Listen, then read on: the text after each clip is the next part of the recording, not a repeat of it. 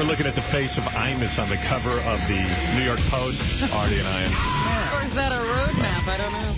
He looks awful. How old is Imus, for real? 67. Is that his for real age or just what they're putting in the paper? That's the closest for real number we're going to get. If you looked at this doesn't picture... he look 80? I mean, if you looked at this picture, you'd go... That's a 105-year-old man. I right, mean, you say, how is he still working? Of course he said something stupid. Yeah, I was talking to my mom about it. She goes, I don't think he knows what he's saying. I think he's singing on it. right. How old is he? I go, I don't know, but that's a good theory. Yeah. I would go with that one over, like, I'm crazy. Yeah, I just go, look, I'm old. I've got Alzheimer's. I don't know what's going on. Who said what? I'm the Alzheimer's jock. He's worse than Not Right Daniel. Yeah. Well, anyway, good morning. We have a fun show for you today. We have tons of Imus stuff. I mean, of course, I've only read about the Reverend Al Sharpton show, but I want to actually hear it. That's going to happen today. Al Sharpton finally pulled out a good radio show. Yeah, we actually have to listen to it. I like that they suspended Imus for 2 weeks. But their suspension begins on Monday. Right, I couldn't understand that. I got to tell you, I was so jealous. I went, ooh, what could I say to get off for 2 weeks? Well, you know what I was thinking? You said the name Sirius, and they suspended you immediately for a day. They didn't have to wait and think about it. Yeah. Imus calls a bunch of young girls nappy-headed hoes, and they're still thinking about it. Well, you know, you got to realize, I mean, Imus, let me be honest with you, okay? And don't think I'm saying this because I'm in some sort of competition with this guy. We never competed. No. I mean, it was over the day I went in mornings. I was number 1 and he was number 22. Imus has 0 ratings, pretty much. Not 0. Okay, let's be honest. A 2, if that. That would be nice. And his audience is 1,000 years old, not really that attractive, but for some reason, he seems to bring in money. It's the biggest enigma to me in my entire career. I used to say Imus was born with a lucky star over his head. It's just an amazing career of no listeners and tremendous financial rewards. I mean, really blows my mind. He does the most with the least. Does the most with the least. He really does. He's the most successful broadcaster, in my opinion, because he does nothing. Yeah. He mumbles. He can't speak English. I mean, he can't be understood. He was never funny. He's reinvented himself a dozen times. He was never funny. I mean, you listen to the show, I defy you to laugh. At one time, he was a music jock. Yeah. And then he was supposed to be this funny guy who did bits and characters. And now he's this political pundit. Now he's political, and who knows what he is. Who's supposed to be funny sometimes. By the way, one of my favorite things about his apology, he took off his cowboy hat for the apology. Yeah. That was great. That's when he's sincere, I guess, without the hat. He's not Cowboy Bob. Yeah, he's not his cowboy character for the apology. And, you know, like... This is Amish talking. Like Robin said to me this morning, you know, I hate to revel in someone else's misery, but it is fun. Oh, come on. This is fun. Someone else. I mean, and you want to know something? It's like I said yesterday. This isn't a person. The guy's got all the dough in the world. Right. Yeah, it's not like he'll really... He's not going to fall on hard times as a result of go away. Really, it's time. Your time has passed. I mean, he went on Sharpton's show and said, you people, black people hate when you say you people. It's like something everyone knows who's the least bit aware of our society. I mean, he would have had to be under a rock not to know not to use that term. Yeah. He goes, I don't know what I'm going to do to please you people. And then, or he said, I can't win with you people. Yeah. What people? Yeah, what people? I mean, that's an insulting thing to say about... I mean, if you're talking about a person's family and you said it, just not to know that means socially you're retarded. It's the greatest. She's completely insane. I know. That's what kills me. I'm like, first of all, keeps making it worse. What kind of asshole goes on the Reverend Al... Let's say I said the worst racial insult in the world, and I'm about to lose my job. Okay, if I'm broadcasting and I'm in my second year of my broadcasting world, I'm going to go apologize, you know. To everybody. To everybody. You'll go to individual homes. Yeah, but Imus has got a bunch of dough, and he's done this a million years. I find it hard to believe he's so much in love with that stupid job. I mean, I'm almost thinking of becoming racially insensitive just to get the fuck out of here. I wish they'd fire my ass. You didn't know that was the way. Yeah, I mean, okay, I'll leave. There's the door. What is that? I have to leave? Oh, I'm so... I don't get to go to the advertiser's breakfast? Oh, I'm so sorry. Well, I was laughing. The things that make me laugh are, here's Hall of Fame broadcaster time. Hall of Fame. This is Mr. Hall of Fame. Yeah, so, I thought it was funny that first of all, who in their right mind would go to Reverend Al Sharpton to apologize for something you've said? Here is a man, you talk about racially insensitive. And reinventing yourself. Yeah, go back to the days of Tawana Brawley and the Korean, remember the Korean delis were being boycotted? Listen to this shit this motherfucker had to say. This is like the pot calling the kettle black. Racist. There's nobody more racist than Al Sharpton. Now all of a sudden he's just a politician. Right. And if you've noticed, Al Sharpton's move is to get you in the studio and then not accept your apology. That's the best. That's the best. It was like, where you were playing the Bill O'Reilly thing. He lured the lawyer in there to say stupid things about American Idol and our Sanjaya movement. Well, that's what Al Sharpton did to Imus.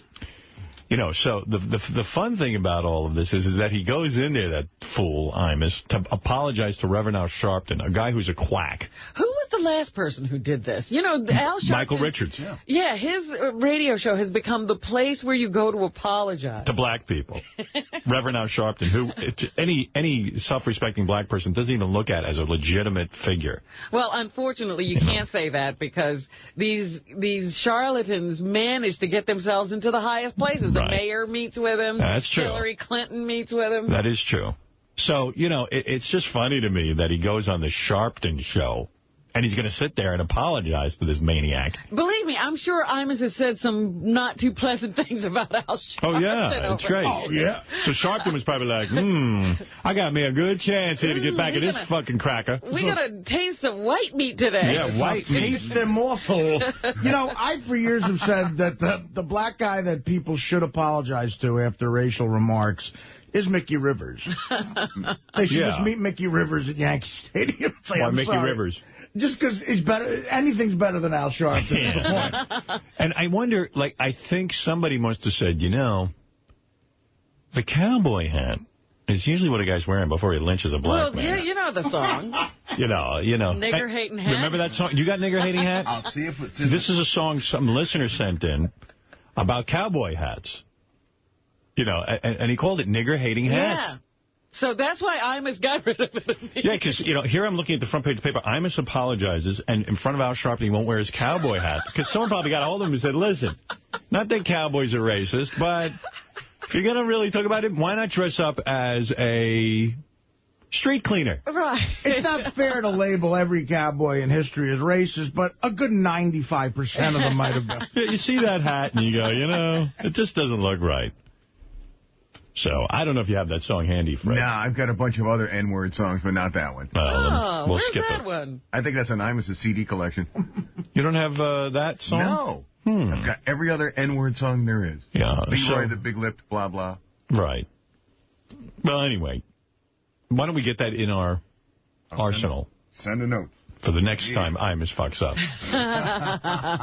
We'll have to send him off with this one. Yeah, so now the management has said, let's keep him on for the rest of the week, and we'll suspend him for 2 weeks. And by the way, now I would have to vote that there's probably a 70% chance they're going to have to fire this guy.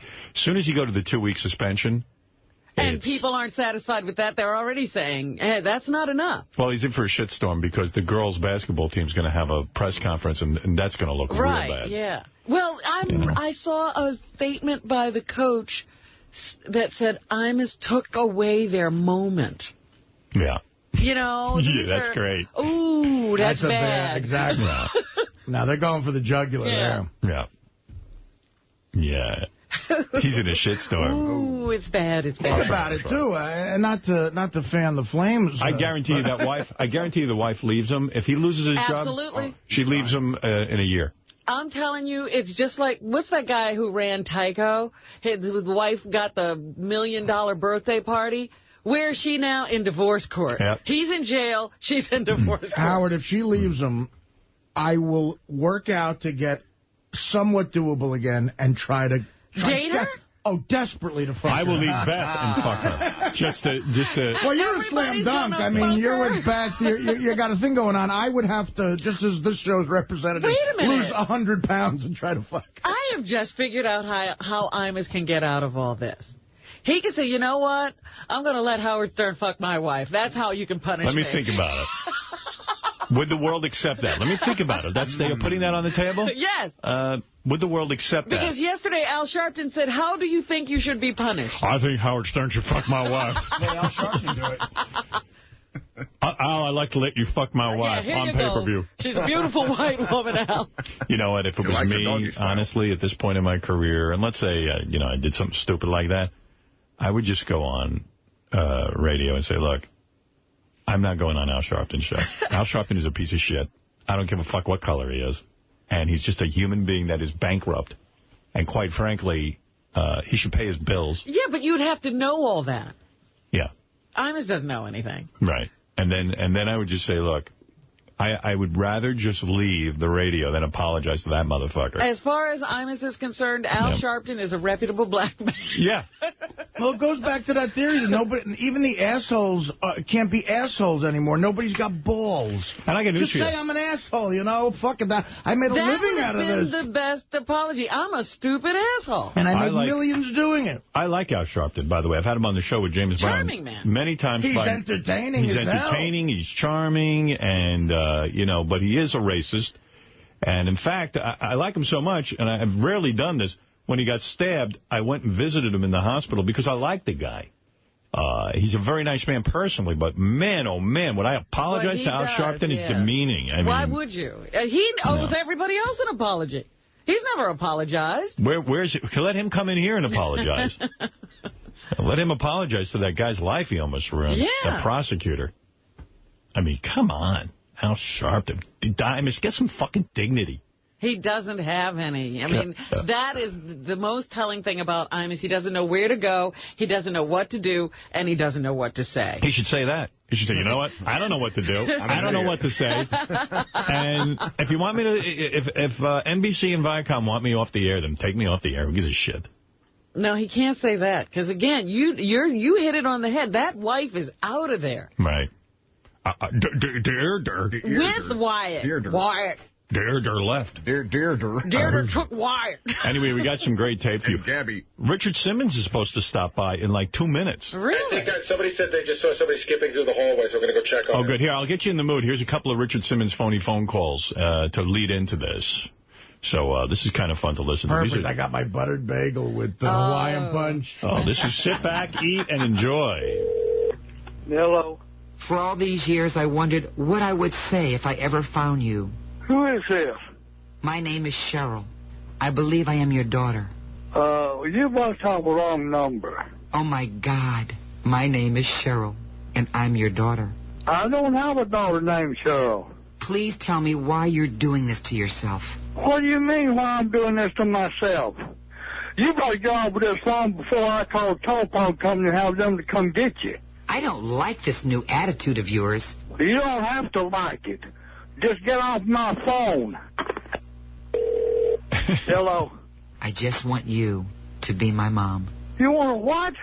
I just want you to be my mom. How can a man be a mom? Well, I'll think about it. Well, you better think a long time and don't dial this number again.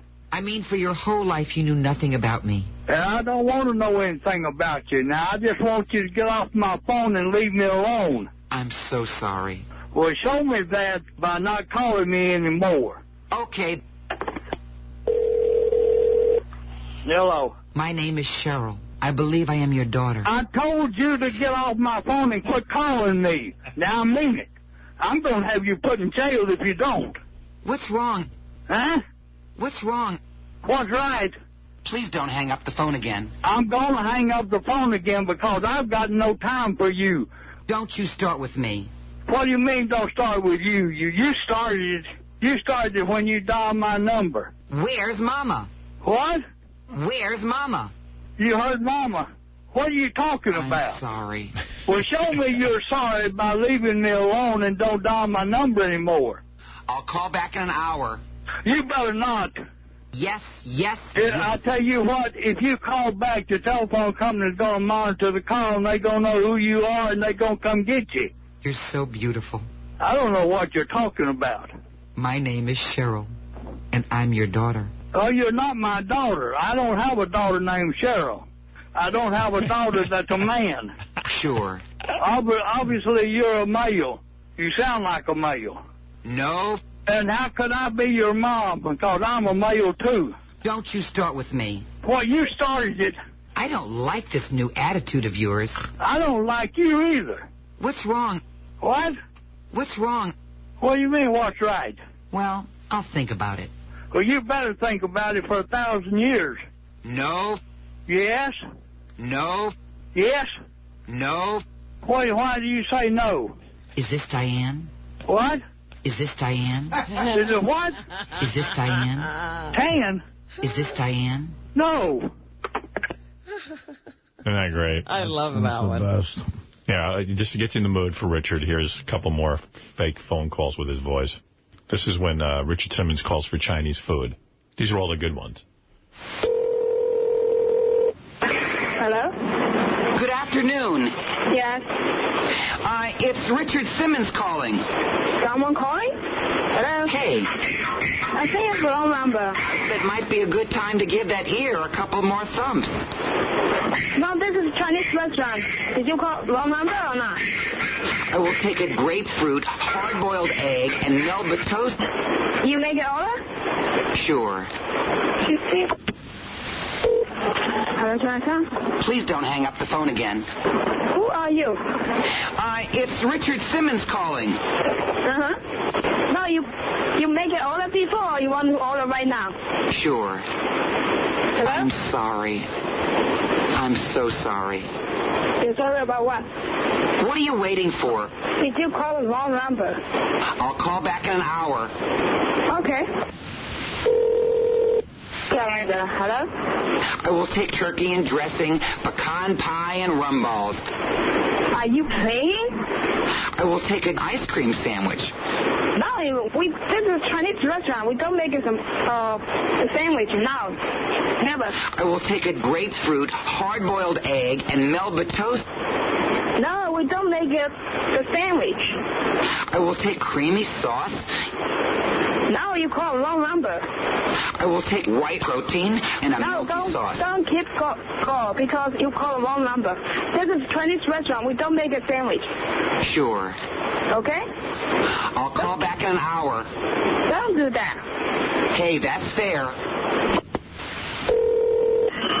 Hello?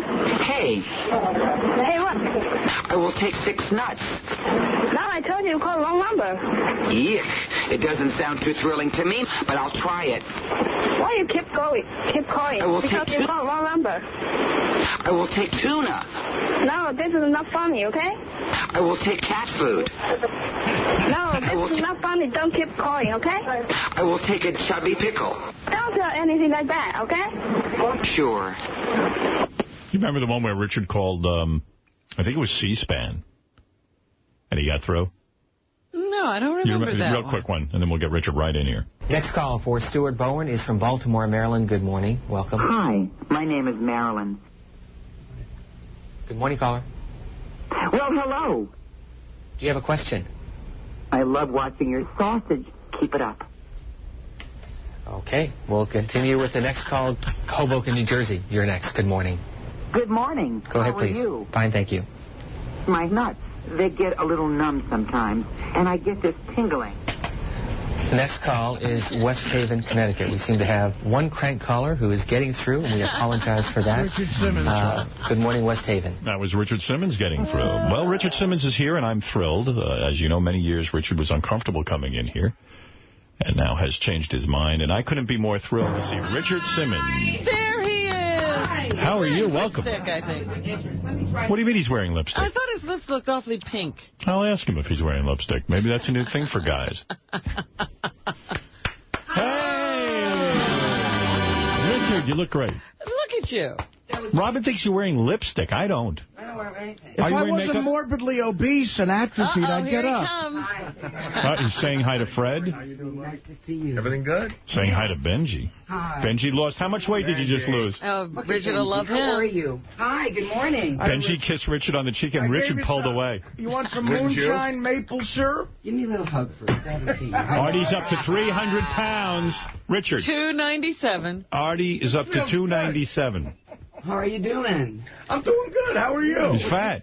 I'm back in town, and I'm working. Take a seat here. Would you like to sit next to me? Get on a I mic. want to say hello to Howard. No, but I don't want to say hello. He spends his whole time here saying hello. I never heard of. Aren't they great? I never heard That's them before. your, give me a hug. Hey, how you doing? Nice to see you. Good to see you. Hi, Robin. Don't come in here, Richard. Now I'm going to smell like Richard the rest of the day. Sit down. No, sit down. It's not funny. No, come in. You're not funny. Sit down. I'm trying to do a serious interview. Could those shorts be any shorter? Those are short shorts. He's wearing hot pants. I know. It's the same ones. It's the exact same ones. Question, do you wear a jock strap underneath your shorts? Yes, I do. Do you a jock or an underwear? Do you wear underwear or like a supporter? Because I don't see your balls or cock. No, it's here. It's what happened to underwear. your ass? What did they do to you? I fell in the airport in Dallas. Let me see that again. No, it's too painful. It's too painful. I was in the airport. Wow. I was going to go teach a class, and I went to the bathroom, and it was water on the floor. There was a big welt on your ass. No, the whole thing. I fell. Pull off your No. I fell, and I passed out in the bathroom. Why didn't we read about this? Well, I didn't really tell anybody. Passed out in a bathroom. Why did you pass out? Because I hit myself so hard. I dislocated my shoulder. How do you hit yourself? He slid on a wet floor. I slid on a wet floor, did a tumble, and fell all here. You're lucky you're not paralyzed. Almost broke my hip, Howard. Wow. And then I dislocated my shoulder. I'm sorry to hear that. When did this happen? 2 Fridays ago. Wow. It was really... Because I had to go to Joplin, Missouri to teach a big exercise class. When something like that happens to you... Yes, sir. Who are the people that you call... Because I don't know a thing about your personal life. I didn't call anybody. Do you not have a loved one? You have no mother anymore. Your mother died. No. You'd have to call his dogs. Who do you call? I didn't call anybody. I had to get on your life? I had to get on a plane. Who are you in love with? Who takes care of you? Who takes My care of you? housekeepers. I'm so sorry.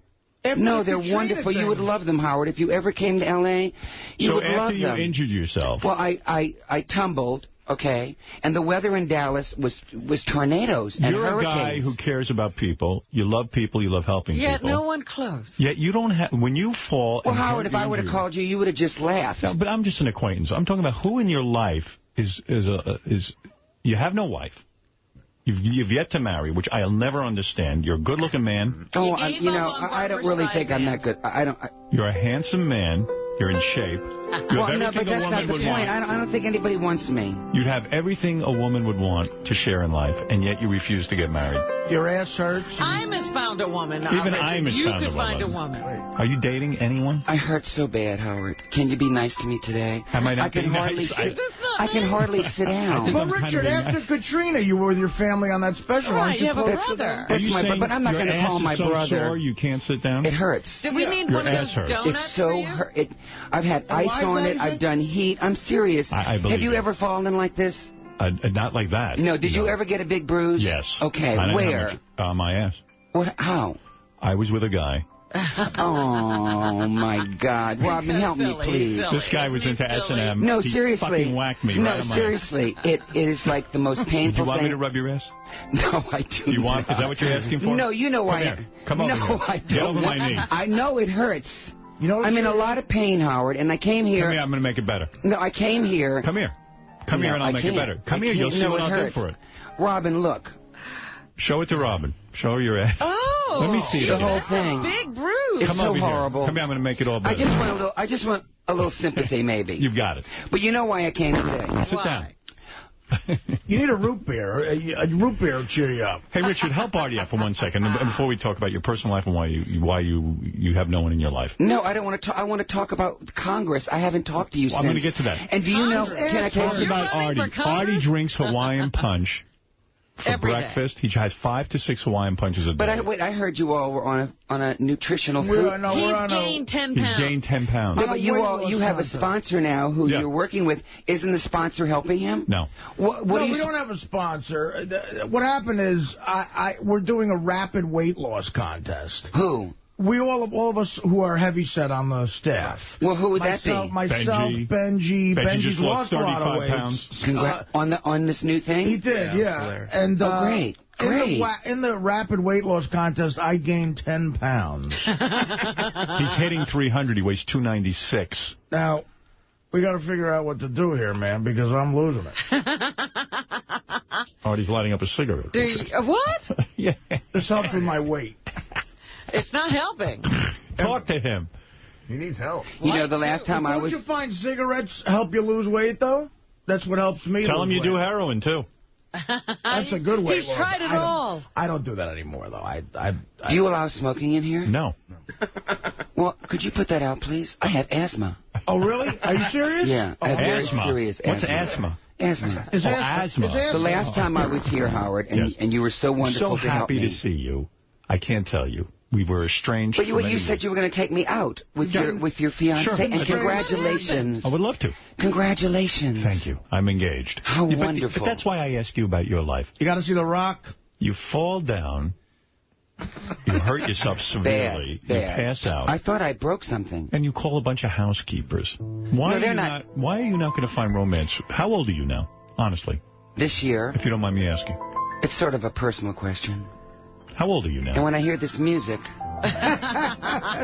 how old are you It's sort of hard for me to concentrate.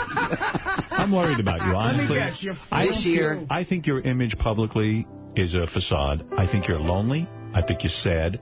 You think he goes home and cries? Yes. Yeah. And I know for a fact he's 59 years old. He's never I'll married. be 59 this year. Wow. You look great. You Do you ever dream of finding love? I dream of just helping people. You know, we've known each other for a long time. But you've done that. You've done that. I'm doing it every day. I do it every single day till the rest of my life until I die. But Our do you obesity take problem. vacations? That's your work. What about your personal life? That is my life. That is my mission. Like, this is your mission? Who's the hottest woman right now who, if you could fantasize, that you would marry? It used to be Barbara Streisand. Now and be real, though. The hottest one. And you could get any girl on the planet, and you know it. I came here to talk about Congress. We're going to talk about Congress. I'm talking about fucking. I'm talking about you putting your penis inside a woman. Oh, Robin. Don't even entertain Gary. When is the last time Gary. you got laid? Richard, get over here. Gary. Gary, where are you? No, Richard, be serious about your life. Lock the door. Richard. Gary. Sit, Richard. I can't. Sit down. Wait, I want to ask you. I want to tell you something. Let me just You're me my just favorite move of all time. No, I know. And I love you. But but let me say this to you. I love you. I love you very much, Are you comfortable Howard. with a man saying I love you? I love you, okay, Howard. And I have loved you for how long? Did your father love you? Oh, yes. He did. He was a wonderful. Were you a love child? Yes. Then why did you eat so much as a child? What do you think was bothering you?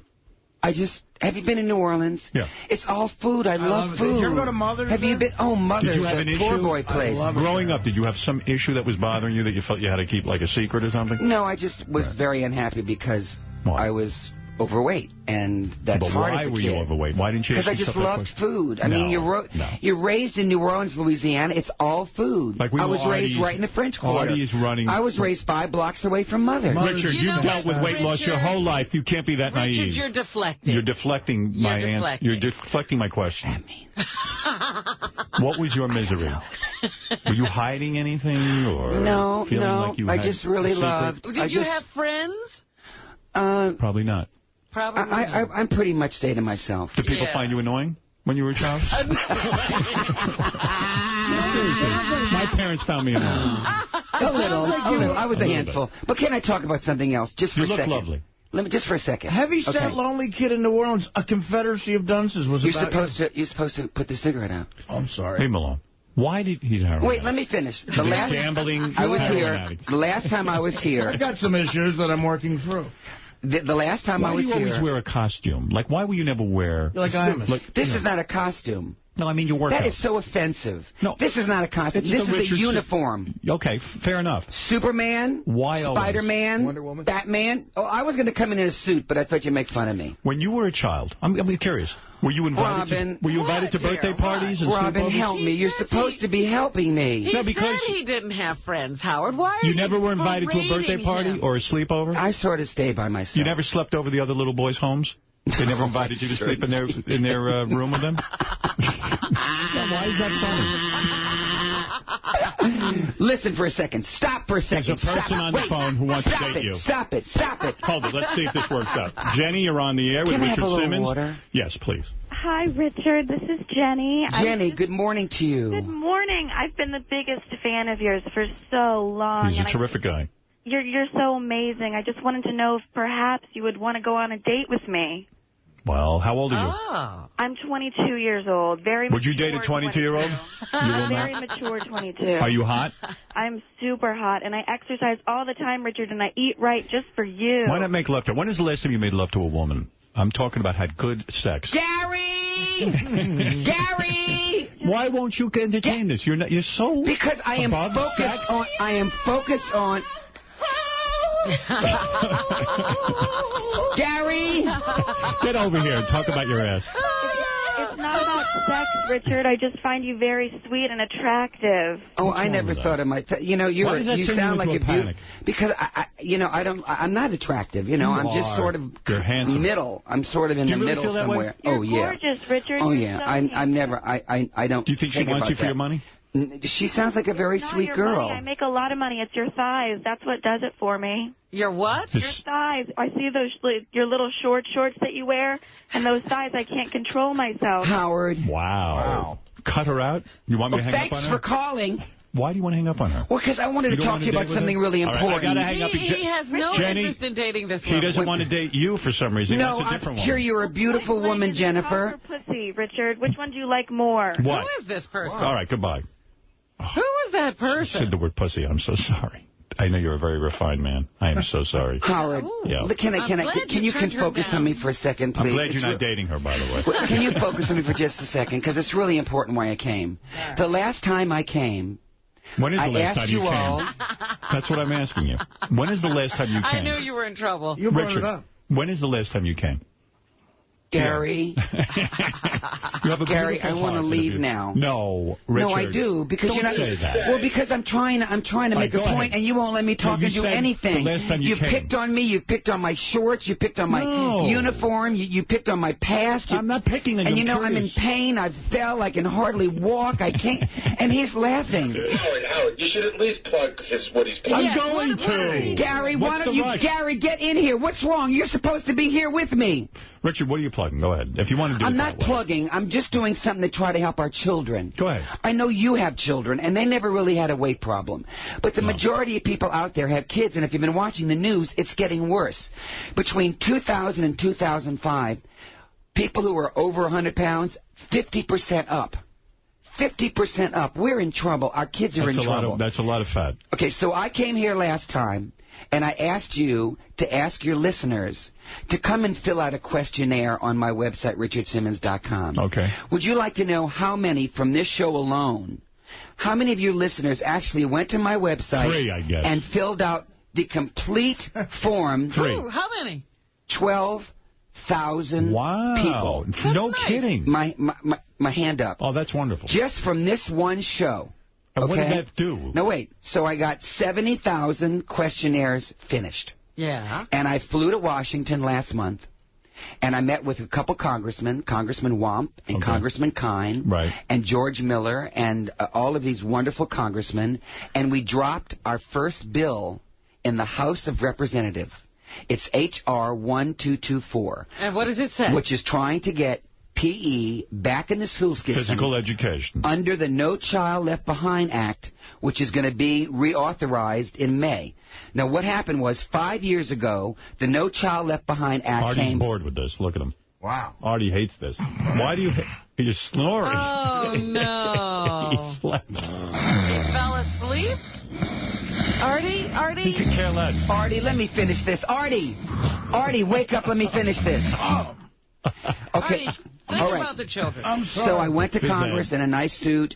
I actually went to see Congress. They let me in. I went to and met all these congressmen, and we dropped our bill. No, are schools not having phys ed anymore? The majority of schools don't have it. Some have it 15 minutes a week. Because I was trying to explain in the No Child Left Behind law, it is reading, math, and science. And they took a lot of things out. 15 states, Howard, don't have recess for the children. Richard is right. No it is lunch? very important. No recess, no recess. No, they have lunch. They still have lunch, but Artie. It's Richard okay. is right that gym... You know, I always hated gym class when I was a kid, but because they had shitty teachers. Right, really. and They they were torture sadists. you. They it would was torture a torture fest. But if they had somebody there who could motivate kids... And teach them that it should be a part of their everyday life. And that it was fun to exercise. It would be very good. So, you're absolutely right. Okay, so I went... went... What about you? I dropped the taking care of you? Let me finish this. Please, Howard, this is the most important crusade I've ever had in my life. I mean, everyone's talking about the obese kids. No one seems to be doing anything about it. You're a good man that way. I believe you're sincere. Mom works, Dad works. They're not going to get it at home. The only place they are is in the school for 7-8 hours. Some schools have extended it to 9 hours. It's all about getting our kids ready for jobs that will compete with kids all over the country. So now I've come back and I wanted to ask you, you can go to my website, richardsimmons.com, and you can press on and it'll tell you who your congressman is. I'm asking your listeners, and I know they're busy, if they could come to richardsimmons.com, and if they could just find their congressman. There's already a letter written. All they have to do is email it. Okay, fair enough. And I've gotten 16,000 people to do that so far. Well, we're voting for Sanjayo. We can do this as well. Yeah, we can vote for Richard's bill. We can vote for Richard's bill. We will back you. We'll back you. Listen to me. It's richardsimmons.com. It's right there in the... You don't have to beg. We'll do it. If I say we'll do it, we'll do it. My listeners will do it. They're not assholes.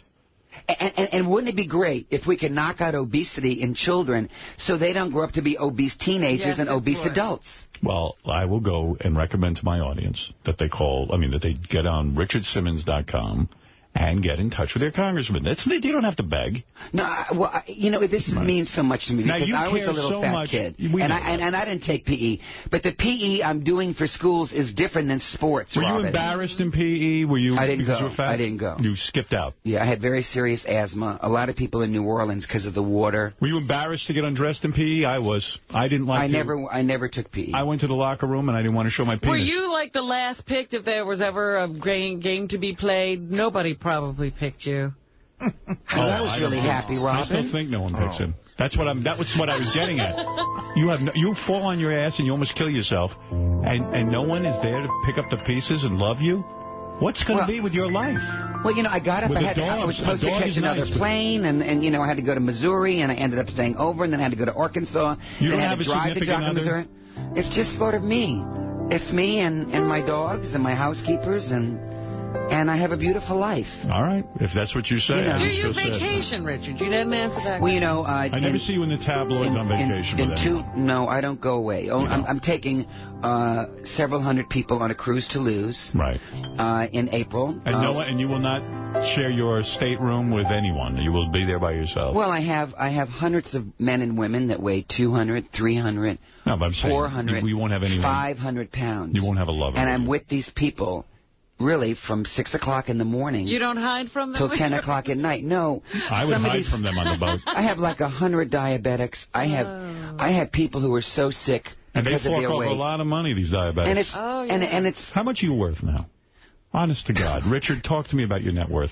You're the wealthiest person, Howard. You're the wealthiest one. It's all over the newspaper, how much money in the stock and everything. He's got to have $80 million. You're fabulous. And I think he's worth way more than $80 million. He said housekeepers. Really? So he has several people helping. Can I say what I think Richard Simmons is worth?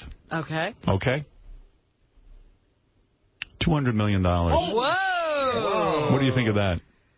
Am I off? Am I off? You're low. Why did you never go public with your company? I mean, you could. I mean, you've got products. I had my whole dream was to help other people who were overweight to... Right. You didn't do it for the money. To love themselves and to respect themselves and to feel good about themselves. Are you going to cry? No, you know what I'm saying, Robin. In this country, overweight people. $200 million. Am I off? Overweight people are treated like garbage. Am I off on the amount of money? Well, if everybody's overweight, overweight, who's treating people like garbage? Richard says I'm low. I know. I said, if everybody's overweight, who's treating everybody like garbage? Well, no, I'm not saying that everyone's overweight, but in our country you were judged by the pound. What do you do with all that money? Do you own a plane? Do you own a jet? Howard, no, how many homes do you have? Do you fly commercial? Yes, I do. You do? Yes. Robin, can I jump in here a second? Yes. I know for a fact, because Richard used to tell me, when he flies, not only does he fly commercial, generally first class, I think he buys the seat next to him because he has a lot of work to do, and he can't be, if people interrupt him, he can't write his letters and stuff. So he buys 2 seats. Yeah, but people come sit next to me all the time, and I try to help them. I was on the plane coming here to New York yesterday, and this man came to talk to me, and his daughter is... Was he hot? His 17-year-old daughter is 290 pounds. She's 5 feet 1. For Christ's sake.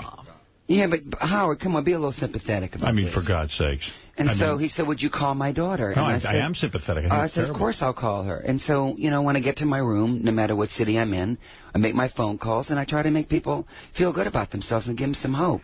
Who are you dating? What is the woman's name? I know if a guy with 200 million... It's a secret. You think he just doesn't... Is he like a rock star and his fans knew that he was attached? He's like Eddie Van Halen. No. Of the chubby set. I sleep with dogs. My Dalmatians. Don't call these women dogs. No. Britney Spears is not a dog. She's a troubled girl. Be a little sympathetic to these women. He must be with Britney Spears. What do you think of the whole Imus thing? Do you follow that story at all? I've never watched him or heard him. He's very ugly. But you would have to agree if you're going to be serious. If you're not going to be serious about this, I won't get to it. Well, I'm being very serious. We're very serious about this. It was not good. Not good. When I worked with him, not good. I used to go on the air. And did you work with him? Yes, I worked at NBC That's the same Radio. building, yeah. If you ever saw my movie, you'd know that. Now. And were you friends? No. He was not nice to me. He was not nice to you? And then he sucked up to me when he saw my ratings go up, and he emulated a lot of the elements of my show. Took them. The day that I saw this man walk through the halls of NBC, he went up to a black receptionist and called her a nigger right to her face. That is not true. It is absolutely true. Absolutely true. Why did he do that? And I've said that all along. Why? Because he's whacked out of his skull. And lovely girl, name was Brenda. Robin knows about this. And in fact, he doesn't deny it. And he was confronted by Larry King about this. Yeah. And he said it's probably true. He couldn't say no. So I think this is what's in his heart. I really do. And I know, I have a shocking radio show, but I don't have those feelings about people. Do you think that people will forgive him and he will... I think he's done. Yes. I think he's done. We can only hope. No, I'm not, and it's not wishful thinking. You know what? I'm not looking for people to be miserable. I am telling you, I think he's done. I don't see how he can get out of this one. Really? And he should never have apologized to Reverend Al Sharpton, who's a big racist himself. Well, maybe, seriously, Robin, maybe he is sorry. Maybe he I'm is. sure he's sorry now. But for what reason? He's sorry because it's working out so badly for him. Yeah, but I think in his inner heart, don't you think he's sorry for what he just said? Richard, yesterday he went on the Al Sharpton radio show, and he tried to apologize, and his apology wasn't being accepted, and he finally ended by saying, I can't win with you people. With you people. That's right. It's not a good apology. I just hope God forgives him, and I hope that he's able to pick up the pieces, because we all want There is no God. Is that right, Artie? I'm in a bad way now. What's wrong with you, sweetie? The Imus comments. Did your ass hurting? I can't think of it. I can't get over this. You can't get over what? It's been a rough morning for me. Well, take off your glasses and let me look in your eyes. He can't. He's on heroin. Artie? I can't. The fat has gone in my eye. Artie, take off your glasses. Let me look in your eyes, please. Look in his eyes, Artie. Artie, come on. Give him a break. Let him I see can your look baby, at your please. ass. Hi. See how uplifting Richard is? The last time... Actually, he's a very positive force. Last time I was here, I said to Gary... You're bullshitting me. You're going to call me. You don't No, wait. I said, no. Gary, come in here. I called Gary and said, when he you know my number, when he wants to talk with me, because I don't... You said you were I don't gonna push. call me. I don't push. I waited by the phone with You a did hope. not. He's hopeless. You did not. You can No, never he's get not. him Don't lower. say that. He is. Don't say he's He says hopeless. this to me every day, Richard. No, please, Howard, don't say that. He's hopeless. Howard, please don't say it. I'm saying it. He can't lose weight. Gary has my number. When you are really ready to do something, I will help you. Richard would help you. You know, I'll put a program together for you. Pick an American sport, I'll beat you at it. You won't score a point. See, this is where he goes every time. Go ahead. What's your favorite sport? What do you like? Squash? You're in pain, aren't you? Yeah. Stickball, 30-0. You'll never get up. Basketball. Let's say hi to some people on the phone. Mark, go ahead. You're on with Richard Simmons. Now, for more information on Richard's campaign to bring gym class back to schools, go to richardsimmons.com. Schools really don't have a gym class. Yeah, they don't have PE. Thank you, That's what he told you. Yes. Mark, go ahead. That's what PE is? Physical education. Mark, good morning. Howard, Richard, I'd like to thank you for coming back and enjoying the show. You might be my favorite all-time celebrity guest. You have the greatest sense of humor in the studio. Howard, I want to know, what do you think is Richard's all-time best moment involved with the show? Personally, I loved when you guys dangled the food out of the ceiling. Mark. That is a classic. No, Mark, I'll tell you what the classic. What is the classic? My What did you just say? I said, I'm loving today's whole and then he fell. That welt, I don't think, was from falling, personally. Where's the welt? I've seen welts like that. Hip. Oh, no, I've seen welts like that in porno films. No, Let me see it. It is so. No, Howard. I'm in such pain.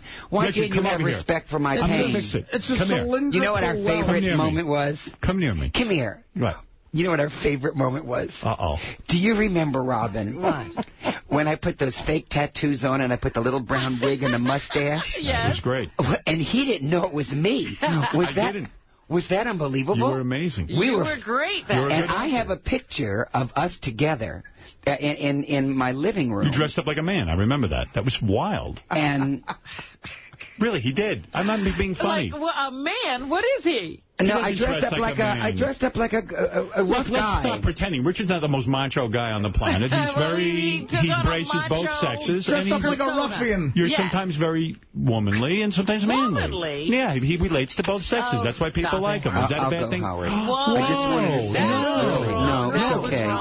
Wait, let me apologize to Al Sharpton. No. Richard, wrong. Richard, stay. you appeal to both sexes. No, if you want me to call and help you, you let me know. My favorite moment was Richard, come here. Don't leave like this.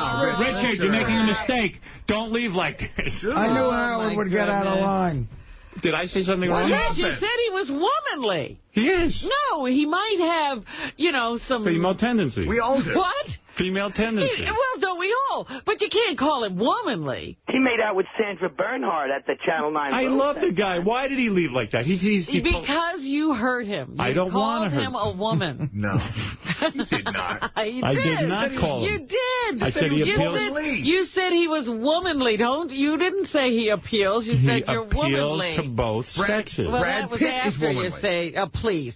That was after you said he was womanly. Artie, did I say something wrong?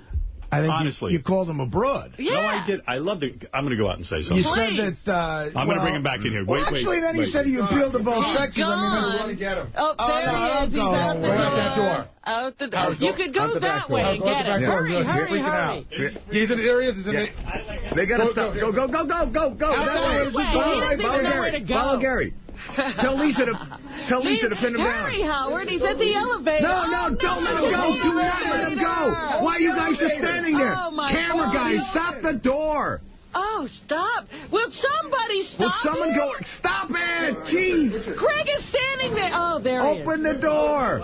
The poor guy has to go downstairs. There he is. Come on. No, I'm going to go. What are you being like that? I'm okay, Howard. Richard, come on. The stranger in the elevator is having a great time. Richard. Oh, he's just bald. Oh, Richard, come on. Guy in the elevator is on his way to work. He sees Howard Stern consoling a crying Richard. Oh, Richard, no. please. No, don't go. I want to go.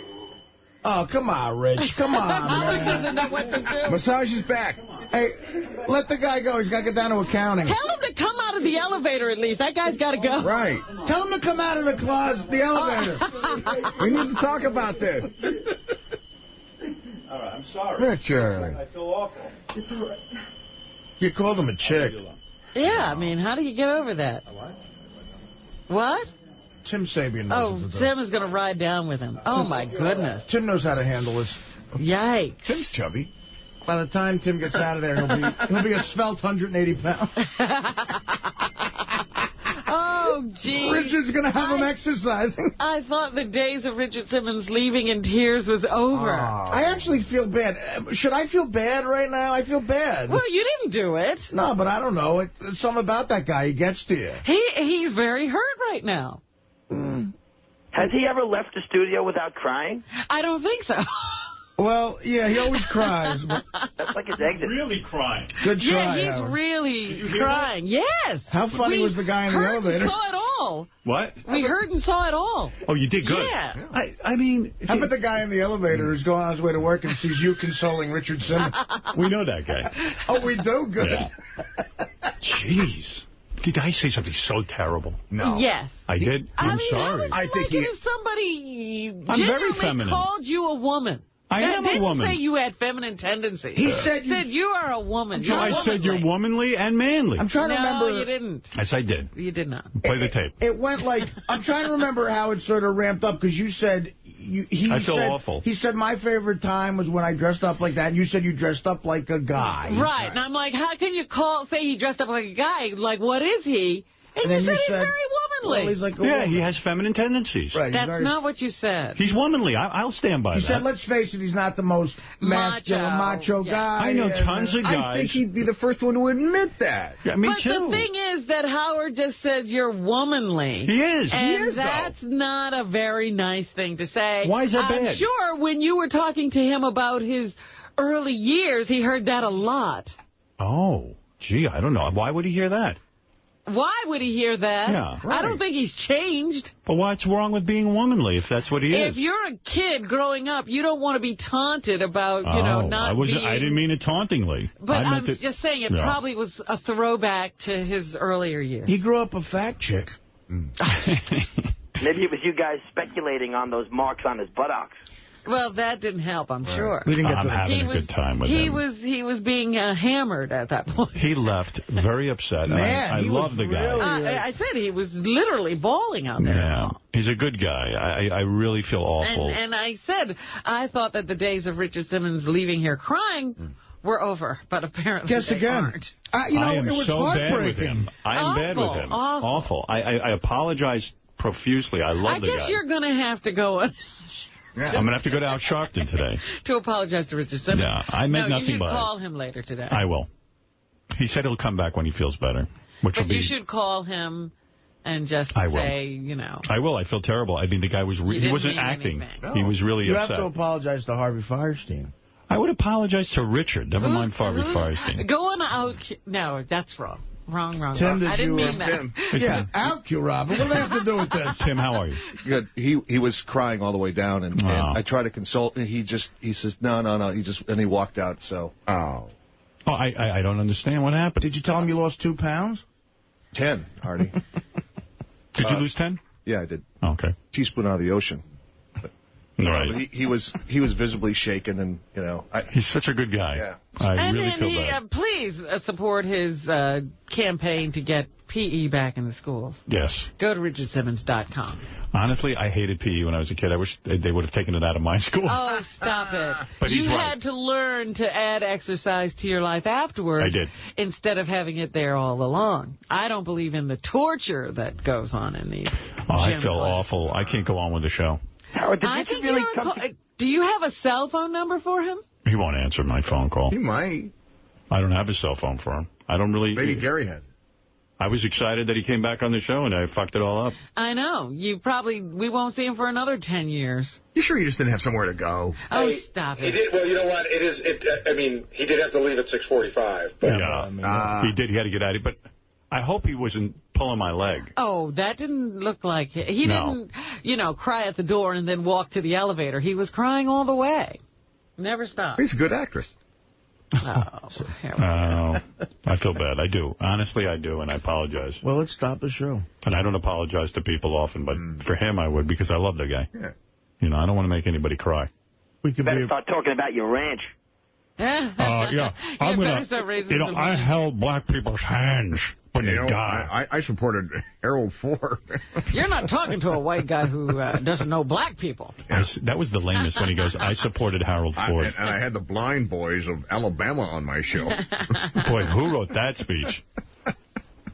I just want to say I'm a good man who did a bad thing. I had the Blind Boys from Alabama. I supported Harold Ford. Dare held a black child's hand while he was dying of cancer. Of sickle cell. I called people about sickle cell. And I'm working on a cure for sickle cell anemia. You better work on a cure. We went up to Harlem to ask black people what they thought about it. Oh, dear. Feel bad about Richard. See, it ruined my show today, and I have great stuff. We could be having pancakes at the Brooklyn Diner by 8:30. I have to leave right now. Let me see if I can find the... Here's Sal in Harlem asking black people how they feel about Imus. All right. How do you feel about Don Imus's recent racist remarks? He's a coward. You need to resign. You're a coward. That's all. You don't insult me because I'm too intelligent to let a hick like you insult me. Word of my mother, that's some real fucked up shit. You know what I'm saying? If he would have did that shit around me, I would have knocked his motherfucking head off, straight up. Now, he apologized today. I don't give a fuck. I don't give a fuck what he said.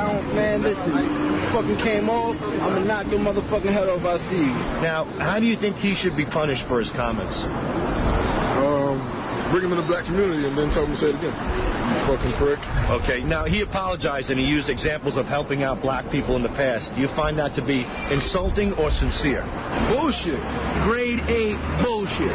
If he was doing it wholeheartedly, and why is he rubbing it in our face now? If you did it because you wanted to do it, just do it. Don't throw it back in our face. Do it because you want to do it. So, honestly, he could keep his comment, and I could care less about what he did for black people. Because don't nobody do shit in this world for free, baby. But how do you think Don Imus should be punished for his comments?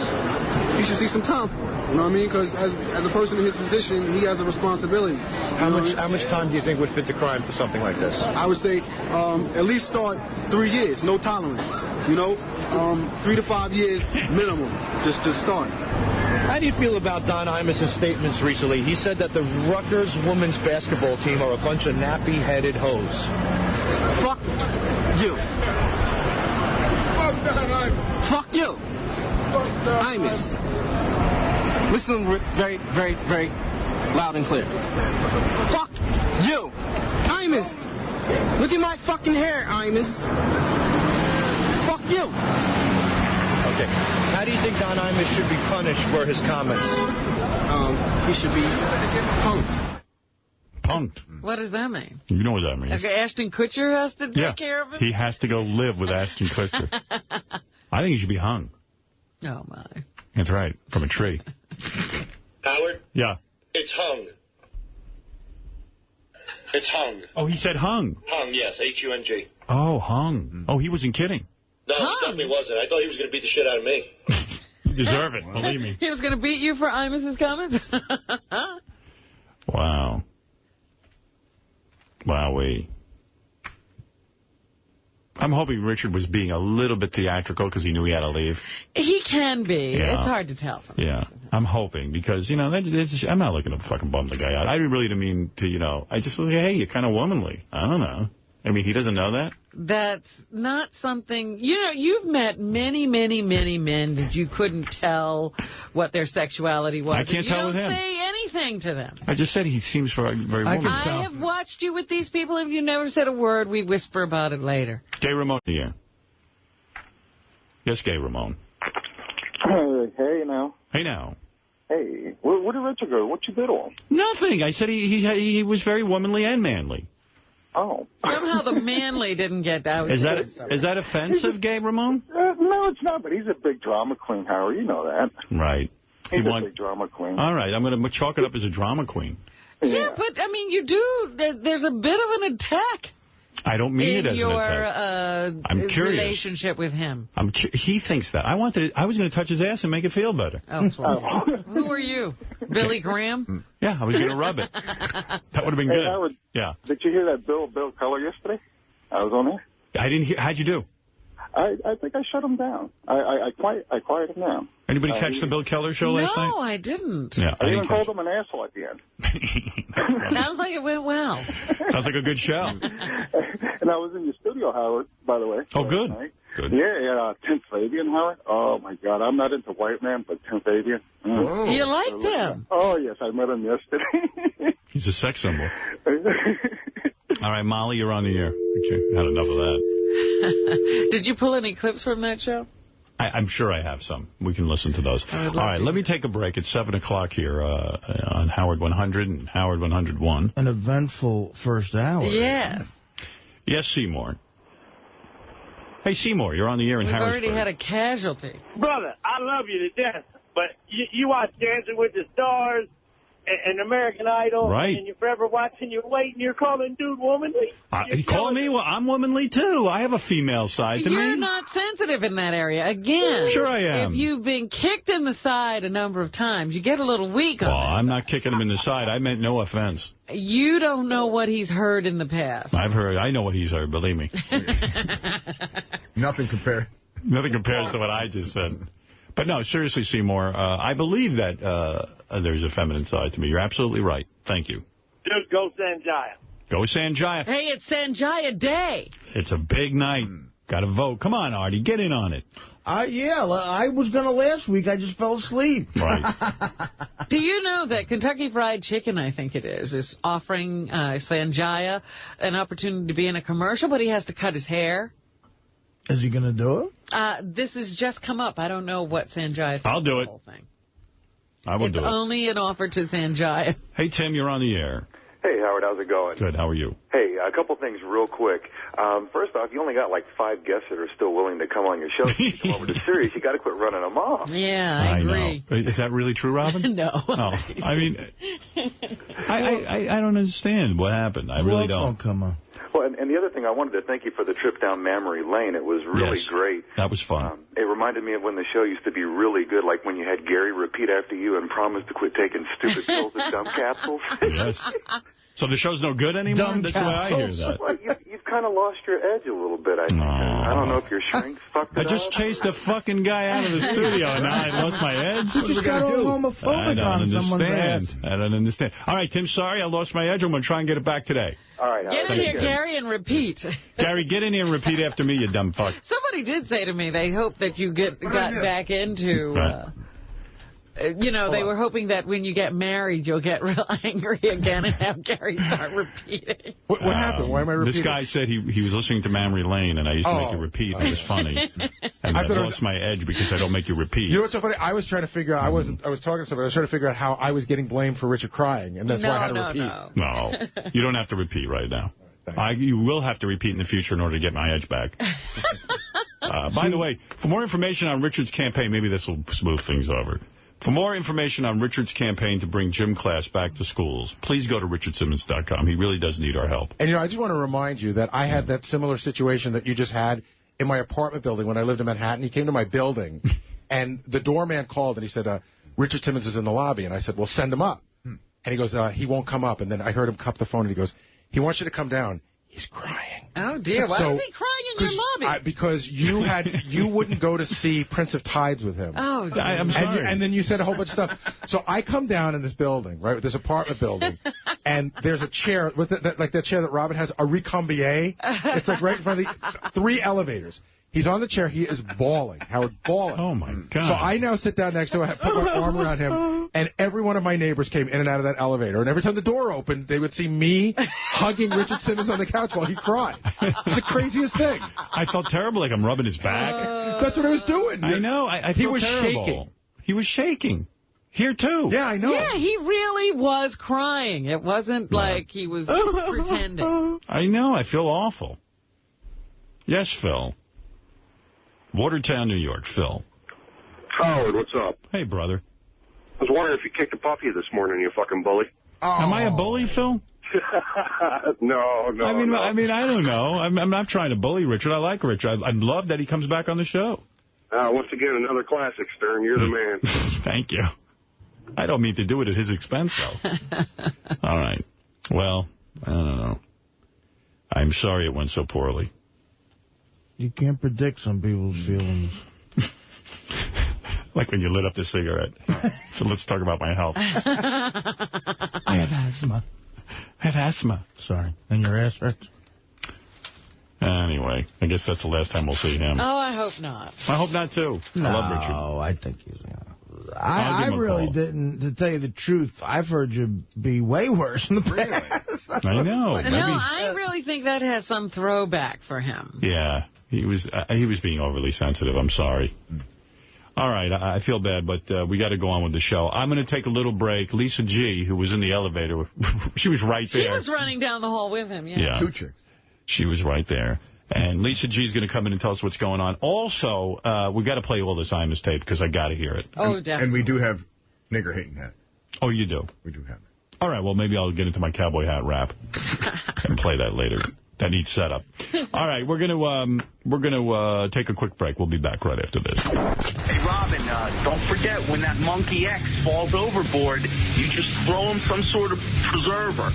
Don't go jumping in after him, honey, because you're going to sink right to the fucking bottom, and we're going to miss you. Call the Howard Stern Show, 888-9-ASSHOLE. This is for Artie Lang. Wah. I didn't get paid $5G for 20 minutes work. Wah. Get vocal. 888-9-ASSHOLE. On the Howard Stern Show.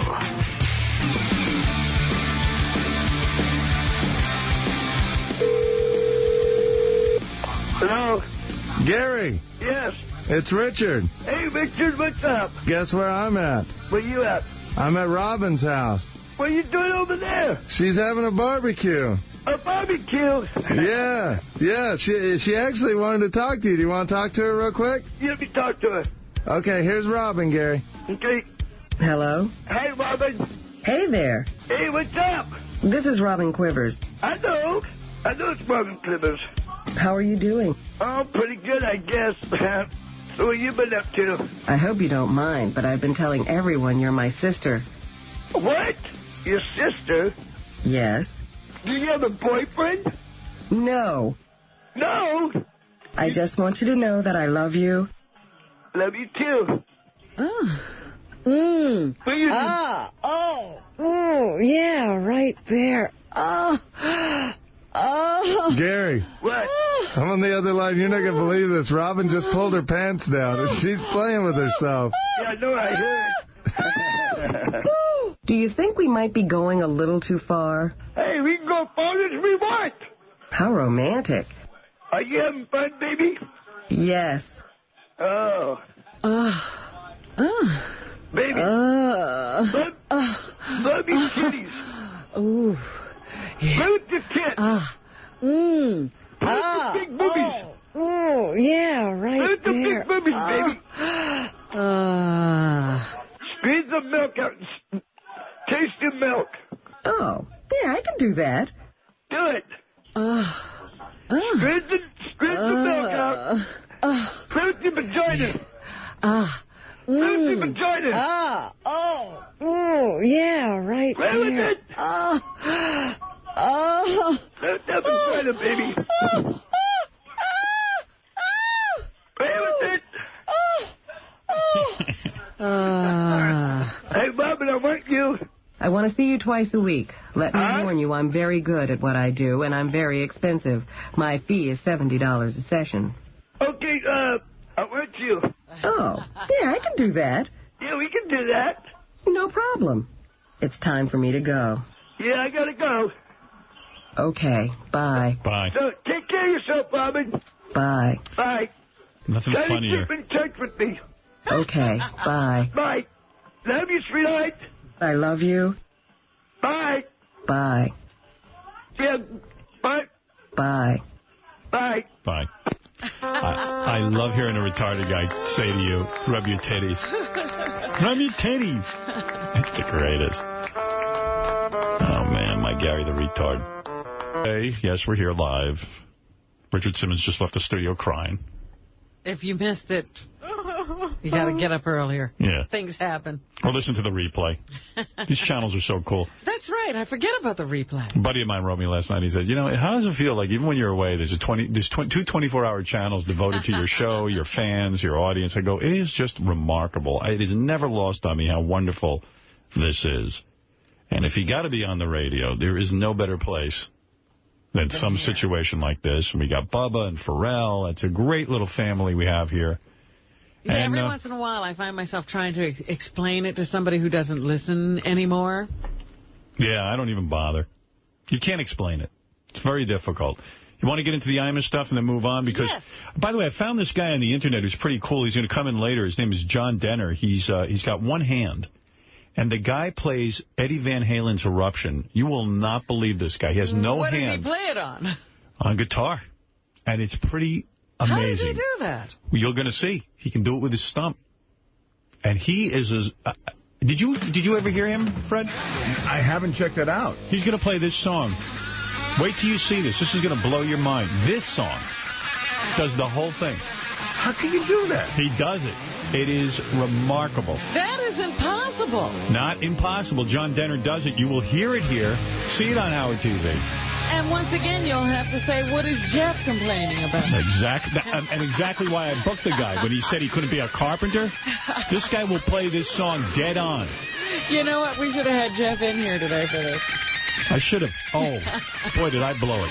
Yeah, I didn't know about this. I would have suggested that. By the way, I saw the trailer for Rob Zombie's Halloween. He did a remake of Halloween. Yeah. And I don't know if if the trailer's line or they just took the best scenes, but it looks really good. You know what's interesting? I told you I went to see that Grindhouse, and one of the things, apparently he's gotten into some pretty fast company.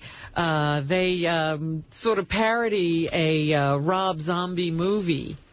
And make that one of the coming attractions. They have, it's just like a double feature in a film. They have coming attractions and all that stuff. And so one of them is a Rob Zombie film. By the way, as long as you bring that up, a lot of people disagreed with your movie review of the new movie. Hey, they ought to go see the movie. It only made $11 million. Came in fourth at the box office. I love Robin, but she's lost her goddamn mind saying that Grindhouse is a horrible film. She should just keep kissing George Lucas's ass. Oh, the man who destroyed Star Wars, and keep out of the movie rating business. Richard is right on. Oh, that's too funny. Listen to the show for a long time. I've often wanted to call in, couldn't get through, and can't afford to wait on hold for hours. I have a job to go to. When I have agreed with you or disagreed at those times, but listening to Robin do the news has prompted me to send this email. When she was doing today's news, she was talking about how bad the movie Grindhouse was, and it was almost unwatchable. Is she stupid, half-witted, or both? The movie is a tribute to the exploitation B films of the late 60s and 70s. She doesn't get it. Everything in the movie wasn't meant to be real or make sense from a physical or science standpoint. Of course, Rose McGowan's character can't have a machine gun for a leg and fire it without pulling the trigger, but along with those schlocky B movies of the past, it pays tribute very well. Maybe half-witted Robin should... You don't have to insult Robin. Oh, let them go ahead, because, again, it's my opinion. I didn't enjoy the stupid movies. Maybe half-witted Robin should stick to movies more her intellectual level, like Blades of Glory, about two imbeciles. Then there's one imbecile to another she can relate. I suggest you make Robin the next whack packer, and her and Wendy the retard can hold hands and drool together. But then again, I don't want to insult Wendy. Here's another one for the record. Robin is crazy. Grindhouse was awesome. Yes, it has slow points, which always annoyed me in this type of movie. If you've ever seen the original Dawn of the Dead, you'll know what I mean. Go see the movie if you like. Dawn of the Dead is great. Here's another one. Grindhouse, rock the fucking house. Tell that stupid Robin to shut her trap and go see Wild Hogs. Apparently the only kind of movie the American public can appreciate. Whatever that is. I wouldn't go to see that either. What is Wild Hogs? That's the one with John Travolta and a bunch of other guys on motorcycles. I should also mention, as long as we're talking about Rob Zombie, I got a copy of Girls and Corpses magazine where they feature pictures of girls with dead corpses. And Miss Howard Stern is featured in this month's issue. Oh, really? And Rob Zombie's wife, Sherry Moon, is on the cover. So I'll mention that. I mentioned, of course, that we should probably get into this Imus stuff. I had a further analysis of the film with Richard this morning, and he agreed with everything I said. He still likes it. I didn't. When Time Magazine writes a scathing... honestly, now that I'm sussing out the situation, I don't think Imus stands a chance of staying on the radio. Really? I really don't. And I'm not even wishing that he's off the radio. Quite frankly, I don't care if he's on the radio or not. I don't think it's going to make a big difference in the world. But I don't think he can survive this. I honestly don't. The corporate environment right now, and I know they need him. He makes money. But they were lackadaisical. They should have reacted immediately. They, too, seem insensitive by taking their time and reacting. Now, the Rutgers women's team is going to hold a press conference. That's going to do in old Imus. He took off the cowboy hat, by the way. Now, that was a key move, I believe. I believe someone got a hold of him and said, look, if you're going to be on TV apologizing to black people, you got to take off that cowboy hat. Because in most people's minds, white and black, that cowboy hat, a lot of hangings went on with a cowboy hat on. Why not just wear a sheet? Yeah, exactly. The cowboy hat, and we brought this up earlier. Fred found this song that a guy wrote a song about this, that the cowboy hat was called the nigger-hating hat. Right. This was a listener's take on that. Right. And here it is. So for him to be in a cowboy hat with Al Sharpton would have looked really bad. Well, I'm a country boy. My name is Roy. And I ain't particularly smart. I like to drink beers and beat up queers while I belch and fart. Well, I love booze and I hate Jews, but nothing beats the feeling that I trip on when I slip on my nigger-hating hat. When I wear it, it makes me feel bigger. I got my finger on the trigger. I'm ready to go out and hate me some niggers. Wearing the nigger-hating hat. He's wearing the nigger-hating hat. Well, my neck is red and my brain is dead. And I hate chinks and kites. I hate Dagos and Spicks and Lesbos and Micks. Well, hell, I hate all them New York City types. It make me smile to throw them all in a pile and beat them with a baseball bat. That'd be good, goody, but nothing gives me a woody like when I wear my nigger-hating hat. Nigger-hating hat. When I wear it, I feel so spunky. I look in the mirror and I think, what a monkey. I'm ready to go out and hate me a porch monkey when I'm wearing my nigger-hating hat. Tell it, boys. Nigger-hating hat. When I wear it, it makes me feel bigger. I got my damn old finger on the trigger. Well, I'm ready to go out and hate me a nugger. Wearing my nugger-hating hat. Wearing my nugger-hating hat. Nugger-hating hat. I think it was a good idea, Imus, take off that hat for the apology. Because you see him with that redneck hat and the scarf, and he's dressed up like a cowboy. So somebody got a hold of him and said, look, dude, you're going to have to show your real hair, even though it's nasty. You talk about nappy hair. That's the nappy hair right there, man. That shit's nasty. Yeah, we haven't seen the top of that head in a long time. Yeah, I mean, he brought it, and you could see why. Now, on TV, it looks like he dyed it blonde, but on the cover of the New York Post, it's all gray. It looks gray. He looks, the word is ancient. I've never seen a 67-year-old guy look that bad. No, he does not look 67. Yeah. Time for him to he get looks out. like he collapsed. He should have like cried. somebody took air out of this balloon? He should have cried like Richard Simmons. Maybe that would have helped. But,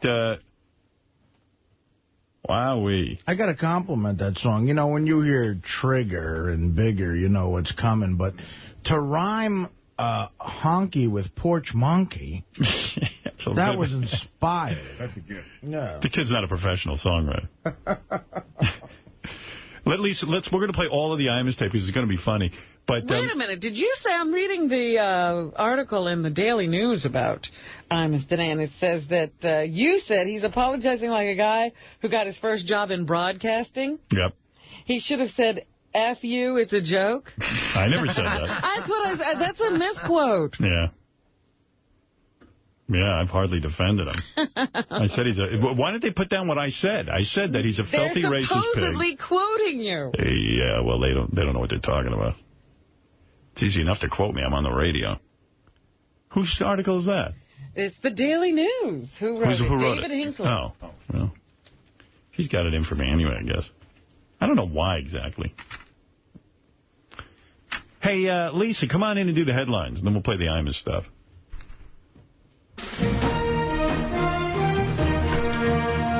Hey, Lisa. Hello. Well, you were in the elevator with I me know. and Richard Simmons. Why are you looking at me like what should I do? Well, you're a woman. Maybe you know what to do. Women are more sensitive to this kind of bullshit. I have never seen a grown man in those little gym striped shorts cry like that. He was shaking. I hate to say it, like a girl. Yeah. I mean, now I he's know. gonna, you know, he probably just stopped crying. You just started him again. So, wait, it's just me and Richard in the elevator. He is shaking, wearing those little gym shorts that I haven't seen since gym, since the 80s. And he's waving to me, go away. And I said, I'm not recording.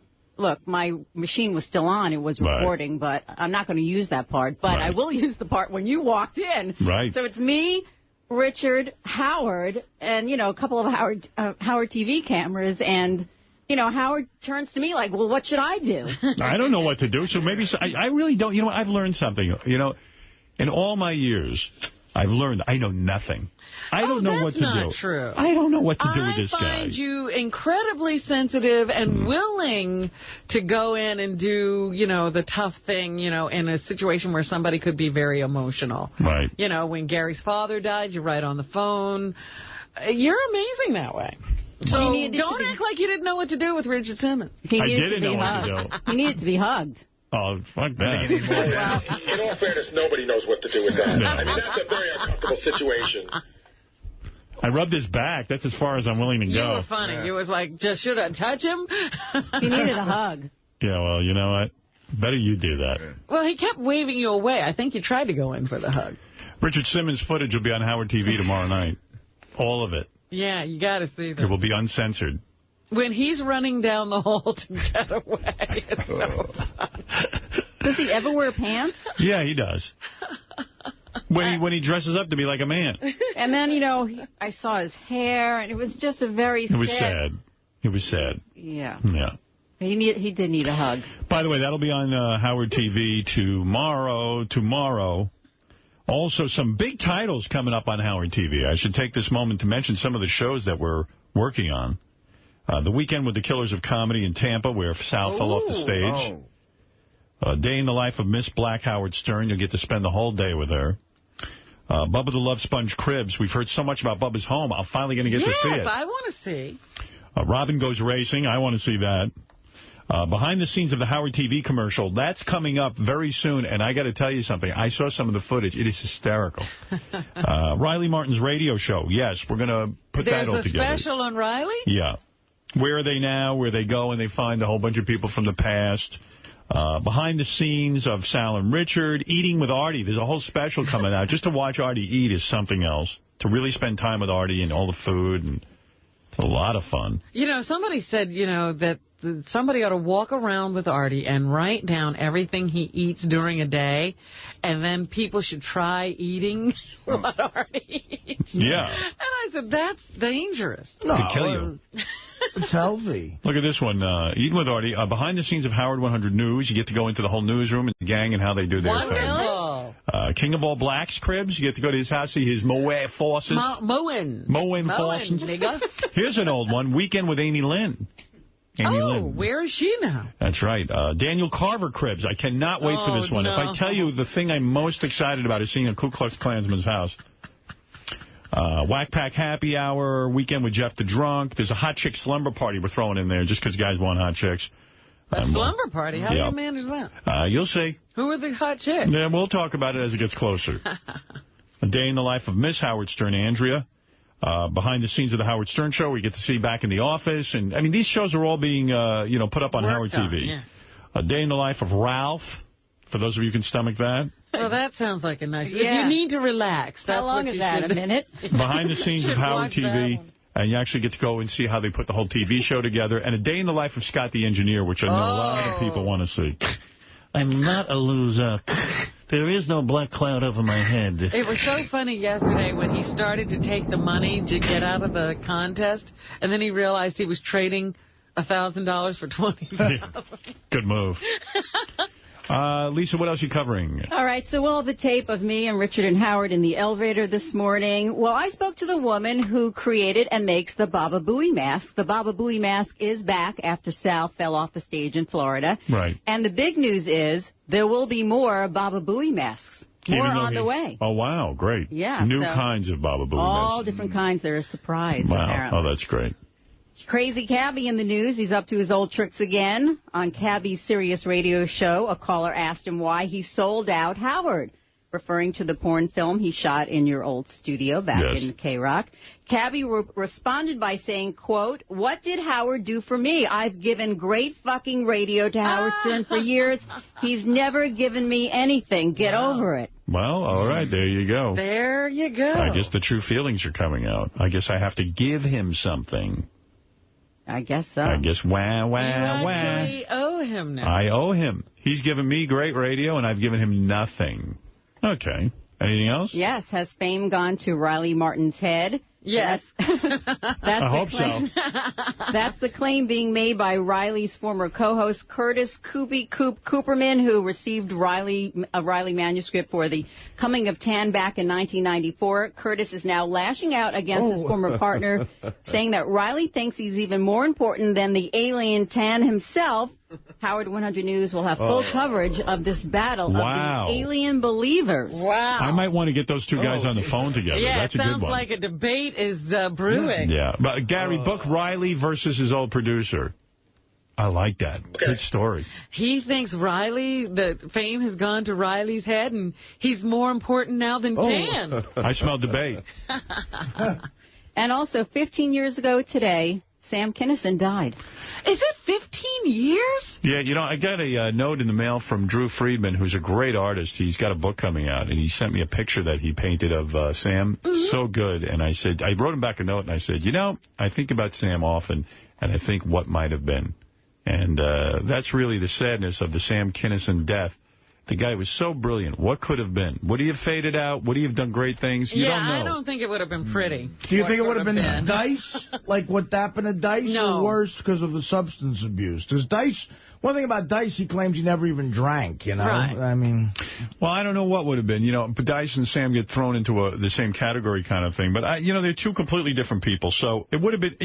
the sadness is we missed out on finding out what other creative, great things he could have contributed. I think that you are... I don't know. I think Sam would have been a burnout. I don't know. Sam cleaned up. He wasn't doing drugs anymore. He wasn't even found with anything in his system when he died. The drunk driver killed him. But political... Howard, please. There was stuff in his system, actually. There was? There were pills. Of course there were. He was never clean. Actually, Bill Kinison made a joke about it on your show. He said, well, that's how we knew it was Sam. There was stuff. They identified him through the medication? You're having some kind of delusions about who Sam was. Well, I think Sam was brilliant, and we missed out on more from Sam. Well, I don't think there was much more. I think there Political was. correctness was just starting to eke away at his armor. If you remember... Elton John called him a pig hosting that show because of his... Sam had insanely politically incorrect AIDS material. Right. Right, that's true. And he was beginning to question that, too. Right, and it fucked with Dice, and it fucked with Eddie Murphy's stand-up career. Right. Eddie Murphy had a movie career to fall back on. He started making kids' movies. Yeah. Right, that's true. That might have hurt. It would have been interesting to see. Oh, of course. That would have been interesting. And your relationship, how it would have evolved. And I'm sure we wouldn't be talking. That's right. We wouldn't even have him as a guest anymore. But how about a guest? How about Sam Kinison as a guest on Sirius Satellite Radio? Oh, that's just for that. Right, exactly. For the reconciliation, if there was a few. We'd have to leave the studio. Sam, we're still talking about you. That's all I'm saying. Lisa, anybody else? That's it. We'll see you at noon. All right, Lisa. You're yelling louder like Sam can hear you. He heard me. I looked up in the sky. I know where he is. Sam! Hey, Sam, we're talking about you.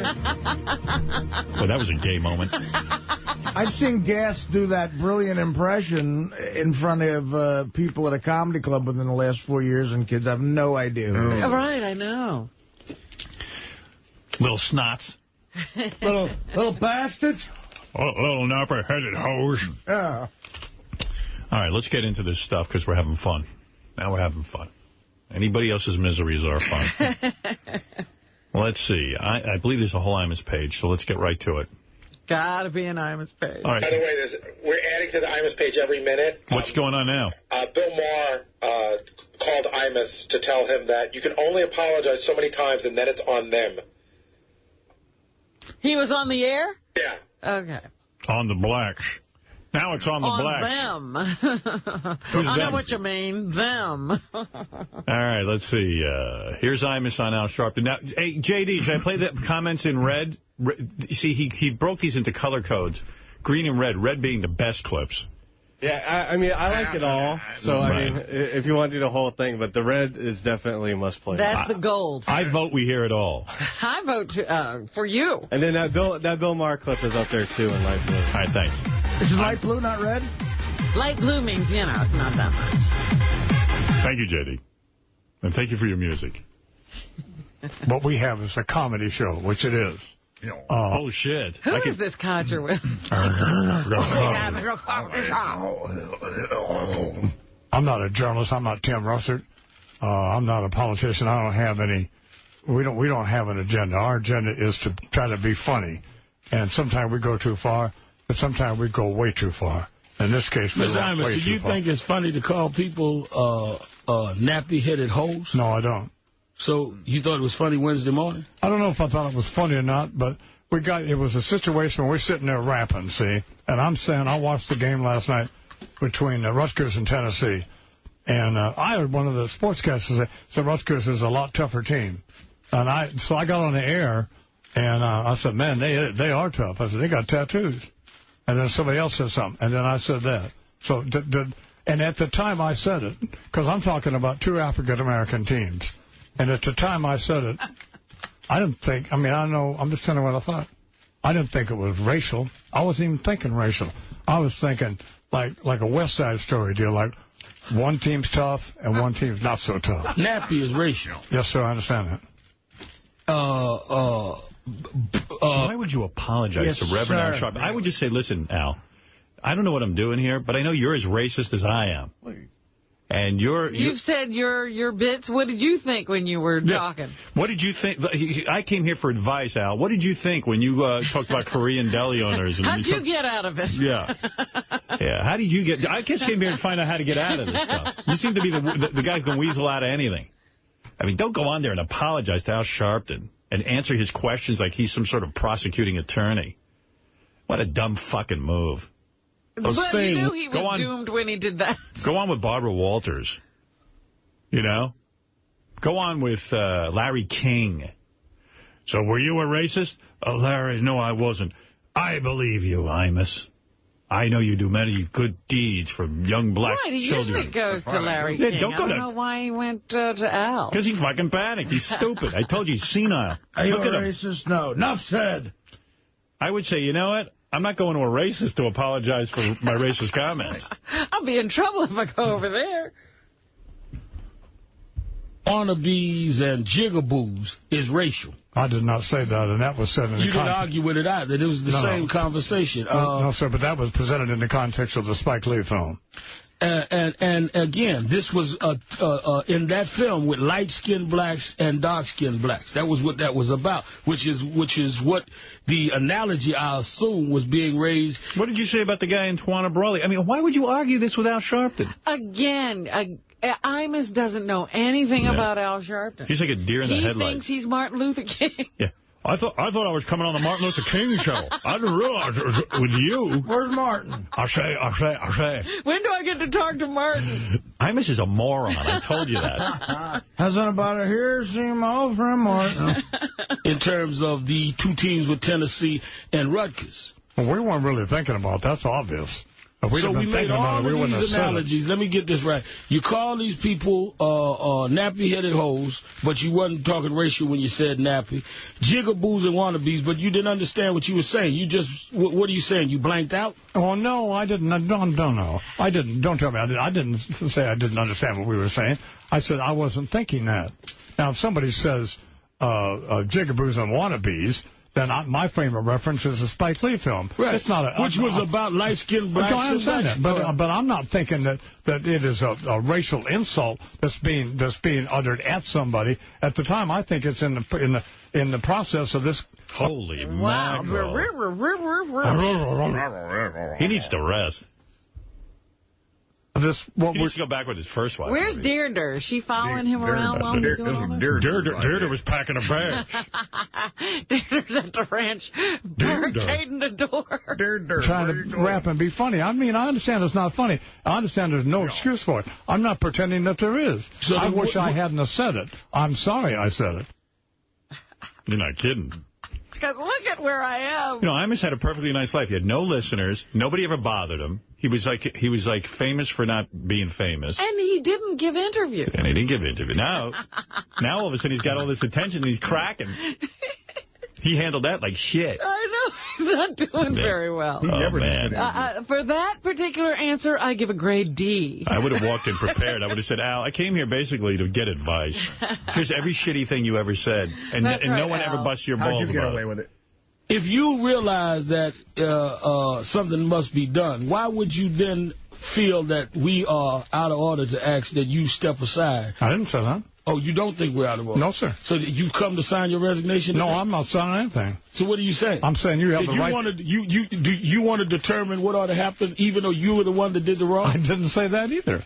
Okay. I say you have the right to say and do whatever you want to do. What I want you to do, and everybody else, everybody who's calling me a racist, everybody who's calling me a bigot, everybody who says, I don't know anything about him. So I've heard people say, I don't know what's in his heart, and I don't know, I've never listened to his show, but I want him fired. That's an ill-informed decision. Oh, now we have to listen to the show? If we find out what's in your heart, you'll never last. I just don't want to have to listen to the show. I think he's implying we have to listen to him. Well, you know, that's your punishment. I don't think you find out what's in his heart when you listen to the show. I want everyone to listen to me and decide. Well, how are we going to do that? It's so fucking boring. It's an ill-informed decision. Read my blog. Let me say this. We're going to take a break. We're going to come back and talk to Brian Monroe and all.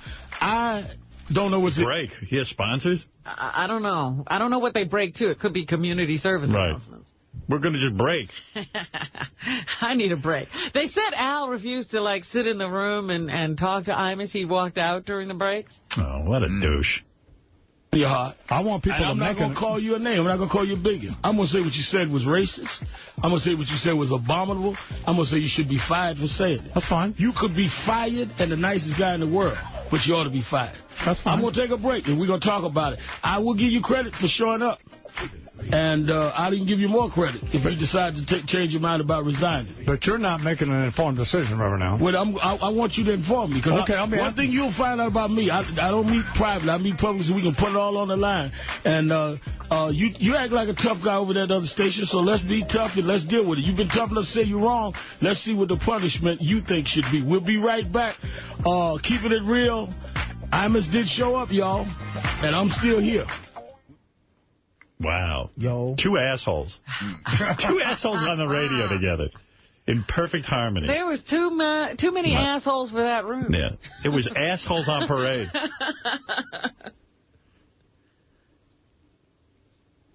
Yeah. And now some messages from some blood-sucking Jews on the Al Sharpton Show. Oh, man. What's he doing, Imus? No fucking asshole. He's doing what he normally does. He's putting his foot in his mouth without any help. I tell you, they need some brains over at that MSNBC and WFAN. They need someone to sit down and fucking figure out that you don't go to apologize to Al Sharpton. Well, who would you be talking to who would tell you that? Over there, I don't know. I don't know who the players are anymore.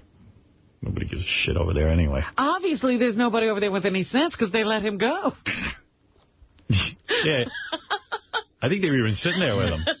It looks like I'm looking at the paper. Where's she is? You see this young lady? Yes, sir. This young lady just graduated AMDA, went to Temple. She is not a nappy-headed hoe. She's my daughter. And when I heard what you said, I got to defend my daughter. This is not about whether you're a good man. It's about how you devalue, how my daughters and the daughters of a lot of people listening are going to be looked at in this world. You have anchormen from news, network news. You have senators. You have presidential candidates that come on your show. Are we now saying it's acceptable in the middle of these kind of candidates and these anchormen for you to sit up and call my daughter a hoe? That's what we're talking about here? Absolutely not. Well, then how can we then say that? Absolutely not. I say. Wee! Wee! Merrily we roll along. Wee! He's fucked. He's gone. Out in Z. I'm with the next in Z. Is there a bigger nightmare than... You know what this is good for? I'm just thinking maybe Opie and Anthony will rise up from a 0.0. Maybe they'll pick up some listeners. 0.0. They had a 0.0 in Las Vegas. That is really the funniest. That's the funniest story to me. 0.0. 0.0. How do you have 0 listeners? If Imus a week ago, if you would have told him he would be mumbling like an idiot in front of Al Sharpton on his show. He'd have told you you're out of your mind. Oh, it's so great. Yeah, I thought he thought this was going to go a lot better. Oh, he thought he had I the would gift have said of you're a gab. crazy guinea. Answer to that is I'm a good guy. Why isn't there the same kind of outrage, let me ask you, in the black community when rappers and other people in the black community, athletes in the black community, defame and demean black women? I am one of them call them worse names than I ever did. And I am absolutely outraged by it. I attack it. I disagree with it. I've had friends of mine that use bad raps on radio that was fired, and I do not think that there ought to be two standards. I think you ought to join them. Oh, walked into the wrong door that time. The question is not whether you're a rabid racist with intent. If you commit a crime, intent may be an element, but the crime is still there. To go to court and say, Your Honor, I didn't intend it. I got up this morning and I really was going to go to work, but I got mad and killed the guy. You still are guilty. The question, intent, you yourself said it was repugnant and all of that. Here's what I hear you saying, Mr. Iron. It's repugnant, it's unbelievable, but... Let's get past that, go on to the next commercial, and I live to curse another day. I didn't say that. What are you saying? I didn't say anything. That's exactly right. No, you and I agree. You're not saying anything. Well, I'm not saying anything, about firing? About what if you don't think. I would have walked out. I would have said, I don't know what you're talking about. There's no way to talk to this guy. Yeah. It's happening. Your resignation is in order. What do you think the price should be that you pay? Not that I would agree with him. I'm just curious. What do you think? I haven't thought about that. I know. Al Sharpton is so sanctimonious. Oh, he's such in a good his element man. here. He's such a good man. When what's his name, Imus walked into that studio, he had given up. Yeah. You wouldn't go to Al Sharpton. You got to be insane to go to Al Sharpton. This did him no good. Mr. Imus, you said going off that something about you wanted to do something with sickle cell or something and wanted to meet with these young ladies. Oh, well, here's what this is slightly interesting, and perhaps not. Listen, how is Imus on the radio? Do you understand? This is why. Perhaps not. I mean, what the fuck? Do you understand a word he says? This is what I heard when we first came to NBC, and they all told me he was the greatest radio person. But I was talking about a ranch. We have a working cattle ranch for kids with cancer out in New Mexico. My wife and I run. We don't have counselors. We run it like a bonanza deal where we take 10 kids at a time. Half are from minority groups. And they live in the house with us, and we are their surrogate. Well, get them out of there. That's what I've been saying for years. And we have noticed over the years a number of African-American kids with sickle cell anemia. And this past summer, there was a young man from New Jersey who we had to send home. And the airport is 120 miles from, not the airport, and my wife held this black boy's hand. He's going to tell that story? Oh, he's going to get eaten alive. Oh, wait, I can't wait to hear what happens. The hospital is 120 miles from the ranch. So he liked my truck. So my wife and I and the doctor and this young man got in the truck, and we roared down to the hospital. Meanwhile, Charlotte was on the phone getting his mom to fly out from New Jersey. And we got in the hospital, and my wife was holding his hand, and he asked her if he was going to die there.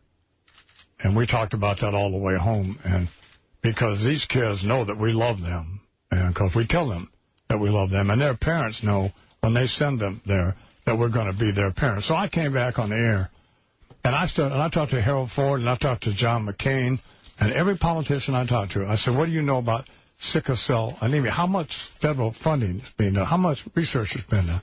I didn't hear from you. I didn't hear from Reverend Soros. I didn't hear from this guy, the black. I didn't hear from anybody.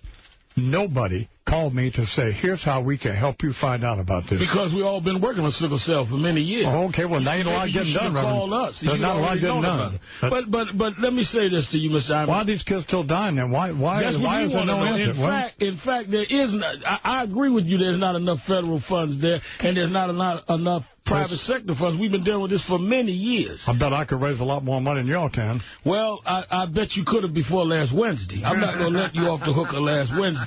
Well, I'm not asking you to. Before we go there. Meanwhile, you're not getting off the hook for holding the hand of one sickle cell anemia kid. Phil Mushnick wrote some column. He goes, you know, just because you do some good shit doesn't mean you get away with you can be an asshole. You have a license to kill. Hitler had a dog that he was very nice to. Yeah. Well, he was also vegan. You know, I'm looking at, I don't know if you want to read this, but there's a short history of the wacky shit that Al Sharpton's done. Yeah, let's see some pretty that. good stuff here. Here's the guy Imus goes to apologize. He should have walked in with the wacky shit list. Well, Imus, came in totally unprepared. 1987, Sharpton spreads the Tawana Brawley hoax, insisting heatedly that a 15-year-old black girl was abducted, raped, and smeared with feces by a group of white men. Singles out Steve Pagonis, a young prosecutor. Pagonis is completely innocent. The crime never occurred, but Sharpton taunts him. If we're lying, sue us so we can. Prove it. So Pagonis sues and wins $345,000, and to this day, Sharpton refuses to take away his unspeakable slander or to apologize. A Hasidic Jewish driver in Brooklyn Crown Heights section accidentally kills Gavin Caddo, a 7-year-old black child. An anti-Semitic riot erupts. Sharpton races to pour gasoline on the fire. At Gavin's funeral, he rails against the diamond merchants, which is a code for Jews, with the blood of innocent babies on their hands. You know. When in the United House of Prayer, a large black landlord in Harlem raises the rent on Freddie's Fashion Mart, Freddie's white Jewish owner is forced to raise the rent on his subtenant, a black-owned music store. A landlord-tenant dispute ensues. Sharpton uses it to incite racial hatred. We will not stand by and allow them to move this brother so that some white interloper can expand his business. White interloper. Guy trying to do business. Sharpton's National Action Network sets up picket lines. Customers going into Freddie's are spat on and cursed as traitors in Uncle Tom's, and protesters shout out, burn down the Jew store, and simulate striking a match. We're going to see that this cracker suffers, says Sharpton's colleague Morris Powell. How come Sharpton didn't speak out about that? You know, I mean, come on, why don't you go apologize? He didn't argue with it. You know, that Tawana Brawley thing, to this day, I mean, it was so heated when it went on and so wrong, and for him to not ever apologize for it is insane. So why does he have a radio show? He should resign. That's what Imus should have said. I'll resign when you resign because of what you said about Steve Pagonis. He got his radio show after he made the statement, so I guess it's all right. They should say, apologize about Steve Pagonis. That's what he should have said. Of course. I can't believe Imus is a fool. I can't believe that WFAN allowed Al Sharpton to take over the radio station for this amount of time. It's insane. Yeah. I mean, he's running the show. He's not on FAN. Oh, I thought this was on his radio show. No, this is Sharpton's radio show. I think that's on the Internet. I don't know where Sharpton's radio show is heard, but I don't even think it's on the radio. I think it's in his living room. I thought this was on Imus' show. No. Crazy. No. Mr. Imus, you said going off that something about you wanted to do something with sickle cell or something and wanted to meet with these young ladies. Oh, well, here's what this is slightly interesting, and perhaps not. But I was talking about a ranch. We have a working cattle ranch for kids. Oh, we played that already. That's the it might be interesting and perhaps not ranch. Dear held the hand of a young black. And I called people. I said, what's going on with you? They like my truck. And no one called me. Sharpton goes, well, why don't you call us? You know, who knows you're on? Who listens to your show? Why didn't you call me? I bet you I could raise more money than you. Yeah, that's true up until last week. I raise more money than y'all. And y'all black. Y'all. I want to hear more. Anybody else? I'm into it. Anybody? Well, I just love, the banter between these two is classic. This is how not to get out of a problem. Yeah. You don't go to Al Sharpton for any reason. He has zero credibility. If you walk away from this unscathed, the next guy can say whatever he wants and just say, I'm sorry. Unscathed? What, are you crazy? How am I unscathed by this? Don't you think I'm humiliated? Don't you think I'm embarrassed? You're not as humiliated as young black women I didn't say I was. I didn't say I was. It's not a contest of who's the most humiliated. Absolutely not. Don't you think I understand what our job at that ranch is to restore the self-esteem and dignity of these young people? Don't you think that I'm thinking to myself, well, what was I doing? What made me think I could make fun of these young women? What was I thinking? What was I thinking? What do you think, as you say, a self-described good, decent man, you should do to establish a precedent that this type of thing cannot go unaccountable? But just because I've done this program I've done for 30 years this way, doesn't mean I have to do it this way tomorrow. And let me go talk to these women. But didn't you once promise Clarence Page you would stop making these kind of statements? Yes, I did. So what, do you repent every decade? No, sir. Well, no, sir. I mean, that's a good point. But, no, sir, I didn't think it. I wasn't thinking. If I'd have been thinking, I wouldn't have said this, Reverend Sharpton. I mean, you said this before. You called Gwen Ewell a cleaning lady? No, don't start that. That is not true. That is absolute. That is a lie. I didn't call her anything. You didn't? No, I did not. Okay. And you want to know what? You want to know the facts? Yes, please. This is back during the Reagan administration. How long do you all got to dig something up? It's the Reagan administration. Okay. And we had a bit on the radio called Imus of Washington, which is like fake news. And I had a fake, like a David Duke character. And Gwen Ifill had just been named the White House correspondent. Who cares? Now I'm getting bored. Really? They even managed to make this boring. Imus and his bits. Don't describe one of those dumb bits. Let me see what else we got here.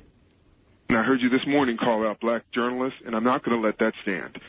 I need to tell you something. My magazine, Ebony Magazine. Oh, no, what did you say I did this morning? I called out black journalists about not calling you and covering your sickle cell story. Well, nobody called me. Let me be clear. My magazine, Ebony Magazine, has been writing and covering sickle cell anemia for decades now. Back when you were still doing radio spots for used cars. Good. I cannot let don't come on this radio program and insult me, because I'm not insulting you. I cannot let you question. I'm not going to sit here and let you insult me. Didn't beat a path to your door. Sir, I'm not going to.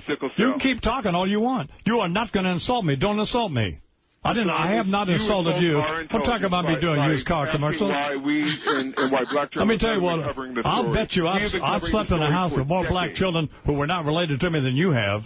Okay. Do not get in my face about this. What is that supposed to mean? Hold on a minute. In fact, don't be on the face. Why don't you show up here in person?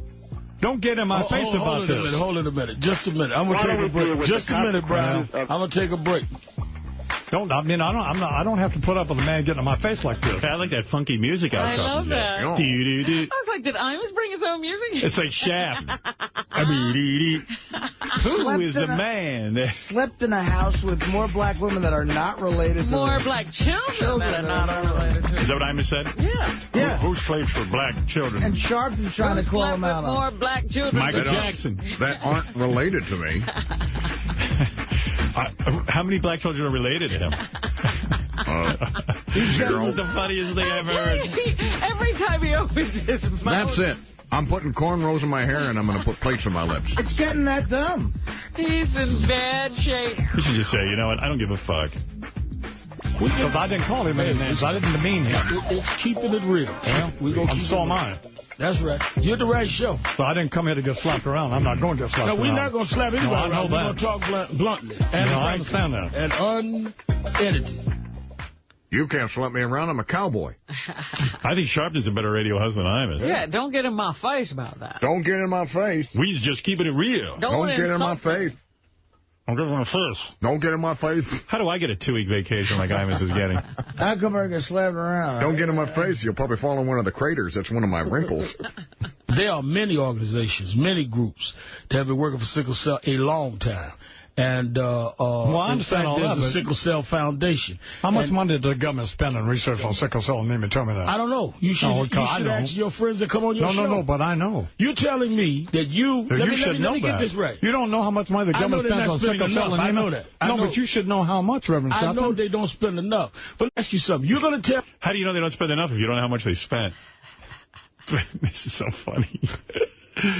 How come you don't know that? Now they're having a sickle cell argument. Well, that's smart. I'd rather argue about that. Talk about the non-issue. Yeah, it's so crazy. What does this got to do with anything? Neither one of them has cured it. I know they don't spend enough, but you don't know how much they spend. So maybe they do spend enough. You should know. I know, and I'm what? I'm an inventor.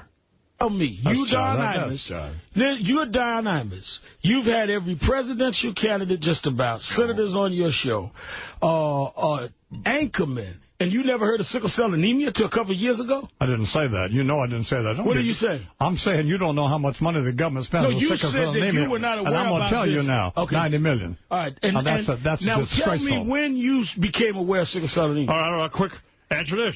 Who invented the stoplight and the peanut? I know more black history than you. Yeah. I know that Marconi didn't invent the radio. Yeah, well, guess who wrote the theme song to Sanford and Son? Who? Don't know, do you? Quincy Jones. Is that true? Motherfucker. That is yes. true, actually. Imus, you know everything about I black. sure do. Wow, Imus. Imus, you're impressive. Thank you very much. Al Sharpton was a janitor before he became a Was he? Yeah. Was he really? No. I was on the ropes.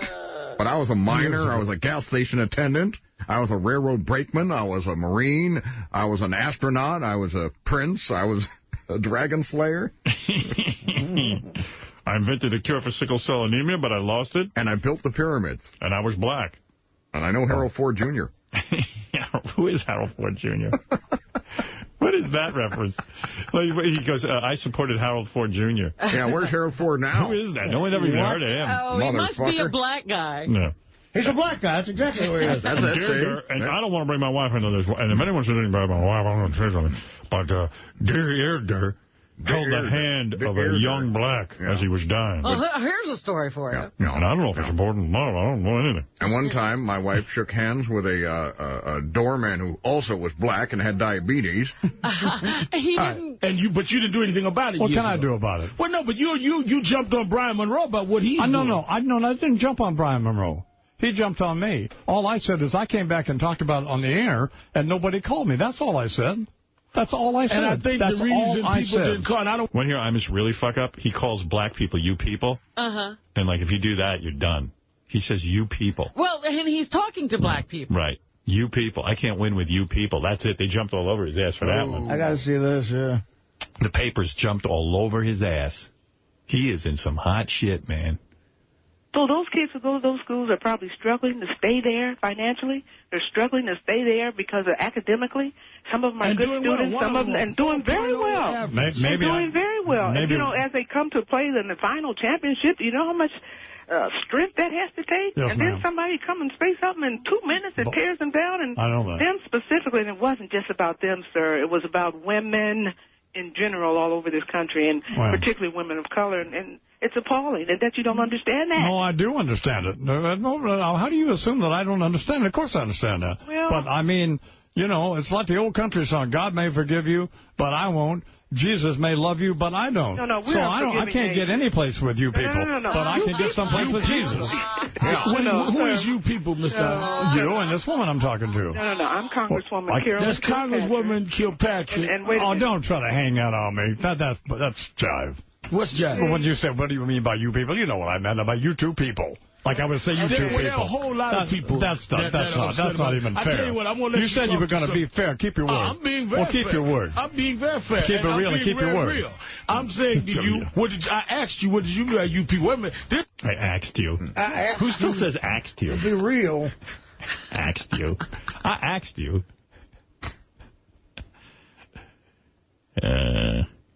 What a publicity nightmare. This guy's just digging a hole. It goes to Al Sharpton. What a dumb fucking move. They need me back there. Nobody's having any kind of clear thought in this. How did Imus keep himself from dancing during those music beds, those snappy rhythms? Yeah. You want to dance? I'm sorry. Remember that movie where, like, black gang members danced off against each other? Imus should have said, it was this dance movie. Wasn't it West Side Story? Boogaloo breaking. No, there was a movie recently, like, with Jessica Alba or something. Like, Honey? Yeah, Honey. And then there was a big dance-off, you know, and... Instead of fighting? Instead of arguing this, I challenge you to a dance-off on Dancing with the Stars next Monday. I'll dance the foxtrot. It's also called a gay-off. Special Dancing with the Stars, Al Sharpton and Imus going head-to-head. I watched that. Imus should just leave, man, really. I mean, who wants it? Who thought he could handle this situation? I'd be like, I want to leave. I don't like this. Give Deirdre a blank check, fill it out, take the kid, and I'm getting out of here. Right. Poor Wyatt. This is his father. Did I invite Imus to come here and explain himself? Yeah, invite him. Tell him I want to talk to him. Oh, he won't come here. He'll know better than to come in here. You people. You people. Imus, why did you say you people? I don't know. Now, wait a minute. That's jive. That's jive, and you can't hang that on me, and don't get in my face. Why is he talking black all the time? Listen, you... Listen, you push. Listen, you spiritual... spiritual man. They did say that Imus was muttering the B word under his breath during the commercial breaks, and Al Sharpton walked away. So Boogie. Imus sat there and muttered. Boogie. You boogies. Boogie. He's a boogie man, that's what he is. Wyatt, turn the radio off. The boogeyman's coming to me. Maybe a biatch, like Shuli? You biatch. He took Shuli's line. Yeah. What is the B word? Bitch, I think. Oh, bitch. Blackie. But maybe not. It ends with a T. They have B blank T. You bigot. Bigot. You bunt cake. You boot. You boot. You Brent. Nigga bigoret. Brat. I'm in charge here. Yeah, but you nodded. You know what I meant. I asked the question. You know what I meant. No, I did not know what you mean. I'm talking to a man that called people nappy holes, and I know what you meant. Well, We'll take a break. We'll be right back. Don't guess. Try to be civil now. Surprised Imus didn't stab him. Wow. Hell, you can't reason with you people. I'll have to kill you. At what point did Imus realize this was going horribly? I don't think he ever understood that he should have walked out as soon as he got there. I just want to say one other thing is, you were saying about the... I like when the black ladies call in. Ooh. I'm no hoe. I work hard. Well, Al Sharpton actually had his daughter there to glare at Imus. The sickle cell and all that. Seriously, Reverend Al, I was waiting for him to say some of my best friends are niggers. He already said that. Waiting for that. See, that's fine, and I appreciate it. Thank you, man. But thank you. You see, that was the reason when I initially apologized. I didn't talk about anything I do. I didn't talk about the context of the program. It's been a comedy program for 30 years. Because better just treat white cancer kids. I don't think any black kids are coming to the Imus Ranch. Or he'll have to have only black kids. Yeah. That's a move. I just want to only have black children. This is the Imus Black Kid Cancer Ranch. Yeah. I was talking, Reverend Sawyer said the same thing. If you live your life as I do and my wife does, and do the kind of work we've done, and we don't forget. I don't want to live the way your wife does. She has to fuck Imus. Okay, honey, get down.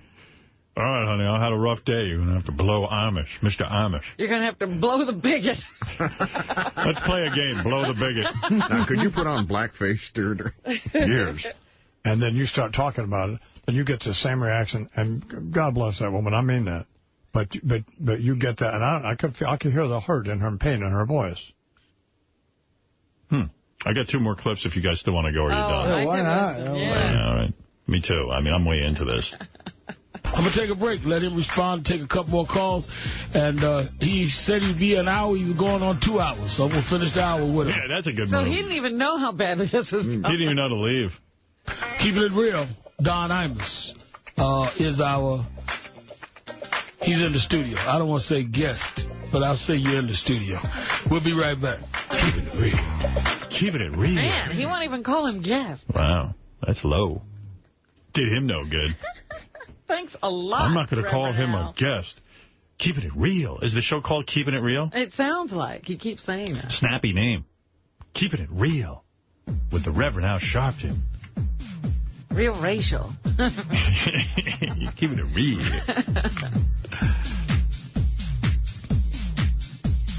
I would have gone on Soul Train and apologized. It's much easier. Did Don Cornelius Imus Mr. Cornelius, I own every Al Green album, including the rare 1973 recording, Call Me. And Let's Stay Together. Right. You know, well, what does that mean? And the Blind Boys of Alabama. I've had them on the show. Yeah, what the fuck was that? What the fuck was that? That was me loving blacks. Right. Physically see him grasping for something. I got one last clip. One last clip, Artie. I really do understand the horrible damage that I've done to these young women, because I know that even a couple of them are from tough neighborhoods and stuff, and there's already jealousy and resentment in their neighborhoods, and now they have some old cracker on the radio calling them some sort of name, and they have to deal with that. And so I have the term cracker you used on yourself. I didn't call you that. I'm sure some of your supporters will be on TV today saying I called you that. No. And I would appreciate if you'd respect your own race on my show. Well, I don't. Isn't that nice? As far as what a good man. Thank you, Al. I'm concerned that's not a disrespectful term. It's just a way to like redneck or stuff, you know. Go ahead. So everybody's so politically correct. What in the fuck are they talking about? Yeah. Respect your own race on my show. Hey, John, you're on the air in Newington, Connecticut. Hey, love your show. Thanks. I was watching MSNBC. I bet. I would be, too.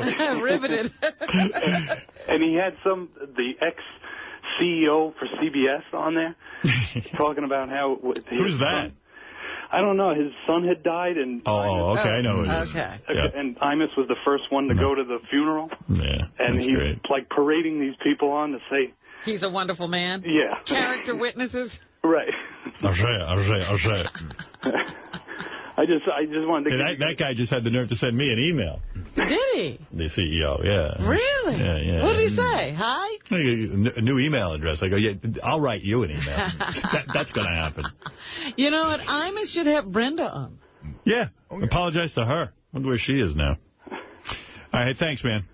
Great show. Love you. Thanks, bro. Bye. Want to hear Bill Maher calling into Imus to say what a great guy he is? What did Bill say? First of all, I got an email from my publicist who said, don't get involved with that. I'm like, yeah, please, when have I ever been about avoiding issues? He's another great guy, Bill Maher. Crusader. Of the Crusader. When have I ever been about avoiding issues? God, that's a good one, Bill. When have you ever been about avoiding issues? Never. I'm going to say what I feel. And what I feel is, yeah, you said a really bad, dumb joke. It was lame. It was insulting. No one would want to take credit for that joke. It was wrong. But, after you say you're sorry a few times, I think then it's on other people if they can't accept an apology. Thank you. And, Thank you. Whatever you just said sounded very nice. Thank you very much. Now tell those spear chuckers, okay? Get them off my back. There's so much in this country about making people go away for a mistake. It's a mistake, you apologize, and, you don't lose your livelihood. I don't understand that people have to lose their whole livelihood because they made one rotten joke. I know, he's made years of rotten jokes. For half a kike, you're not so bad. I knew your old man. He wasn't a kike. He wasn't? That's right. No, he was Irish. The mom was a kike. The mom was a kike. He was a Mick. Mahar. No. What kind of name of Mahar's? Marowitz, probably. Or Morris. Yeah. It's like nobody in this country can have one moment of discomfort. If you were made to feel one moment of discomfort, the person who caused it... everybody in this country has made mistakes. I was talking to my mom the other night. She was telling me when she got out of high school, she tried to get a job with AT&T to be a telephone operator. So she applied. And they sat down and they had to fill out what your religion was. And as soon as they saw she was a Jew, out. Wow. She couldn't even answer the phone. No, she wasn't good enough to answer the phone. So, it's like, if you can forgive AT&T, they made a mistake. Maybe you can forgive this guy, but I hope not. I hope Imus gets fired. That would be kind of funny. That'd be just funny to see him go away in disgrace. And I'll be like a black man, unemployed. It's corporations that get forgiven, not people. Yeah, people don't. Ask Jimmy the Greek. Right. No, we got to drum him out, just for the fun of it. See what happens. See if Durder leaves him. I say she does. I say within a year the wife leaves. That's it. What do you mean I can't go on the Today Show? What do you mean I can't go on Larry King? What do you mean we can't go to that party? I'm sorry. They don't. Brian Gumbel's going to be at that party. He'll yell at me. Well, I want to go to the party. Everyone's going. Well, what if Spike Lee is there? What if Al Roker shows up? Yeah, he calls me a filthy bigot. Yeah. We're going to just have to lay low for a few years together and just be in love. And I don't think so. We'll retire to the ranch. There's nothing fun about being with you if I can't be on TV. My dream, locked in a room with you. I only go to that ranch to get more recipes.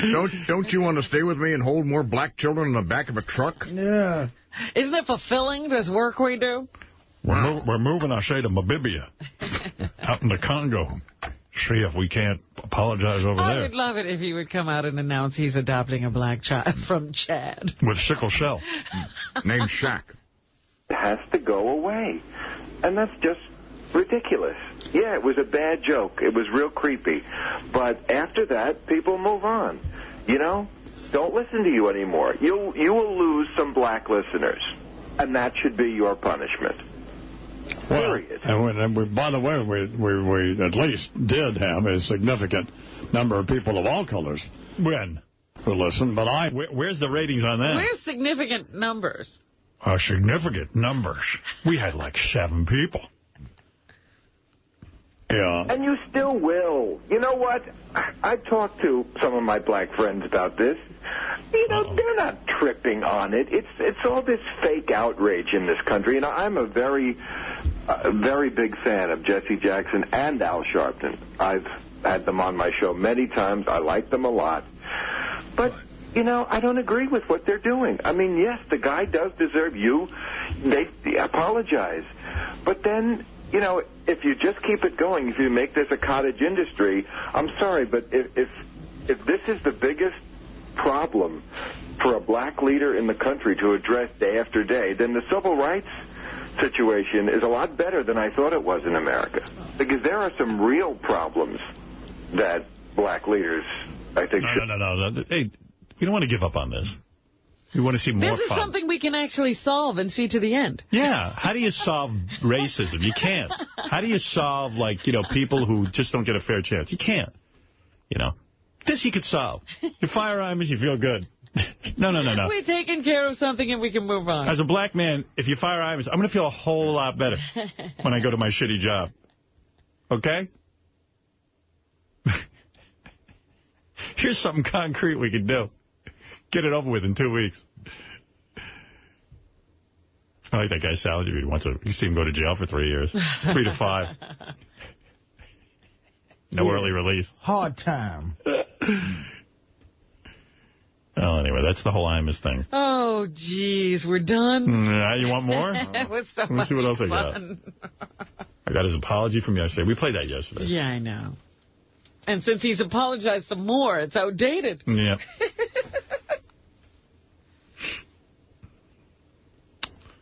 Wow. I can't believe, though, that he's not suspended till Monday. He has to finish up the week. Well, there's more to listen to. He's got his fundraising to do to help people. Well, maybe he'll be rich. Will he change where the money's going to go now? Yes, it's going to go to black people. It's going to go to Jesse Jackson. Oh, that's good. Jesse likes to get money. That'll help. Yeah. Caroline, you're on the air. Hi, good morning, Howard. How are you today? I haven't heard anything about fines. Was Imus fined anything? Fined by who? What? The FCC? No, the FCC doesn't care about They it. only deal with obscenity, with decency. Okay. Well, as far as I'm concerned, the two of them are peas in a pod. I mean, Imus is a well-known racist, and, Shelton's an anti-Semite, so right. the hell with both of them. No, they're both screwballs. Imagine going on Al Sharpton's show trying to fix things. And Sharpton's like, this is great. And his job is to rabble-rouse, to bring people to a heated pitch of hate. Imus is so stupid. That's what he should be fired for. Talk about throwing oil on a fire. Yeah, I mean, like, okay, let's plot this out. All right, they're looking for my hide. I still want to be in radio. What do I do? Okay, I'll go on Al Sharpton's show. What's that going to get you? I would have loved to have heard. I wish somebody from your show or you would have called in during this. And like, when you were making all those points about Al Sharpton's past, especially with the Tawana Brawley case, I'm sitting there going, I wish somebody would throw that back in his face again. Imus is feeble. He's not a fighter. And why would we help Imus? I'm not helping him. He wouldn't help me. When I went to NBC, he treated me like shit. Oh, and if this was happening to you, he'd be on the bandwagon and say, yeah, get him out of here. Maybe, maybe not. No, he would. Oh, you would? Yeah. All right, so get him the fuck out of here. Robin knows. Throw them both off the air. Throw everyone off the air except us. Yeah, I mean, you know what? Throw us off the air. They gave Jesse Jackson a show on CNN. I mean, people cater to these wackos. Hey, Jenks, you're on the air. Hey, good morning, Howard. You know, I got to tell you, I am loving every fucking minute of this. Yeah, me too. We love this. I got a call that I did to Imus, like where I got him on the phone. Yeah. So here's a little bit more Imus for you. Hello? Hello? Imus? Yeah. You have to speak up. I can't hear you very well. Is this Imus? Yeah. Do you like being a loser? Pardon me? Do you like being a loser? Pardon me? I said, do you like being a loser? That's cute. Hello? Jenks right in there. Cute. That's the nicest thing that's been said to him lately. When was that call made? I did that like probably about 5 or 6 years ago. Yeah, because he still had a deep voice then, before he got that old man voice. Hello? You know? Well, I'm over 40 now, Howard. Wow. That's even more pathetic. Hey, you know, Howard, you should have every day that Imus is gone during a suspension, you should have another reason why Imus should be fired each day. All right. Thank you, Captain Jay. Nothing like a gas station attendant writing material for the show. Hey, I was a gas station attendant. Look at me. Hey, you should like me. I was a gas station attendant. And a miner. I pump more gas than any of you. I can't get anything right with you people. That's a great one. I haven't seen you in a while. What's going on? Nothing. Same old shit. Getting laid? No. Nothing to laugh about. Why don't people laugh at that? That's not funny. That's, it's horrifying. Why, Jenks? You're not a bad-looking guy. Well, then you fuck me. Oh. Yeah, what's up? Take care of the man. That changes now, huh? Thanks. Hey, you know who's a pretty good guy, friend of the show, I should mention? Bob Kraft, who owns the New England Patriots. Yes. He was, I actually got to go to dinner with him because Mel knows him and they invited me. But, I don't know anything about football or anything, but Bob Kraft gave it a nice shout-out. When? What was going on? This was about 2 weeks ago. It was they had the football meetings down in Florida, and he was being interviewed on the NFL channel. Ah. Bob Kraft joining us now, and he's pretty sure he's got a scoop on Peter. Yeah, I'm late for the meeting, but I know that Peter listens 124. First, serious. I just do. And then you turn on Howard if you don't like this at 100. I know he's a big Howard fan. Artie and Baba Booey and all the boys. Yeah, that's my two clickers. I learned it from him. But it's on in his office, because I've been in it. Howard rules. There you go, Bob Kraft. Thank you. That's nice. Nice to get some support from very successful people. Basically, you talk about successful. He owns... The Patriots are what the 49ers were in the 80s. The Patriots are of this decade. Yeah. They're a dynasty. They are. And it's hard to do nowadays. Well, there you go. And that's from the lips of Artie Lang. Well, who knows how hard things are to do. Unfortunately, it's just, if you're a New York Jet fan. How you doing, pal? You all right? It's the truth. Checking in over here. How are you, all right? Me? Yeah. Oh, yeah, I'm fine. Oh, wow, thank you. I was listening to the wrap-up show. Were you? Was there a problem?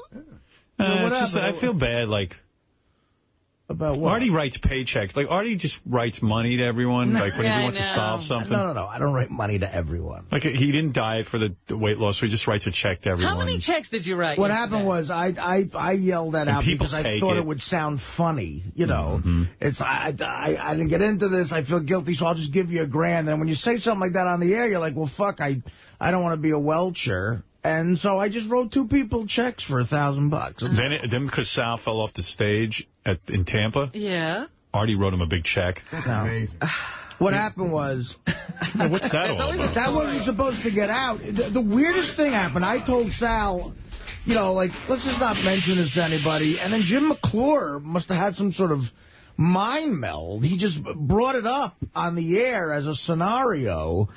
And I'm like, how did you know that? And I thought maybe Sal wanted me to talk about this. Why did you want anyone to know? Well, just because of what's happening right now, Who cares? How much money did you have to write him? When Sal got hurt and came in here and was like, I got to take the kids to Disney. It's paid for already, blah, blah, blah. I felt bad because I made quite a bit of money at the Tampa gig, and this particular gig I didn't have to pay my agent commission because Levy and myself ran it. So I just went up to Sal. I gave him less money than I would have had to give my agent commission. I said, I feel bad. Technically, I sort of produced it, and you got hurt, so I'll pay for Disney for you. That was it, you know. It was a few $1,000s, but it's like, you know. That's nice, yeah. But he already had Disney paid for it. Yeah, you know what he did with the money? What? He hired an aide to walk around with him. Well, in the situation, I figured it could help. You know, so but that's that and the weight loss thing. It's no other, you know, I'm not sitting around just handing out money. Yeah, you all right? Everything cool? No, I'm not all right. Not feeling any urges or anything? About what? Urges Big H? Oh. Well, I mean, every day. Yeah. It's a struggle every day? You still taking that drug that keeps you from craving heroin? Not as much. Good for you. How often do you take it? The Artie saga. It depends on if I need it. You know, I feel like... Is it like a vitamin, or you take it when... A vitamin? Yeah, it's like a vitamin, Robin. One a day? You know what's great about it is if you're going into a situation that might be a high-risk situation. Like what? On the road or something? On the road. And there's certain cities where I knew it was easier to get than others. If you take that... So Vegas, you take it? Yes. Because you don't have any more physical cravings, right? Well, yeah, I mean, you don't have withdrawal symptoms. No, that's gone. Yeah. But, you know, it's like... Did you ever actually... Who had the funny... Just not a funny quote, but I think Charlie Parker had a quote about heroin. He was like, they can get it out of your body, but they can't get it out of your mind. So when you... I remember what it was like, you know. Did you take that pill for so long that it just stopped all your cravings, or did you have to go through like an intense detox eventually? Well, that's what the pill avoids. So you never had to go through the horrible sweats? I did years ago. Yeah, but not this time around. Yeah, I was about 3/4 of a way through it, and I reached out for this guy in desperation, and he said, you don't have to do that. There's a new drug. I went through, like, you got to get through, like, 4 to 5 days is the hell. If you get past the 4th day, you've come through the worst of it, and then it's just a matter of, you know, getting fluids back and just, you know, because, I mean... Sounds like fun. Yeah, it's horrible. But, so around the 3.5 days in, I got this drug. So I'd gone through some shit. But what I do is if I'm going on a high-risk thing, you take that, you can't get high from heroin. It blocks the high, so it's not an option. You could get it. It's worthless. Yeah. Right. It would do nothing. If I'm going, like, say, to Vegas, I'll take that. If he's going to, let's say, like, work. If I'm going to be in Manhattan. Because heroin's nowhere except on the road. Or in the Manhattan area. You know, where any it's stressful situation. Yeah, well, you know, you take it and you know, look. See Artie popping that pill every 5 minutes. It's just not an option because I'm not going to get high from it. Wouldn't it be great if they could do that with food? Like if you had a pill you could take so you didn't crave it. Not eat food. Well, now they do it with this fucking stomach thing. I refuse to ever do that, though. No, you don't need that. You know, Beth was saying the other night, Artie's such a good-looking guy. And I go, do you really mean that? Do you think Artie's handsome? Because when he's thin, he's very good-looking. So why are you telling me he doesn't need the banding? He could get to a point. That would be so depressing. If he goes to 400... All right, 400, we're getting him the band. I don't see how that's possible without... I want to explode now. I don't know how... Where am I going to put another 100? You're only 100 pounds away. You're not that far off. That's a lot, man. 400 is going to be really depressing because that's going to be like you physically can't even walk. Then you're Do you think Dominic was over 400 pounds? No. See, because another 100 pounds, I couldn't imagine that right now. Like, where the fuck is it going to go? Where does it go? I wonder what you'd look like. Could you get up to 400, you think? Oh, no. I might want to see that. I don't think so. It is Artie. Get him through the door. I honestly don't think I could. But there's a picture of what a guy thinks you look like at 400. That's on howardstern.com. That's 1,200. Yeah, really. That's a ton. Look at that. That's a famous picture. That's the 1,200-pound guy. Yeah. Artie with his bookie. How does that guy shit? What's going on? Like, that guy just shits and nothing. He just shits and doesn't do anything about it. I think it's in his pants. Well, yeah. And then Sal told this story on the wrap-up show. He was at Disney World, and I guess because of all the Vicodin he was taking for when he fell off the stage, he took a bunch of stool softeners because he hadn't shit in 3 days. So he took 4 stool softeners. He never got back to the toilet in time in his hotel room. He shit all over the floor. Oh, no. And then he had to clean it up, that arm in the cast. One hand. And then his wife came home and realized he didn't clean it up good enough. And no wonder she doesn't fuck him. I mean, he was calling her to help him clean up his shit. Oh, every story ends with her just saying, I don't care about you. It's too much. Because he was telling a good, everyone's got their funny shit stories. So it sounded like he was just telling a funny shit story, but then the whole point of it is Sal's wife not wanting to help him in any way. Is this the heaviest you've ever been in your life? Absolutely. It's not even close. What do you think's going on? I mean, like, you're pretty happy. Your work life's happy. You're gambling again? Career-wise, I've never been... What do you think's going on that you're eating more so much? Successful than I am right now.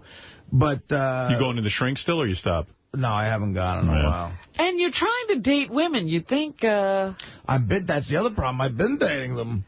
So I'm on a bit of a roll. It doesn't deter your activity. That time when I was fucking new chicks, it was like I wanted to look good, because when I take my clothes off, it's kind of embarrassing. I figured that would motivate you. I don't know. So you ever like this? I'm beyond caring about that. Really? Like when you take your clothes off when you're with the new chick, do you ever go, shit, I wish I was thin? Yeah, sure. But But you're not giving up the food. You get over it. The boner takes over. You know what the problem is? Women are still putting it out for you. You're getting too famous. That's what I just said, yeah. If they would stop putting it... Okay, women. You gotta stop fucking Artie. It's the only way he's going to get healthy. I mean, chicks are... It's their fault. If the pitching is horrible, you're not going to become a better hitter. What? I don't know. It's about laziness and just enjoy. I'm in a rut of, in the afternoons, just ordering food and eating while I'm watching TV. What is it replacing? I mean, really, what is the hole that you're trying to fill? Heroin. I don't know. Heroin or relationship. Hey, can we bring up something else? We've got Artie off the hook here. Sanjaya, he's got to win. He's got to become the American Idol. Absolutely. It's the only way this is going to be good now. We're this far into it. We got to make him the guy. Yeah. He's got to be it. And when they were saying, it's impossible for him to win and the producers will be beside themselves, that's what I want to see. It's almost like... Right, they should be beside themselves. I mean, how much fun is it watching Imus lose his job? How much fun would it be for American Idol to totally get fucking ruined? To see Simon's face. Yeah. Oh, my God. Oh, when they make him one of the final 3. Oh, it's going to be great. Oh, my goodness. It's going to be the greatest day you could ever have lived through. What is it, Tuesday night now you vote or something? Yeah. Tonight we vote. Tonight is the performances, and then you vote. Tonight it's up to us. Do it on the phone, or... no, you could do it... Can you do it on the Internet, or you have to text No, you can text message, but forget that. No, you can't text. I can't even text message. What does that mean? You don't know how to text message? No. I finally figured out how to get them. And that's a mistake. See, this is my point. That's a mistake. Now I got 1 million of those to fucking check every night. Billy, you're on the air. Hey, Howard, I just wanted to thank you. A while ago, when you started talking about Sanjaya, I went on the Internet, and me and my buddy, we bet on him. Now, if Sanjaya wins now, if we win $30,000. How much money did you put up on the bet?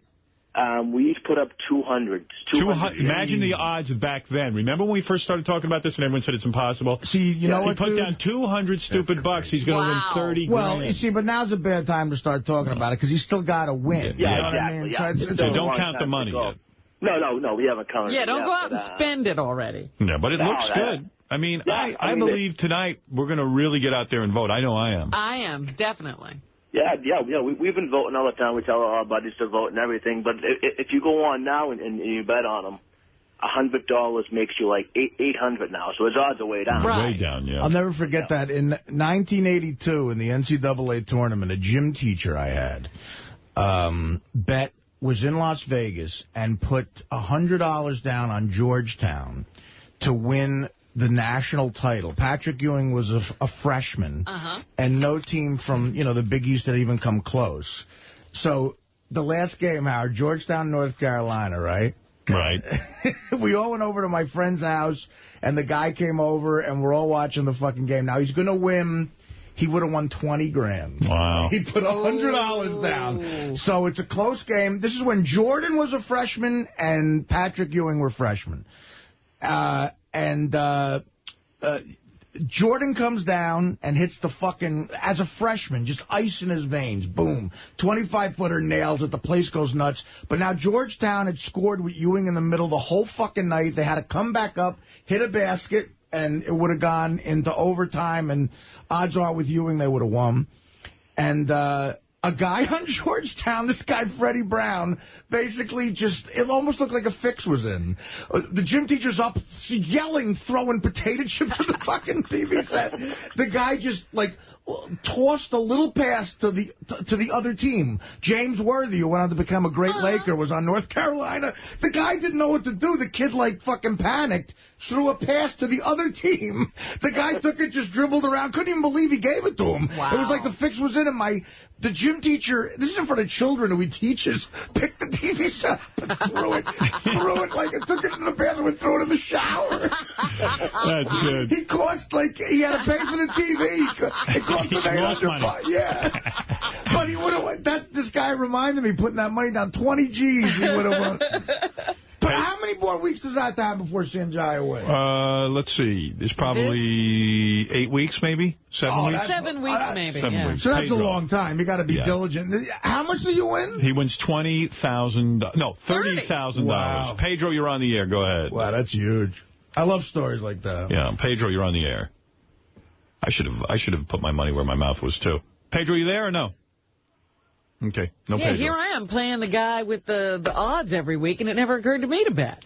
Two quick things. I got to take a break, but first, John Denner will be here. That's the one hand that this guy has no hand, and he can play Eruption like you will not fucking believe. Let's at least get Jeff on the phone. All right. And we're also looking for the hottest chick who can also blast the loudest, longest, most disgusting farts. Oh. If that's you and you want a chance to win $5,000, send in a tape or DVD demonstrating proof that you have this amazing farty talent.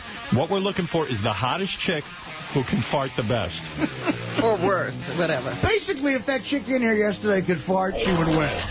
I mean, you know. Yeah. Oh, she'd have $5,000 in 2 seconds. Yeah. The rules and info on how to enter the contest are on howardstern.com. The $5,000 grand prize for the hottest chick, loudest fart contest is provided by clipsforsale.com, the #1 site on the net for buying and selling fetish and adult video clips.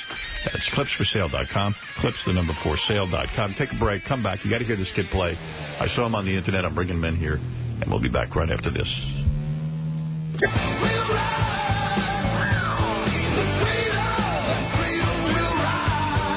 Yeah, rock on. So much to do, so little time to do it in. A couple of quick things. When I was talking about the wrap-up show from yesterday, John Hines' wrap-up show, I forgot to mention I was driving in my car listening to the replay of it on 101. And Sal was telling a story of how he emailed his mother-in-law a picture of his penis. I was so shocked by this. When did he do that? You guys have any repercussions from anybody with their girlfriends or families or wives or anything? No. You know what I try to do? I actually try to make it humorous in advance. Like, I took a picture of my Gene Simmons cock, put it on my phone, and sent it to my mother-in-law. What? Well, yeah, because... You sent the picture of your penis to your mother-in-law. But it was the Gene Simmons face. Oh, that's okay. So I wanted to guess what that... So I wanted to make it humorous in advance. So I sent it to her, and she writes back, "What is this?" And I go, "Guess." She goes, "What?" I go, "It's my penis." And what's never in her daughter's vagina. And she thought I got lucky. She thought it was hilarious. But it worked. So I thought if I do it that way, you know, you kind of soften the blow, you know. How's that? Great. Thanks. This, too, real quick. Gary Garver, our reporter out in California, was at some event. Don't ask me what the event was. Nichelle Nichols from Star Trek was there, and Steve Martin, the famous comedian, was there. Here's Nichelle Nichols, who played Uhura in Star Trek with Gary Garver. Do you worship George Takei? I don't worship anyone, but he is my dear friend, and I love and adore him. Yeah? Yes. Who is the biggest a-hole on Star Trek? Who's the biggest one? A-hole on Star Trek. Oh, I don't talk that language. No. Yeah. How's William Shatner? What happened? That's it. She walked away. Steve Martin's even shorter. Oh, boy. Hey, how you doing? Hi, how are you? Hey, what do you think of Howard Stern getting married? Oh, I'm very happy for him, actually. Congratulations, yeah. That was it, and he walked away. He's a big fan of the show, Steve Martin. I know. And he even his publicist said he's such a big fan of the show, he knows not to come on. He just knows it wouldn't work out. So he stays away. Ah, that's a shame.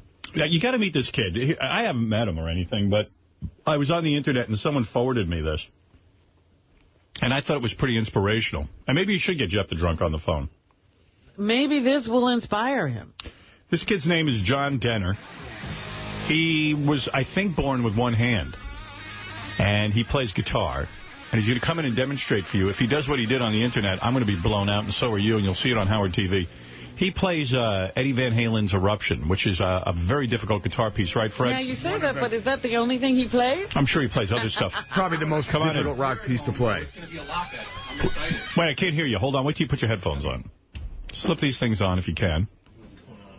Hey, man. Hey, man. Hey, John. Well, Jeff is right away going to say, well, at least his arm works. Right. His arm works. Unlike it's me. not much of an arm. Hey, Fred. Yeah. Do you think Eruption is one of the hardest songs in the world? I would definitely say it's one of the hardest things to All play. right. I mean, there's so many guys that try to play like Eddie Van Halen, can't do it. It's definitely the benchmark for all two-handed tapping. Now it's stumping tapping. Hey, John, welcome to the show. No, wait a second. Why am I not hearing you? Yeah, you have try to it have now. volume. I try. Okay, say What do you got? Oh, how you doing? There you go. It's happening. How old a guy are you? I'm 35 years old. Okay, John, I'm looking at your arm. Were you born that way? Was it I was born like this. A birth defect? Yes. Yeah. You're missing, I would say, you've got an elbow. Yeah. And below the elbow, you've got maybe 3 inches of arm. Oh, a little bit more. About Maybe 5-6 inches. And a stub, basically, at the end of it. Yeah. Right. So you must be one of these uplifting kind of guys to be around who says, hey, screw that, I can do whatever I want to do. When did you decide you wanted to play guitar? You know, the first time I saw Eddie Van Halen, that video with Jump, when the guy smiles and he's playing that guitar solo, and there was something, I said, that's the coolest guitar player in the world. I want to learn how to play music, and I'm thinking, wait a minute, you don't have a hand. What the hell are you going to do? Did your parents say to you, look, we love you, we support you in anything you want to do, but... That's impossible. It's you don't impossible. have a hand. You know, they had a great approach with me because I followed through and did a lot of other things so proficiently, you know, tying my shoe quicker than the kid next to me when I'm in 5th grade. You know, they just stood back and said, let's see if he can do it. Jeff, are you there? Hello? Yeah, Jeff, I really want you to listen. Hello? Hi, Jeff. Can you hear me? Hey. I really want you to listen to this interview with John, because John has no hand. He has below the elbow, he's got maybe a stub at the best. Yeah. And this guy's going to play Eddie Van Halen for you like you never heard before. This is no joke. He's really going to play it. What do you think of that? Yeah. So when you say you can't be a carpenter, John, what do you do for a living? How do you make money? You know what? Right now, I'm on a little break from life. We just moved to Connecticut, and I've been designing and actually I got a prototype for a full-scale arm. It's a full-scale hand, looks like an arm. I call it the Terminator. I had to patent it yesterday. I had to get a lawyer. And who's we? Are you a married guy? Fiance. You have a fiance. Yes. So this And you've been working on this arm yourself? I've been working on this all summer because I knew that it was possible for a guy like myself to be able to play guitar. And I went to a prosthetic company, and they looked at me and they said, John, you know, you're the only guy who's going to be able to play like that. We've got stuff, costs 30, 40 grand. And I said, look, I've got a cupped-on pick that I play Eruption with, costs about 50 cents. John, why don't you sit in a trailer all day and get drunk, like Jeff the Drunk? Why do you have this spirit of I can do anything, you know and what? Jeff doesn't? Life is fun.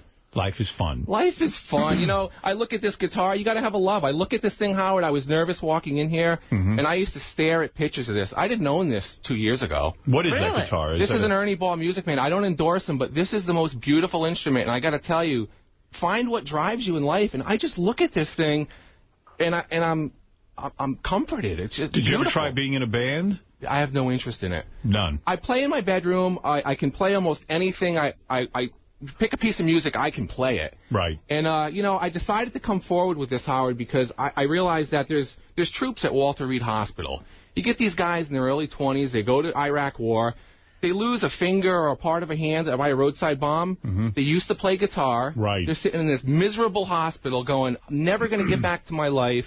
Celebrities come, give them a guitar. They're not playing them. And you're saying they can? I'm going there on the 25th to show them for 50 cents I can make any one of those guys a prosthetic limb and show them not only can you play, but I'd like to see the guy next to you play as well as me. Wow. You know, let's do Eruption, and I want to see somebody else do it better. Well, I think Eruption is one of the hardest pieces to play. I want you to show it. Robin, watch this. This is John Denner. When did you make the tape on the Internet that I saw? You know what? I never released it on the Internet, Howard. I never really tried to get that sort of attention. If you Google John Denner on YouTube right now, you'll see 2 clips, but there's nothing showing this pick hand. This is really the first you've ever demonstrated. Ever. All right. Because I think it's important. I think it's very inspirational. I want to bring awareness because on the 25th of this month, I'm going to that Walter Reed, and I want to sort of make myself comfortable with this because I've never shared it. So, Jeff, where are you going on the 25th of this month? Jeff's not coming to Walter Reed with me unless he's happy and Howard's with him. Jeff, are you listening? I want you to hear this. That's not happening. I want you to be inspired See, now. Jeff, this guy doesn't even want to be with you. Well, you know what? After I started, once I taped this pick on... I don't want to be with him either. I realized that not having a hand is a huge advantage. How so? Well, you know what? Having a wrist, guitar teachers will tell you that you got to keep that wrist tight, and you've got to press your forearm against the body, and to pick fast, you've got to have a stable link. Fred, are you amazed by this? I'm thoroughly amazed by this. Right, okay. All right, this is... look at what he's putting on. Well, let me... You give me the bucket. Wow.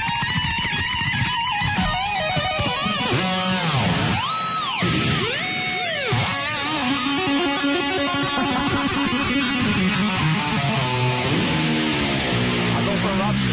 Go ahead. Do it up. Brilliant.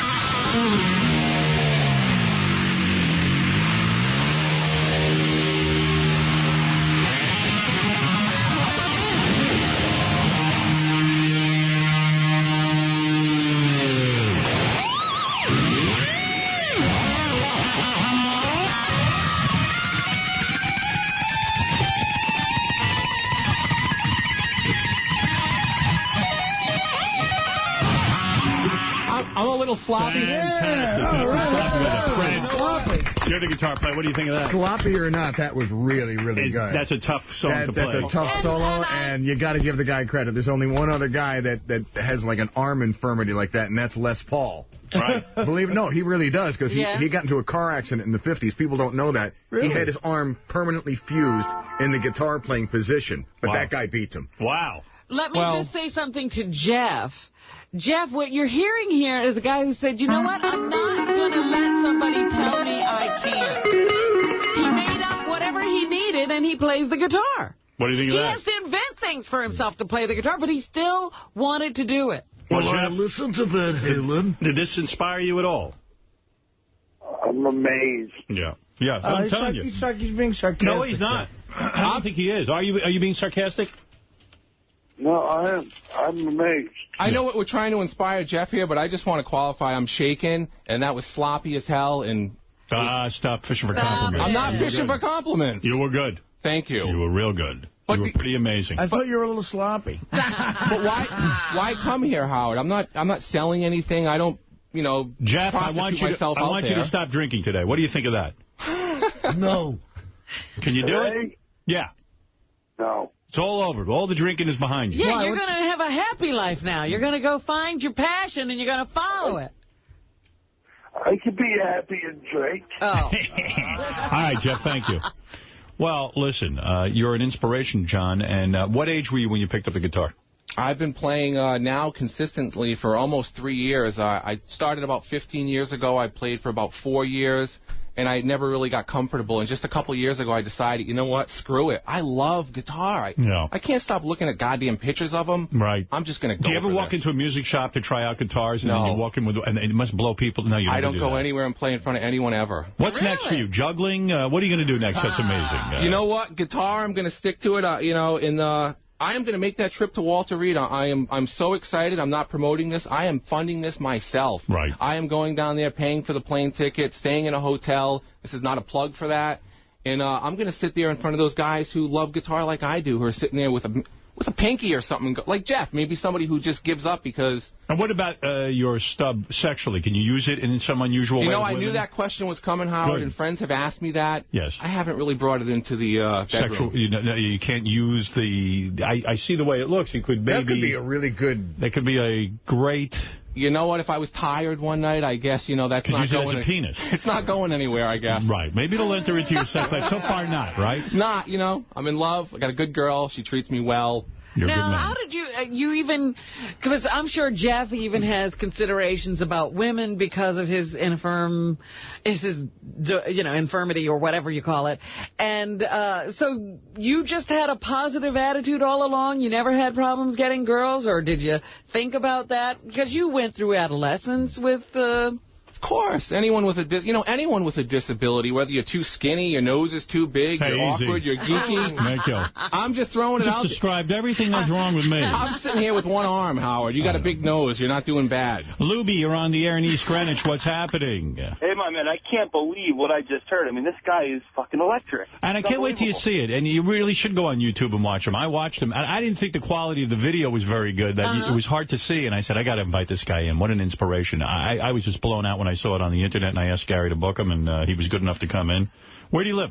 I live in Killingworth, Connecticut, Old Saybrook, Madison area. All right, very nice. And you're a good man. This is John Denner. He's a guitar player. I wanted him in here to play Eruption. He played it for you. And I got to tell you something, man. You're good. You know what? I relate to what he's talking about because I don't have a musical bone in my body. But I love guitars. Yeah. Like I bought an electric guitar recently, like a beautiful brand new guitar with a mini amp, and I put my fucking iPod on or my stiletto, and I listen to songs and just pretend I'm playing the guitar. You don't even plug it in. But I love the way it looks. I love the feel of it. I just wish I knew how to. He's not well. He's not well. Even you say he is not well. You've just met the man. I doubt I can learn how to play the guitar. Right. But Artie, I was thinking about you too when I watched John, because you're just taking up the guitar and you probably tell yourself every day you'll never be good, and that's no way to get there. You know what? I'm going to say something. This has inspired me to cut my hand off. I really think I'd be better off. And I'm going to get a nose, not a reduction, but I'm going to go for the big slope. I'm going for the slope. Hey, let's go to Jonah. Jonah in Troy, New York. You're on the air. Dude, I thought that was fucking Eddie playing. That was amazing. Yeah. It was great. Yeah, he's terrific. Dude, you want to join my band? No bands, but if you can get this to Eddie, I'd love to meet him someday. Why no bands? I'll just fucking with you. Why not be in a band? Why not make your living with this? You're a good enough guitar player, certainly. Well, you know what? I think there's other avenues that I can make a living. Howard, I really do want to make a living at music on some level, but I don't think it's going to be performing. I don't, I have no desire to play out every night. What better way than to perform? Well, you know what?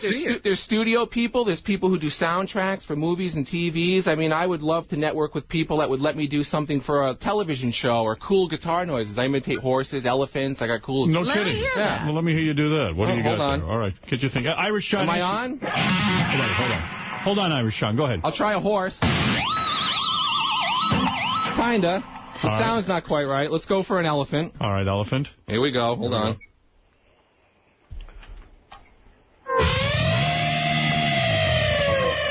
It's fun making noises, There you go. All the volume swell stuff,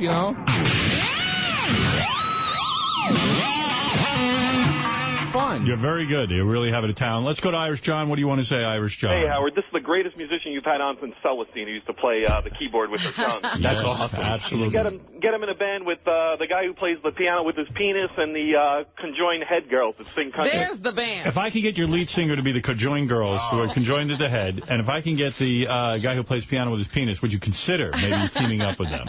No. No way. All right, fair enough. But then again, money buys anyone, so you make never the know. check payable to John Denner. Well, John Denner, you're a good man. Thank you. And congratulations on this amazing ability. And you are an inspiration, whether you're looking to be one or not. And I'm going to go out and do something amazing today.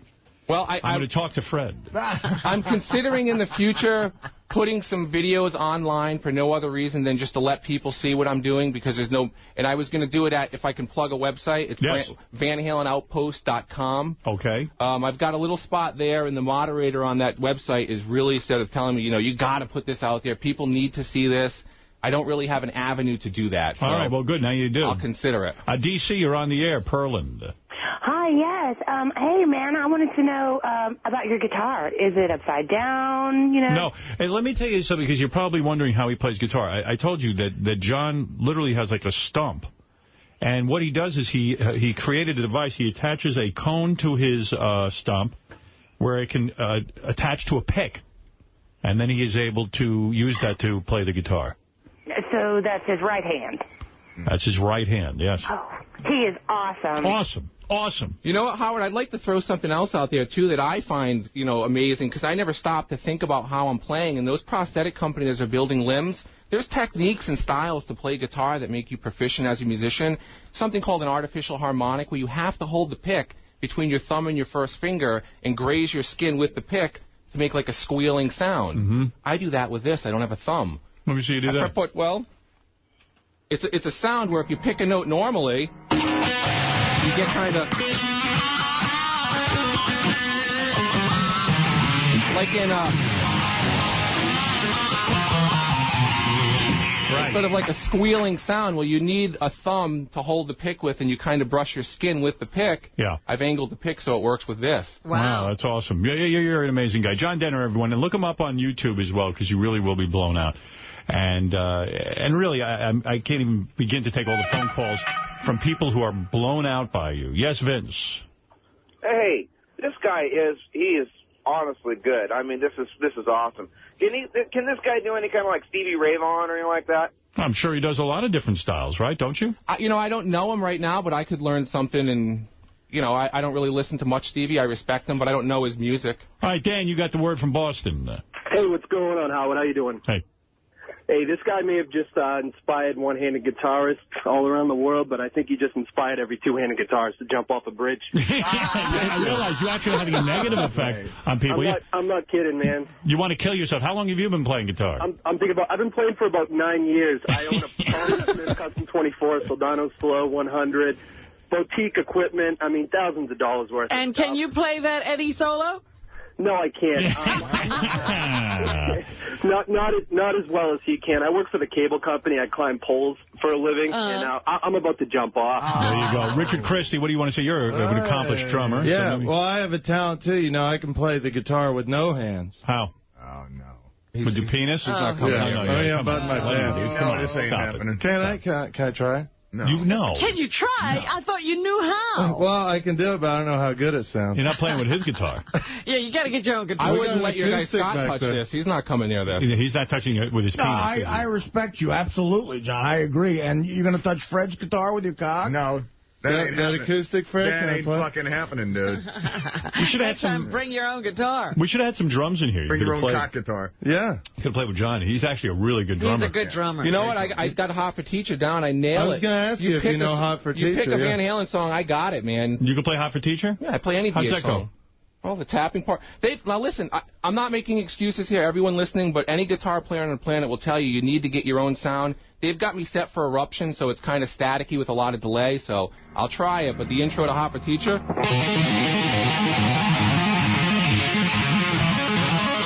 Yeah, that sucks.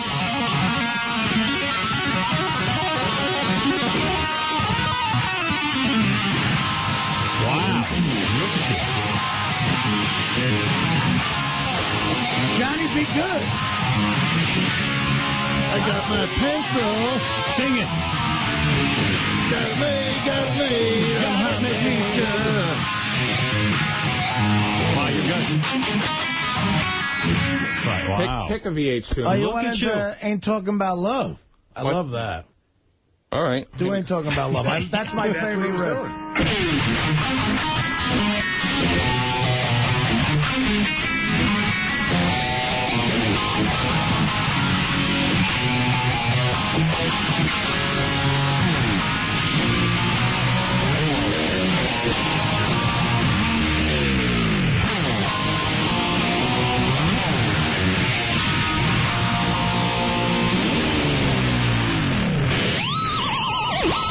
Wow. Look at this guy. Cool. That's my favorite. You know what? We should throw you out of here. You're depressing me, too. You know, we're mocking out Jeff. Eddie's getting upset. We're mocking out Jeff Carl, but he drinks more than a lot of people with two hands. He does. He's got his own skills. Pick and chug.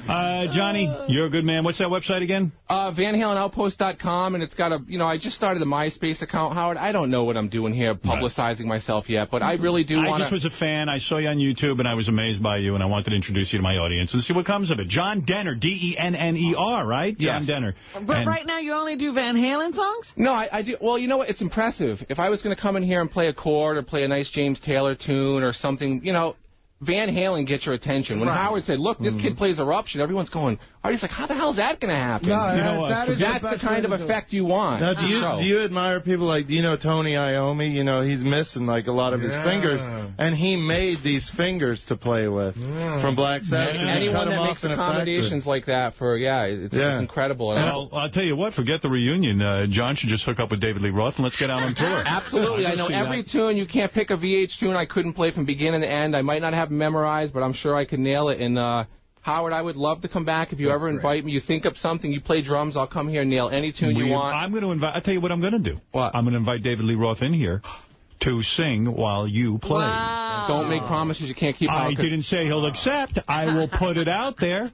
I will put it out there. Would that excite you? You know what? I would be blown away, Howard. Blown away? Blown away. Richard, you play drums? Absolutely. That inspires me like I just inspired you guys. If you know what I mean, that's something that I can't believe. I'm going to ask David Lee Roth to come in here and sing with you. I will tell him about you and how I found you on the Internet, and we'll see what happens. I don't know what will happen. Everybody wants the reunion. Maybe this is the only way we can get it. I'm excited. Thank you, guys. All right. Thank you, John. We're going to take a break, and good luck to you. And, Thank you. You're an inspiration. Thank you. We'll be back right after this. So why would you build a cancer ranch 120 miles away from a hospital? Because you're Imus and you're not too bright. Because he says to Reverend Sharpton, I drove 120 miles with a black boy who had sickle cell anemia. And,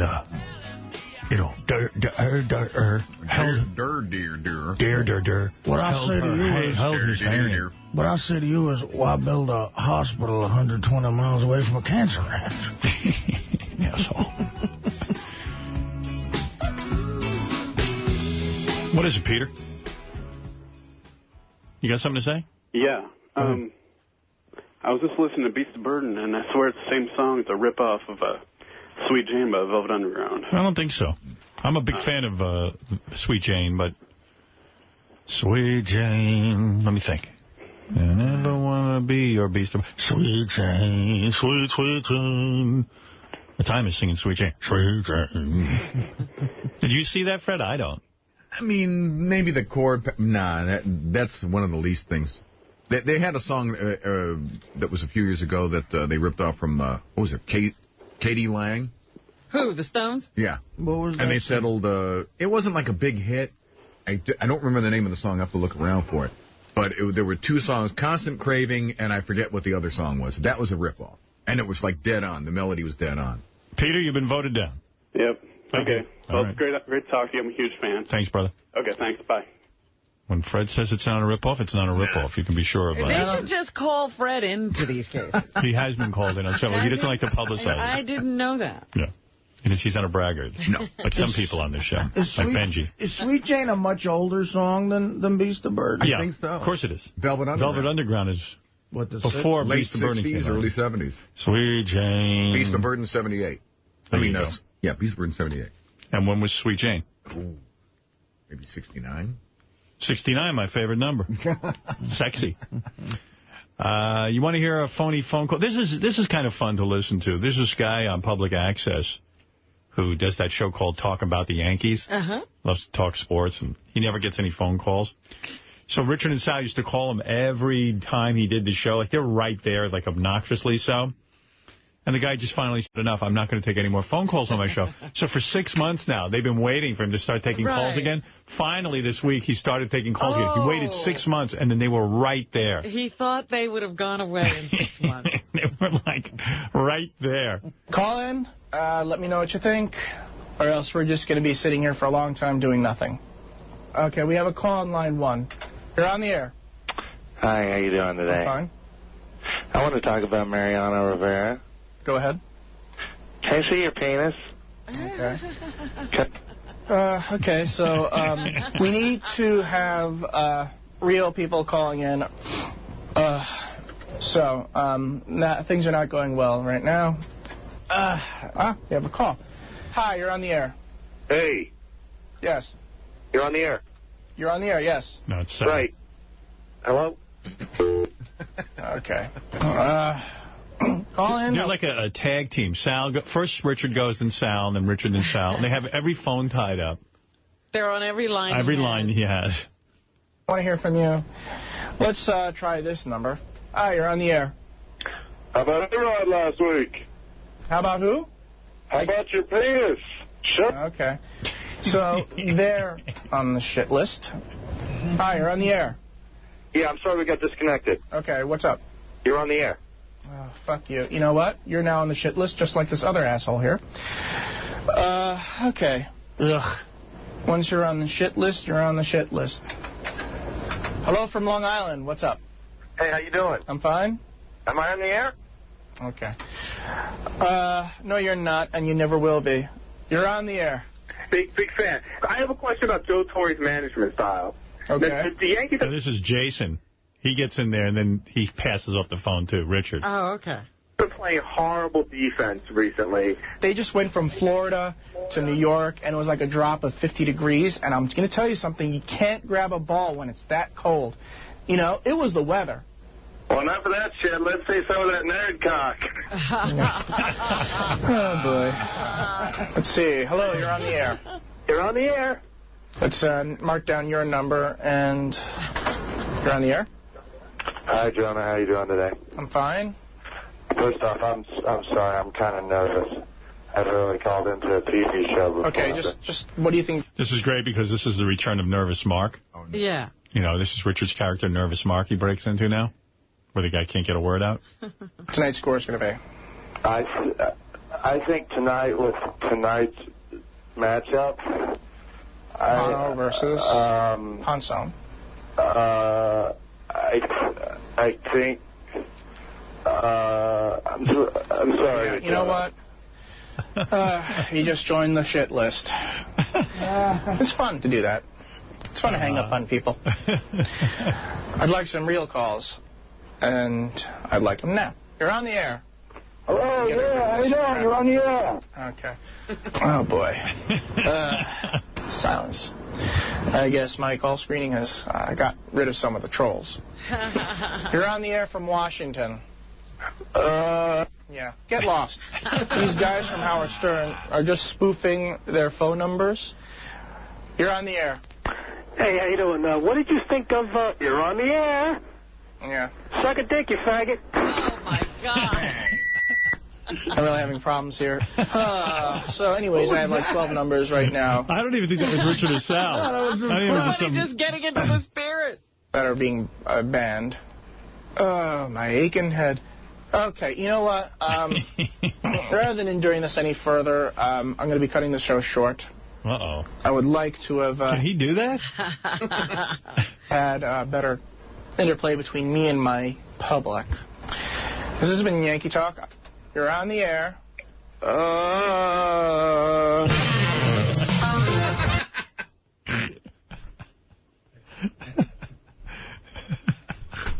Yes, Sal. What happened, Howard, is after we called him 3 times with the You're on the Air bit, he catches on, so he stopped. So I called up all my stockbroker friends, and I said, just keep saying You're on the Air, and those who those other guys were. Oh, your fingers turned black, huh? Yeah, they kind of look like Beetlejuice's fingers. They're all scaly and stuff and black. When you get out of the cast? Another 6 weeks. Wow. Yeah, but it's healing all right, so so far so good. They didn't have to break it again? Is it going to be okay? No. So, but the doctor said at any time, if it doesn't heal properly, I have to get a pin and 2 plates in it. Oh. Wow. So it sucks, but who cares? 6 weeks, shit. I didn't realize that guy who they made the phony phone calls to, he's the guy who was on our show with, like, this huge penis. What are you talking about? Remember there was a guy who came in and he has a 13.5-inch penis, and, like, he took it out like it's a real... It's like he's that guy, the Yankees guy. The Yankee guy is that guy? That's that guy.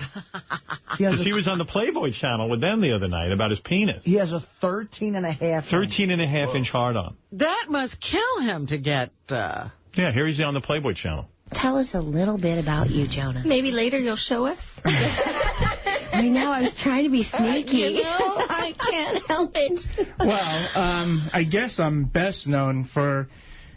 for being measured on camera by several documentaries at 13.5 inches, completely hard. Your what? My dick, my wang, my penis, my Johnson.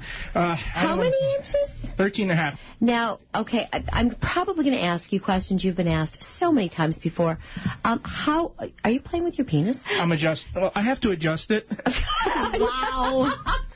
So it goes around the side of my leg because it starts to annoy me. Because one of the things... What happens to it? Well, one thing that's not as well known is that my balls are proportionally as large as my cock. Oh, really? And they're also very sensitive. So I just like to keep... See, most men like to wear boxers. I don't. Because I don't Why are you wearing tight things now? Because I love the constriction. Oh, you do? Keep it together, otherwise everything's just hanging, right? Yeah, I don't want to hang. Oh. So that's why I wear the tighty whities and not boxers. So that's that guy. Which is weird because when he's doing the Yankee show, you don't want to talk about his big cock. That's why those guys are always asking, let me see your cock. Oh, I didn't know that had some significance. Yeah. They have history with the guy. What if you, for fun, took a year and you just started dating? You went on the Internet and you lined up a date. That's how I date now. So do I. And so almost for as many nights a week as you could, and you kept a memoir of that. Because there has to be women who just drool. For me, I'm looking at you thinking, I've had John Holmes. You're bigger. You're a challenge. I want to take you on. Absolutely. You know, it's funny because now, what's it called? This is going into Starfucker territory. Okay. So I'm just going to get very general. I've had... Academy Award winners. I've had, supermodels. I've had, all the attractive people. And the thing is that no longer interests me. Why? He's had Academy Award winners. What's he saying? Meryl Streep? What the fuck is that? Halle Berry? Judi Dench? Dame Judi Dench? Dame Judi Dench? Maybe he's talking about a dude. Yeah. Robin, when you hear that, are you intrigued? You don't care if the guy's penis is 13.5 inches. No, that sounds like it could be painful. But isn't that a record? That sounds like a record. Yeah, right? I don't know that anybody's bigger than this guy. Where's he measuring from? I think from his taint. Hi, this is Dave Letterman. Won't you please vote for Sam Jaya? Thank you very much. All right. At least Letterman's behind us. Yeah, this is Diamond David Lee Roth. Vote for Sanjaya on Idol, baby. We're voting for Sanjaya. Nice. Just reminding you that tonight is the night to vote for Sanjaya. We're all into it. Very important that you get behind that. Because he's going to win. He's going to be the American Idol. It's going to fuck everything up in this country. It's going to screw everything up. And I love listening to all the newscasts. They're so great. It's like, Howard Stern is trying to screw up American Idol. Is that right? Well, yeah, it's right. Why would you care? How are you screwing it up? Because we're affecting the result, but isn't that what they want us to do? To vote? That's what we're doing. Hello, this is Angelina Jolie. I'm here to tell you, vote Sanjaya. Thank you. Thank you, Angelina. Angelina Jolie. I was in my bathroom washing my hands because I shook the hand of the one-armed guitar player. Shameful. Well, I washed my hands. No, I shook his hand. He shakes lefty. He gives you his hand, yeah. So after anyone shakes my hand, I run into the bathroom. I had to pee anyway, and I washed up. And I've got one of those sinks where you got to constantly press down on the little handle so that the water keeps flowing. Uh-huh. I don't have any hot water, really. I think it's almost like child-proofed. Like, they don't want to give me too hot of water, and then after 10 seconds, the water... The thing I really hate... It never runs long enough to get warm, though. No. And the one I really hate is the electronic one. I don't have that, but you go to a lot of bathrooms... I know, you're waving your hands all around like a lunatic. Right. Like a loon. And you can't get the... Or how about when you have a toilet? One of the restaurants I used to go to had a toilet that had the little, the little camera eye on it. Right. And, if you take a shit, you want a courtesy flush. Yeah, and you're trying to reach behind you to try to hit the button or wave. Shake your asshole in the... Well, there is some of them have a little button you can sort of manually push, but it's way behind you. But it's just horrible. It's a horrible statement about society because they did away with those old-fashioned knobs because people would run them, would turn them on and leave the fucking bathroom and flood it all the time. So to combat those assholes, we have these other things. I have an asshole now they're putting them on the paper towels as well because people, I guess, used to pull out all the paper towels. And throw them all over the fucking place. So now you got to wave your hand at the water, wave your hand at the toilet, and wave your hand at the paper towel. Jackie Mason has a new book. I was looking through it. He talks a lot, extensively about public toilets and having to shake his ass. Imagine Jackie Mason doing that. He's an old guy. Oh, my goodness. And I plug his new book, but I can't think of the name of it. Something about schmucks, and it has the word schmuck in the title. Yeah, I saw it the other day. Yeah, he writes it with Raoul Felder. Google Jackie Mason. Jackie Mason. Great comedian.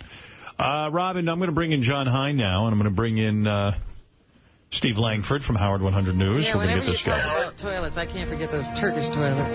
If you're interested, the name of the book is Schmucks, Our Favorite Fakes, Frauds, Lowlifes, Liars, The Armed, the Dangerous, and Good Guys Gone Bad. Okay. Oh, that's a lot of titles. He's coming in soon. He's going to come in soon, Jackie Mason. Funny man. Let's go over to Steve Langford. Steve, what's going on in the Howard 100 newsroom? Just some of the stories we're working on in the Howard 100 newsroom. Jeff the Vomit Guy doesn't want to spill the beans, but Howard 100 News coughs up the details. Jeffrey Levy, scheduled to appear in a New York court this morning, in spite of his repeated denials, charged with making an allegedly threatening phone call last fall. Jeff the Vomit Guy is facing a charge of aggravated harassment. Howard 100 News reporter Shuley covering Jeff the Vomit Guy carefully in court today. Hey, we got to get Jeff on. He's got Jeff something. in court? That's unbelievable that a guy like that would be in trouble. What else, Steve? The Stern world takeover of American Idol continuing to spark wild reaction. A Philadelphia Inquirer columnist today claiming the vote fiddling for Sanjaya could prove fatal for Tiny Talent Time. One so-called media analyst quoted saying if just 300,000 Stern listeners voted 25 times each, that could add up to as much as 1/4 of Idol's vote total. Do you hear that, everyone? Despite what the producers are saying, they're saying, oh, we have no effect. They're trying to downplay it. If 300,000 of us all vote 25 times, Sanjaya will be the American Idol hands down. And I know we're voting, but we cannot stop voting. That's right. We cannot lose the fire. We have to continue. If we grow complacent, Idol will continue as it is. If we stay strong, and they'll laugh at us. We will have our fun. But if we don't win, they'll laugh. Ha, ha, ha. They couldn't do it. We can do it. Hi, my name is Samantha. I'm 9 years old, and I need a new heart to live. But every time you vote for Sanjaya, a donation will be made to help find me an organ donor. Please, vote for Sanjaya. That's nice. I don't want to die. What the hell is Thank that? you. It sucks. Who did that? She doesn't sound 9. All right, they all can't be gems. That was a joke? Yeah. I think Imus wrote that. Anyway, let's go back to Steve Langford. Also, Yahoo reporting web searches for Sanjaya are now allegedly greater than for Harry Potter and Justin Timberlake. And a barrage of new websites about the sensational Stern vote for the worst stunt, such as IfSanjayaWins.com, StickItToStern.com, IdleOpinions.com, and SternFansForSanjaya.com. Right, there's so many websites popping up all over the place. Anytime you do something, it creates just a plethora of websites. That's right. And anything else, Steve? Also today, the white flag from RobinsWrong.com. The nitpicking nitwits nasty campaign against Robin suspended for lack of time, not to mention material.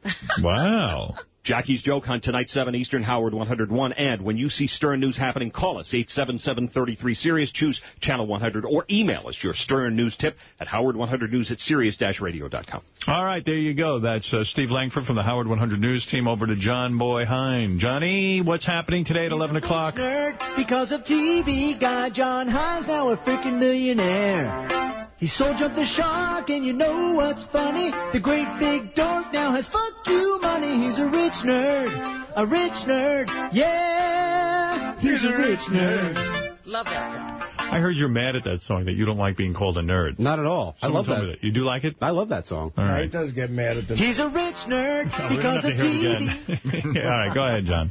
No, I just got a little upset at Artie yesterday when he called my kids nerds. That Oh, that ain't good. Oh, really? I said nerdy kids, but I just like with Sal's kids, I don't think they're really gay. Say it's really easy to fuck up, isn't it, Artie? I said to... There's Imus saying that you can make... Are you apologizing? It happens to everyone. Listen, I'm not going to sit here and, have you tell me that I don't know what a nerd is. What I said yesterday was when I gave him the $1,000 for the weight loss thing, he said he didn't want to spend it on anything. And I said maybe you could buy some really nice white tape for between their glasses. And he got mad at that, too. All right, Johnny, what do you got on the wrap-up show today? Well, Richard Simmons' visit was cut short by Howard commenting how sometimes Richard appears manly and sometimes he appears womanly. When is why is that so bad? Apparently, you struck a chord with him. Yeah, he ran out crying. I've even done a little informal poll. Aside from Robin, everyone said that it was nothing comment. Well, it's nothing to you, but that's what I'm saying. You know, it's that slowly I turn thing. Mm-hmm. You could say it to millions of people and nobody would have a reaction, but to him... I thought he'd think it was a compliment. It was something less than stellar. What is it, J.D.? Richard Simmons appeared on Mike and Juliet, and he sort of commented about it. It was on J.D. Page and Yellow. What? Mike and Juliet? What is Mike and Juliet? Mike and Juliet and Richard appeared. Like the morning show that rivals Regis and Kelly. A lot of people don't feel they're worth it. A lot of people don't have that self-worth. And if you don't have self-worth, you're not going to get anything in life. Yeah. That's been your mantra for years and years and years. For sure. Very quickly, and we have to get to Katie Glockton, but I wanted to ask you, I'm a big Howard Stern fan. I've watched him, and you guys have gone through your ups and downs. What's the latest with you? I did him this morning. I heard you, yeah. How did it go? Howard? I left crying. You did? Yes, and he rushed out to the elevator to see me, but we have a very strange... It's a love-hate relationship. It's a very strange relationship. Yeah. Okay, well, you just didn't mean to excite you. Okay. Do you watch American Idol? Let's go from cheers to cheers. Oh, yes. And maybe some jeers. Well, he sounds like he recovered. He does, Robin. Do you agree? Yes, he seems to have recovered now, but he obviously was hurt. Obviously he was, and I feel his pain. Anything else, John Hein? Well, we're going to discuss his all-too-brief appearance, why he kept crying out for Gary during the interview. Gary. Gary! What happened there? Did Gary make some deal with him? I don't know. I like Richard. I was trying to do a real interview with him. I was concerned that here he was already 59 years old, and he didn't have a significant person in his life. I mean, he's not a young man anymore. Robin, you have a significant person. I do. Fred does. All right, Artie doesn't. But Artie, He's a little younger than us. He has time. Hey, Howard, do you want me to explain why he was yelling for me? Yeah. When I got him, I tried to get him to come back over the years, and when I went back that last time he was here, the first time he came on, I said, listen, come on down, Howard will be nice to you, which you were. But I didn't make any, I don't know, I think he thought that I would protect him, but I never know what to do in that situation. Well, you should have protected him. I know. I should have. Shame on you. You should protect me. What else you got, John? We'll also take calls on what you should have done differently, if anything. Plus, we listened to Imus apologize to Al Sharpton, but everyone here kept wondering why he went on Keeping It Real in the first place. Keeping It Real. Let's name one of our shows, Keeping It Real. We'll debate who the bigger hypocrite is, how Imus should have handled the situation, and where he should be apologizing, and find out if he would ever be a guest on this program. Reverend Sharpton, I injected myself with a sickle cell anemia virus because I do want to relate, to a Negro, blacks, African-American. That's amazing. You keep it real. You keep it real. I ask you this, though. Why you inject yourself with sickle cell? Because I think it's the only way for me to win over blacks. I don't want to lose my job. I'm now one of your people. Who you mean by your people? You're one of you blacks. That's all I'm saying. Get the fuck off my show. Fuck you. Just because you take sickle cell anemia and inject it into yourself, you think you come down here and ask me this question? That ain't real. That ain't real. I ain't keeping it real. I can't win with you people. Imus sounds real old, man. Shit. He's holding on to that job. Boy, I think if it was me, I'd just say, you know what, maybe I ought to go. But you're nowhere like Imus in any way. Why would you compare what he does to you? He had a lung collapse, and he couldn't wait to get back on the air. He was in there with his lung half inflated. Look, Reverend Sharpton, I do keep it real. Now get out of my grill. You might have to even change your Imus impression, Fred. Nah. Yeah, the voice has changed considerably. You know, Sharpton, Reverend Sharpton, you don't even know who invented, what was it? He was asking about, if you're asking the real question, he was saying, do you know how much money has been spent on sickle cell anemia research? And Sharpton didn't know. You should know that. Guess how much money I have in my pocket. I know. And did you know a black person invented the stoplight? Yeah. Before that, cars just used to go. And before that, blacks just used to carjack and just drive willy-nilly. Now they have to stop for a red light. You better keep your old impression. I like that one. Imus. Anything else, Johnny? One last thing. One-handed John Denner was a virtual Van Halen jukebox playing Eruption, Hot for Teacher, and Ain't Talking About Love. We'll talk about how good he was in those difficult songs, if he was able to inspire Jeff the Drunk at all, why Richard couldn't find a guitar to play with without his hands, and whether John is making a mistake and not going out on the road to play live for folks. Yeah, that was surprising. He didn't even have an amp. He wants someone to help him out with an amp. He's not begging or anything, but... Here's a guy who knows a one-arm bass player. Should get them hooked up. That'd be pretty cool. I'd go see that. A band of one-armed people? Yeah, a one-arm bass player, one-arm lead guitarist. The drummer from Def Leppard. The drummer from Def Leppard. He's not doing much these days. Wow, that's a cool band. And a headless drummer would really complete the mix. Hey, look at that guy. He's got no head. Hey, he's pretty good for a guy with no head. Headless drummer. Kiefer, you're on the air. Where's the one-arm bass player? Hey, he's out in Vegas. I seen this guy about a year ago. He's fucking smoking, too. But that guy on the guitar was, like, awesome. Phenomenal, man. Yeah. Thanks. If you know that guy, get in touch with me, because I'd like to get those guys hooked up. We got a thing going here. Yeah. A theme. I would put that band together. I'd be like a regular Lou Pearlman, or whatever that guy's name is. Simon Cowell. It is Lou Pearlman. Yeah. I would hook up one-armed people. And yes. Headless drummers. I think it's great. I'll put those guys on tour. I bet you can make a good buck off the one-armed band. Just looking for 40%. That's and that's where the real money is, behind the scenes. A one-armed boy band. Nice. We're gonna rake in I put that on Broadway. You don't think we get 1 million people to go watch that? Stump Temple Pilots. Good name. Patent that. What else you got? That's it. That's it. Okay, thanks, Johnny boy. You got it. Robin, it's time for you to shine. I want a French kiss Robin's honey hole. I want to taste of chocolate inside. I want a French kiss Robin's honey hole. Why don't you take off your bra? Hey, Tito, you're on the air.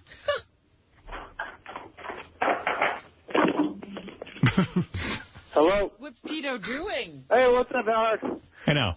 You know that Bill Kellerman show's pretty good, man. Bill Keller, yeah. He's a televangelist. Uh-huh. He's a super religious dude. And he had Jeff Levy on, and I didn't realize he was such a baseball fan, and he's like a coin collector or some kind of coin nerd or something like that. Jeff Levy? Yeah. I didn't know that. And Bill Keller got into that with him? Totally. I mean, that's the thing. The guy's able to connect with the people, even though he's so, out there. Hey, wait, Bill's on the phone. Here, I'll put you on with him. Hey, Bill, I didn't hear the show last night, but I heard it went well. Howard, how you doing? Appreciate the opportunity again. We got great feedback again. How'd you like Jeff the Vomit guy? Is he disgusting or what? You know what, Howard? I really didn't talk that much about his fetish with him as much as just him personally. And I'm telling you, unlike Jeff the Drunk, who we've really reached out to, we've had people over to his house, and he just really has no desire to be anything but Jeff the Drunk on the Howard Stern show. Yeah. You got people over Jeff the Drunk's house, and you still didn't do it? Absolutely, man. I mean, we had him set up for an apprentice program just like I promised. But I thought they were chairs.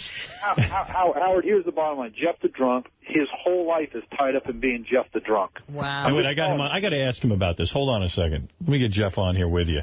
Jeff. Yeah. Bill sent people over to your house and you still screwed it up? No. Asshole. He didn't send nobody here. What are you talking about? Some girl called from Florida twice. Pastor Shane was at your house twice, Jeff. Baloney. You're lying, dude. We've had you set up an apprentice program. I know because... Nobody was at my house ever. They were at your house twice last week. Bullshit. You don't even... You have no desire to do anything but call radio shows because I found out through those people in Albany where you live that you call every radio show in Albany. Oh, baloney. Okay, Wait, anyway. Hey, Jeff, you're telling me Bill's lying? Yeah, he's lying. I swear to God, Howard. Nobody was here. I'll be happy to get the pastor who is in Albany, 5 minutes from your house, who was over. They were never here. Okay, Jeff. I don't give a damn what to say. Well, maybe they called you. Well, nobody came to my door. We've called him 100 times. We had a pastor in Albany actually at his house twice. Did he say he met Jeff? No. No, never answered the door. Oh. At his house twice. He came to your house, Jeff. I'm telling you, I'm going to answer the door. No one came. Are you always home, Jeff? Yeah. I'm not Diesel. Hey, Howard, however, Jeff Levy, I'm telling you, Jeff Levy really has... I mean, he really has a desire to do something with his life. I'm just getting out of the shower.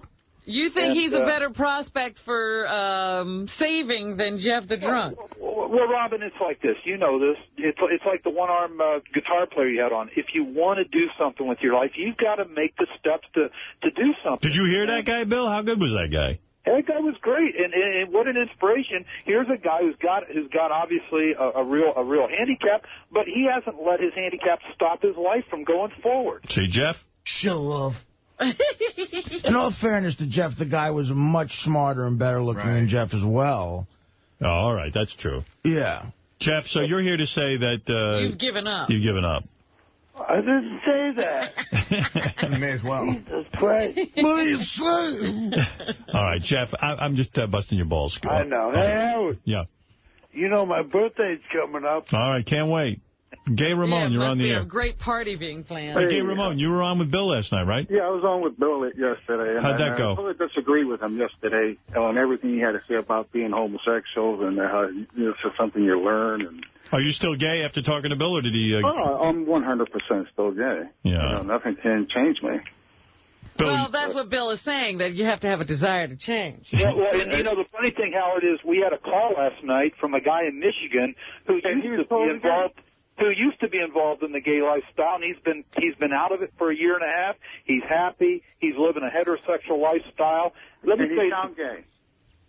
It doesn't matter what he sounds. It matters how he lives. Hey, Bill, by the way, I don't want to say anything, but Gay Ramon sounds a little less gay today. Well, yeah, Gay Ramon will be gay as long as he wants to be gay. That's right. Hey, by the way, I don't know if you heard some feedback that last night on that special I did on your station, I challenged Rosie O'Donnell to a one-on-one, mano-a-mano debate, and we'll do it on Howard 101 if you want to host it. With all her outrageous comments. You know, with all this stuff going on with Imus, it's amazing that Rosie continues to get a pass with all the outrageous things she says. Well, what is she saying that's so outrageous? I don't think she said anything outrageous. Well, I mean, basically, she gets on there. How about the radical Christianity is no different than radical Islam remark? And she's on that show knocking the Christian faith all the time. And it's funny, Imus, rightly so, is getting taken pillar to post for his racist comments. But, you know, if somebody gets on the air and rips Christianity, rips Christians, nobody says a word about it, even a big corporation like ABC. That's just her opinion. Sure it is. Sure I mean, yeah, but what do you want to do about that, Bill? But nobody will challenge her, and she just goes unabated because they have nobody on that show that's strong enough to stand up to her. All right. Well, Bill, congratulations. If you get her to come on, Howard will moderate. Yeah, we definitely will moderate that whole conversation. All right, thanks, Bill, and thank you, Tito, and Gay Ramon, thank you. Thanks a lot, buddy. Have a great day. Take care. I love it. He thinks he can cure Jeff of the vomit guy. Yeah, well, that's a tall order, man. I want to hear how that goes. Yeah, me too. Am I the crazy one? Or what? No, you're absolutely the crazy one. I enjoy a woman having a nice meal and, evacuating it all over me. I don't get it. I mean, who's crazy? Am I the nut, Reverend? Pete, go ahead. You're on the air in Albany. Hey, what's going on, guys? Hey, now. Hey, I live near Jeff, and I got to tell you, I never hear him on the radio anywhere around here. I think that guy's totally talking out his ass. See? There you go. And I love the show. I just wanted to let you guys know. Thank you, brother. All right, later. I don't even know what that was about. He's just saying Jeff the Drunk doesn't call into all the different radio shows. Oh, somebody had accused him of that? Yeah. I've heard him on Jay Thomas, but I actually have. Have you? Yeah, he was pretty good on there, too, really? Jeff. Yeah, he calls into some of the shows on Sirius, if maybe that's what he means. Earl, you're on in Staten Island. Oh, Howard, long-time listener, brother. How you doing, man?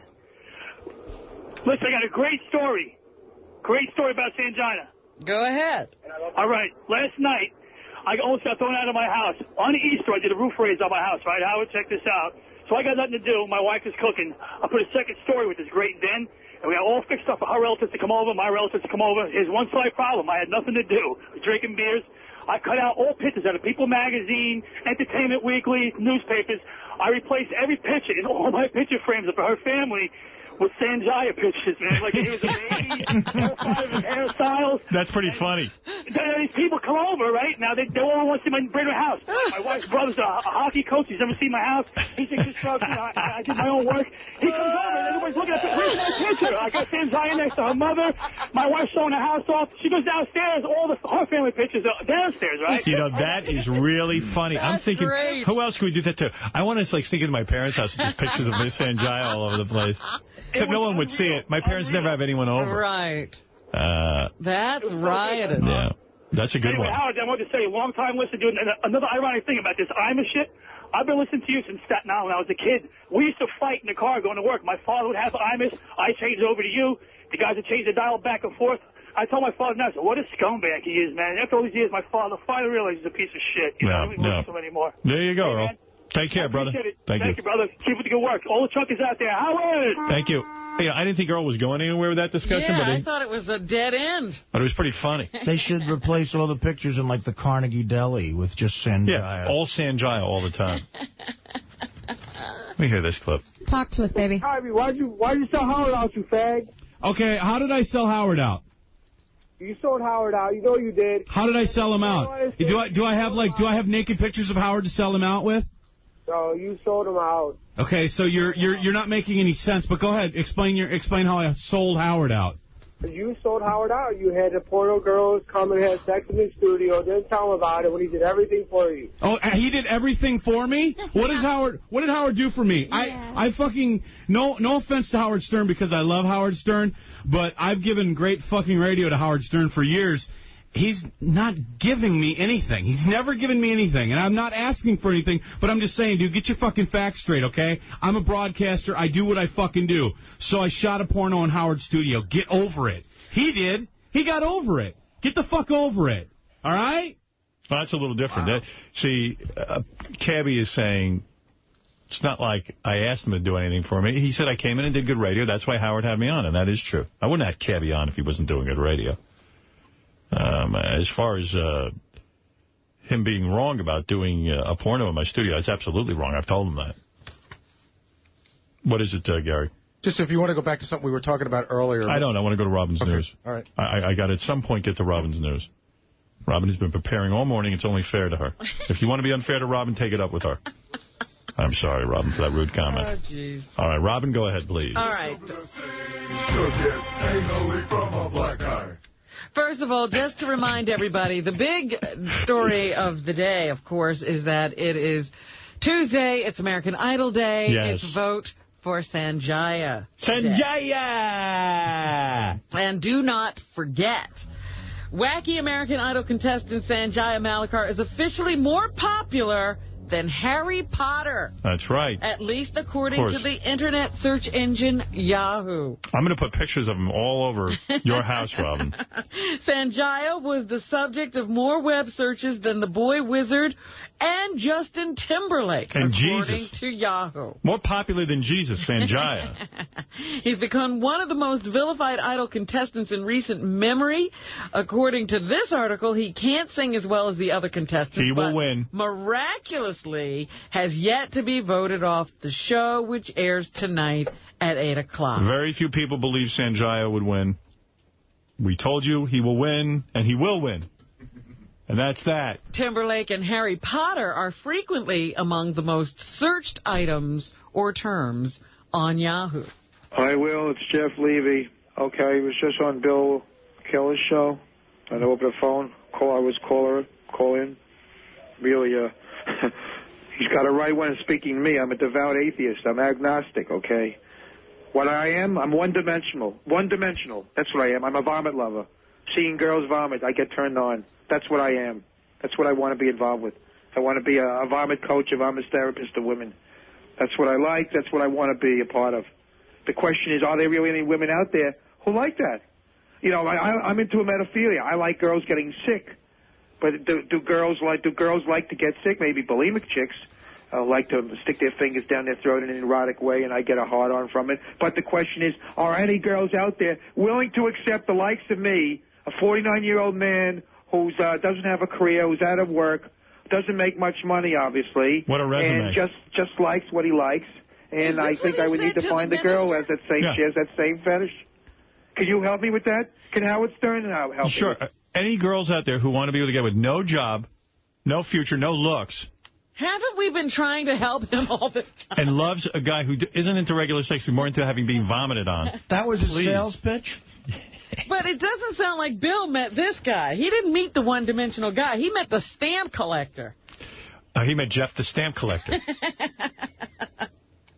I don't know how that happened. You don't get Angelina Jolie with that speech. I have nothing going on. I'm hideously ugly. But I'd like to help women who love to vomit. Yeah. Isn't there anyone out there for me? They say there's someone for everyone. Every pot has a lid, isn't that what they say? Yeah. In my lifetime, I've found 6 women who are into it. Anything else, Robin? Yes, of course. Anna Nicole Smith's lover, Howard K. Stern, has acquired an attorney to sue media companies He should. who are trying to imply that he might have had something to do with Anna Nicole Smith's death. Yeah, I was shocked by that. I even said that on the air. I said, you know, I'm not a Howard K. Stern fan. I've met the guy. But these guys were like, hey, I think he killed her. You know, I mean, where were they coming from with that? I didn't even get that. Well, anything was possible when you first heard maybe he was giving her the drugs. I don't know. Yeah. But he's been cleared of all of that. So if people persist in this, I guess he's going to sue him. Take action. Today's the day we're supposed to find out who the baby is. Yeah, gee, who the isn't it great? father of the baby is. 6 months later. What a court system. And he That's says the court system in the Bahamas. Can you imagine that kangaroo court? he will not fight for custody if he's not the father, is what he's saying now. That's a good idea. You're not the father. He's not going to fight for custody. Why does he fight for custody for my kids? He's got the same name. For anybody's children. I have the same name as Howard Stern. Those are my kids. What would his argument have been? I have no idea. But I guess he had a plan at one time. He was going to fight no matter what. I was looking in Us magazine this week, and they had a little section called Virgin Territory where people, you know, they revealed people who lost their virginity, famous people. And all of these revelations came from our show. Of course. And did they credit me? They do credit you with the latest one where Randy Spelling told us he took Paris Hilton's virginity when she was 14. They do it in the, you know, a little corner over Paris's dress It was fine, Spelling 28 told Howard Stern about betting Hilton 26 when he was a senior in high school. Right. They also have that, well, Justin and Brittany, I guess we didn't break, but Wilmer Valderrama and Mandy Moore. Did they credit me with that? No. No. They just say that he claims that he took her virginity when she was 18, and she denies it. I wouldn't mind if these magazines put the big headline, Howard Stern finds out. You know what I mean? And then, like look at all this shit you find out on the Howard Stern show. A lot of news is broken on this show. Yeah, that I'd feel good about. They never want to give me credit. And Dean and Brooke, remember, long time ago, Dean Cain came on and told us he took Brooke Shields' That's right. Virginity. Yes. So there you go. Right. All of that information comes from us. And we get no credit. That's a get, Brooke Shields' virginity. Nice. It is. Yeah, everybody was trying to get that at one time.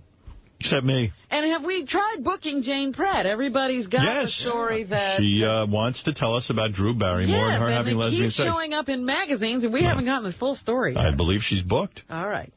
I believe. This week, I think. There you go. Very good. George Clooney says he is not the source of the leak of the tape of Lily Tomlin and David O. Russell fighting with each other. Yeah, neither am I. That was the tape we played. All right. And so he wants everybody to know that that rumor that he leaked the tape is a false one. Yeah. Yep. Leave me the fuck alone. Do you know what the fuck is going on? Period. Fuck you. I've had it up to here. Who's reacting to what, for God's sakes? Fuck you, motherfucker. I love that. Lily Tomlin. Oh, it's great. Fuck you, fuck you, fuck you. Get the fucking thing together, fuck you. Oh, man. Oh, yeah, bullshit. That's why we spent 5 or 6 fucking hours doing something else? No! God damn it! You fucked it up, God damn you! Now get straight on and help. If you can't help them, help me! That's right. Fuck you, too. No, I'm not. Don't get out. Don't get out. I'll break the fucking set apart. I don't even give a fuck. That doesn't matter because you're there. Oh, shut up. You shut the fuck up, too. I just tell Dustin Hoffman you shut the fuck up, too. Yes. Hey, you're there. You can do it. Shut the fuck up. Yes, let's use that anger. Shut the fuck up. Shoot the fucking thing right now. Oh, yeah, you'll get I'll be angry as she's angry. That'll movie nobody even saw. Good. Nobody cares. If you it's just a bad tape, shoot it. Shoot it. Come on. You got the adrenaline. Come on, I don't care. I know you don't, so shoot the fucking thing. Just turn the thing on. You got the adrenaline. Turn it on. Don't say anything. Who knows? Who knows what's up? I don't have a fucking idea. We are to me, there's 8 different things going on here. I don't know what's going on, frankly. We are encouraged to do one thing, and then and I don't even have the slightest idea. So you're the one who's steering the ship, as they say. I would like to. You told me to depend on you. So you're saying who can depend on anything? I don't know what to do or what not to do. I have no idea what level to play this at or what not to play it at. Yeah, well, you know what? There's 57 billion actresses who do know how. And we've shot all day. And you see, we shot the whole thing, David, and then we were doing it at a certain tone, and we felt good at it. And then you said, take it down half, and that's nutty, you know. Barwell? Yeah, is there a manager mechanic around? How can I help you? My mom came there yesterday for an oil change, and the whole car's screwed up, and she's a mess right now. Okay, what? I don't understand what happened. I don't know either. I don't, I got things... She came here yesterday for an oil change? Yeah, I got things to do, too, miss. I can't deal with this lady all day. Okay. She's driving me nuts. She got an oil change from you people. She's all pissed off. I got to know what the hell happened. I don't know. What kind of car was it? Oh, gee, listen. What's her name? Let me put her on the phone with you. Thank you. Pissed. Just be patient with her, all right? Because she's really pissed. God damn it! I've had it up to here. Okay, what happened, ma'am? Now get straight on and help. If you can't help them, help me. I am going to help you. If you tell me where you live, we can come over and help you. No! Leave me the fuck alone. Hello. What's the problem? Get the fucking thing together, fuck you. What's the problem with the car? You fucked it up, goddamn you. Well, okay, what happened? What is the car doing? Do you know what the fuck is going on? Period. Fuck you. Do you have any other vocabulary? So far, I've gotten fucking fucker. Is there anything else you know? No. Can I have your address and we'll come over and we'll take care of it? No. No? Is your son home? He just called me. No. He's not home? No. You fucked it up, goddamn you. What did I fuck up? Tell me what I fucked up. Fuck you. Tell me what I fucked up. Motherfucker. Don't you dare call me a motherfucker. Fuck you. No. God damn it. You know who argued with Lily Tomlin? Who? Ronnie, the limo driver. No. Yeah. Leave me the fuck alone. Shut up, asshole. You got nothing to say to me. Do you know what the fuck is going on? Period. Fuck you. Yeah, fuck you, too.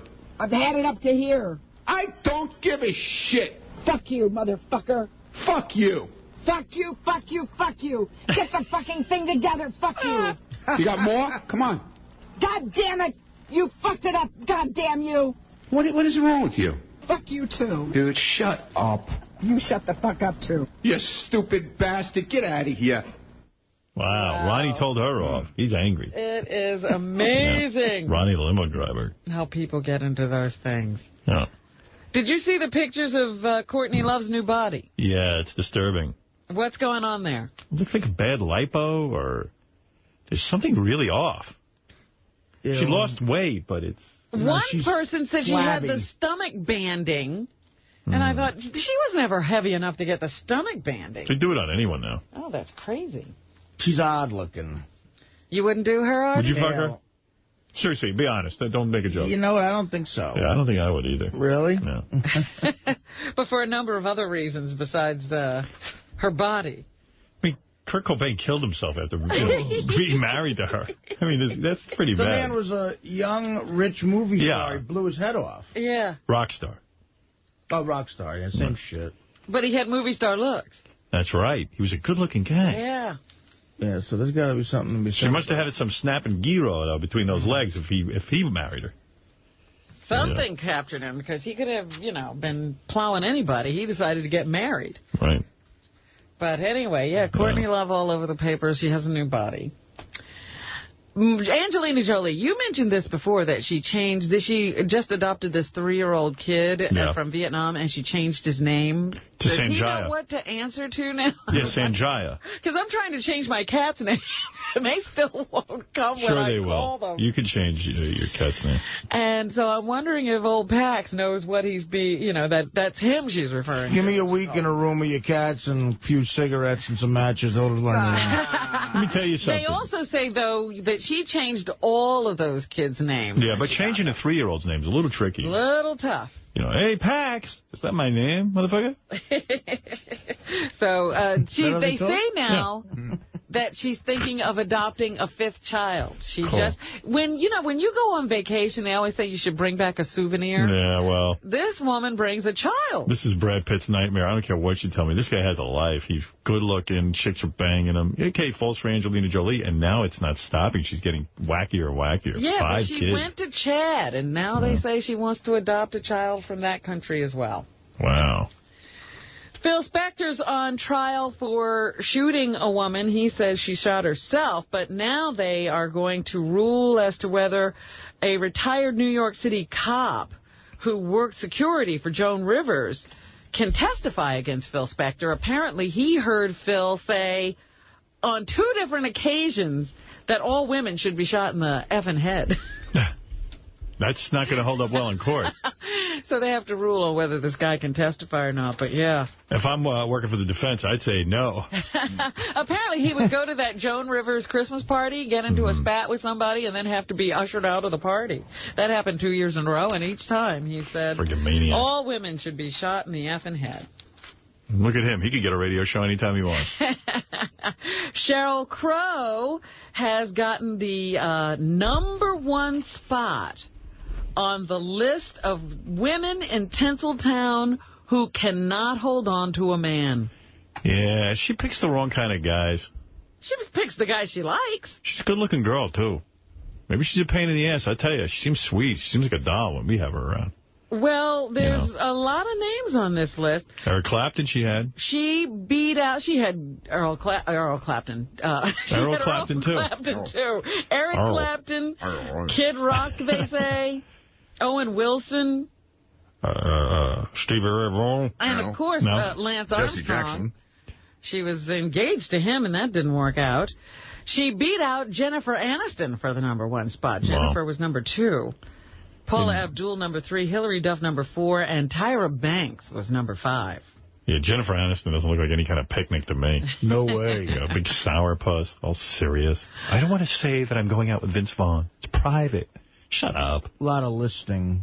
Just say you're going out with the guy. Stop making it all about you're hiding. My point from a couple of weeks ago, too, Vince Vaughn got slimed at the Kids' Choice Awards. I saw that in the paper. It's like, yeah, you're a fucking shill.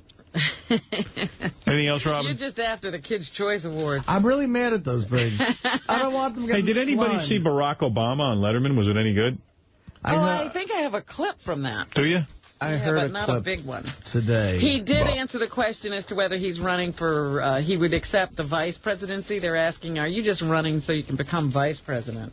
Maybe he'll be the presidential candidate. Hillary might be the vice president. Maybe the reverse of that. That would be a powerful ticket. Undeniably, that would be a powerful ticket. Which order are we talking about? Well, let's say...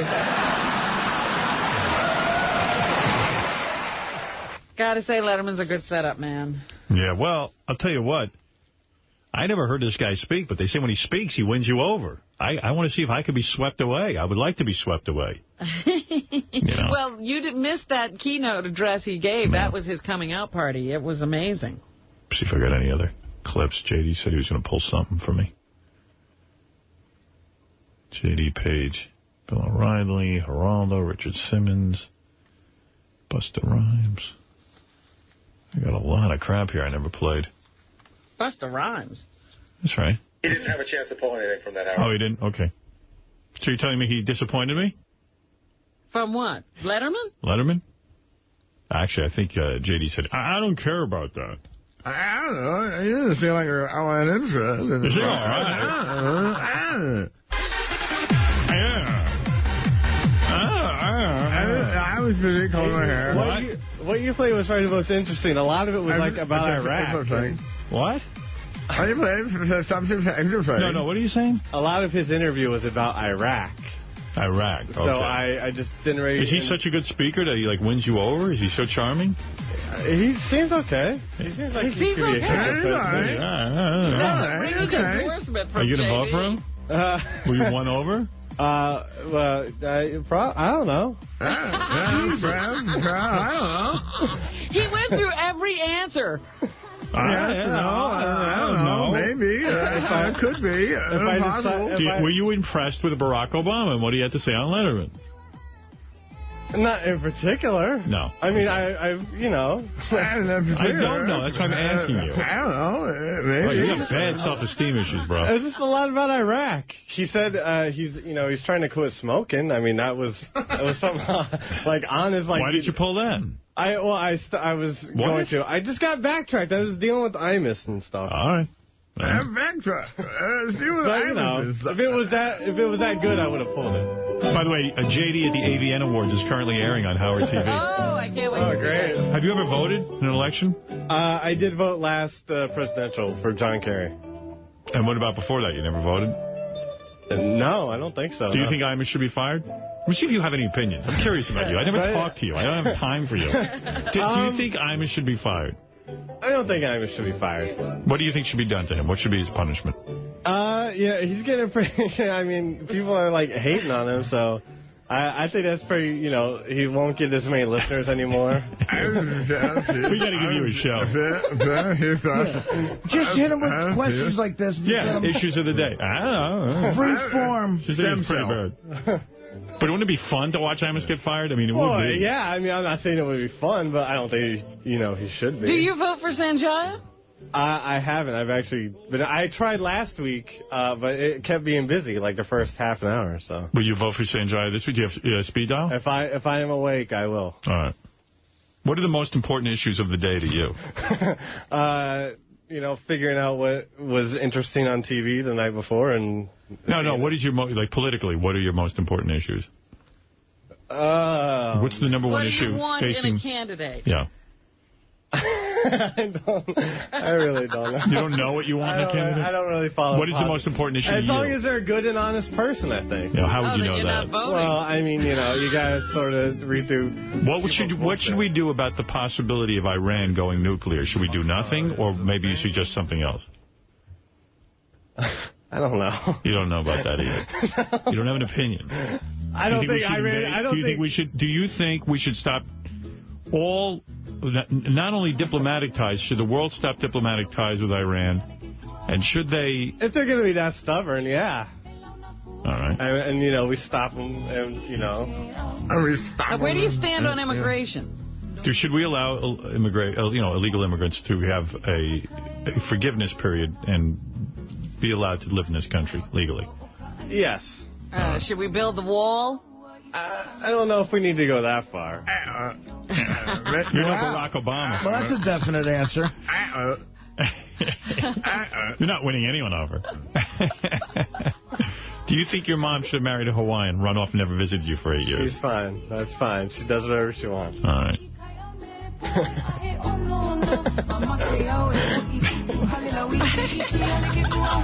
Think your mom listens to this music all day in Hawaii? I don't know.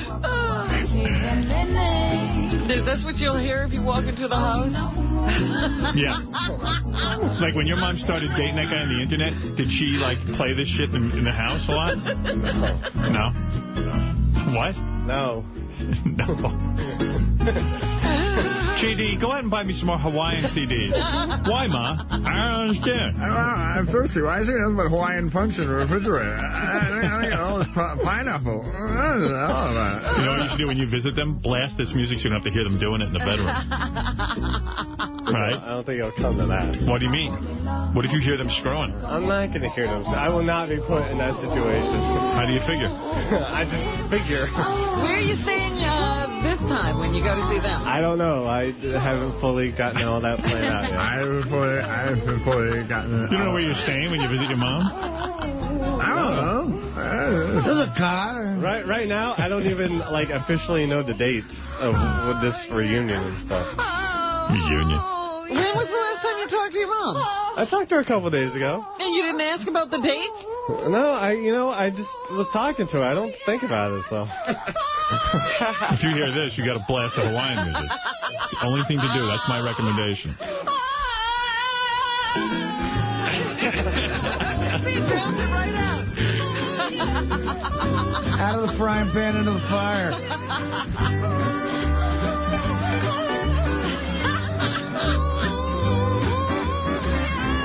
Can someone turn up the music, please? Any more questions you want to ask me? We better be quiet. JD is here. What kind of accent? Hawaiian. JD is listening. I mean, Jamie. Yeah, what is your family called? Well, actually, my dad goes back and forth. It's weird when he just calls me JD, but whatever. I think he's just trying to fuck around. So. Just tell JD we are doing calisthenics. There's nothing going on. 1, 2, 3, 4. Okay, now bend over. Dude, chairs. You know what I mean? You know what I'm saying? Yeah. I'm just keeping it real. I know. Like Reverend Al Sharpton. Like Reverend Al. That's how you boys roll. It's cool how Reverend Al Sharpton, whenever he's getting near a break, he goes, I'm just keeping it real. Gets the name of the show in. What a podcaster. Keeping it real with Sharpton. Keeping it real. That's all. Hey, could someone turn up the Hawaiian music? I'm hearing some weird shit out of my mom's room. I'm keeping it real with your mom. It's going to be weird. See, when's the last time you saw her? 8 years ago? It's been a few years. It's going to be weird, man. Let me prepare you. She might have gone native. She might have gone native. What's that mean? I might have a bone through her nose. She'll have flowers in her hair. And grass skirt. That is called a lay. Doing the hula? Wear a coconut bra. Wouldn't it be weird if your mom came out in a coconut bra and was doing the hula? It would be very weird. Like she was totally into the Hawaiian lifestyle. Very weird. Hey, Mom, I wear a coconut bra. Do you hate Hawaiian music? It's not my favorite. No. I can see why. Took your mommy away. Your mommy went sailing off to that. How old were you? Cerebral. How old were you when your mom went away? It was 2001. And how old were you? I was 21. Wow. Sorry. 21, 22. I'm not making light of it. Were you still living at home? No, that was when me and my brother went to... Florida, okay. The J.D. story. We got it, Florida. Yeah. What was that school you guys went to? Arts and Crafts College? Wholesale. Full sale. Construction paper. You know who went there? Napoleon Dynamite. He's enrolled. Full Sail. Full Sail College. It's cool. I love it. Do the chickens have large talons? And what were you studying there? I was in TV and film production.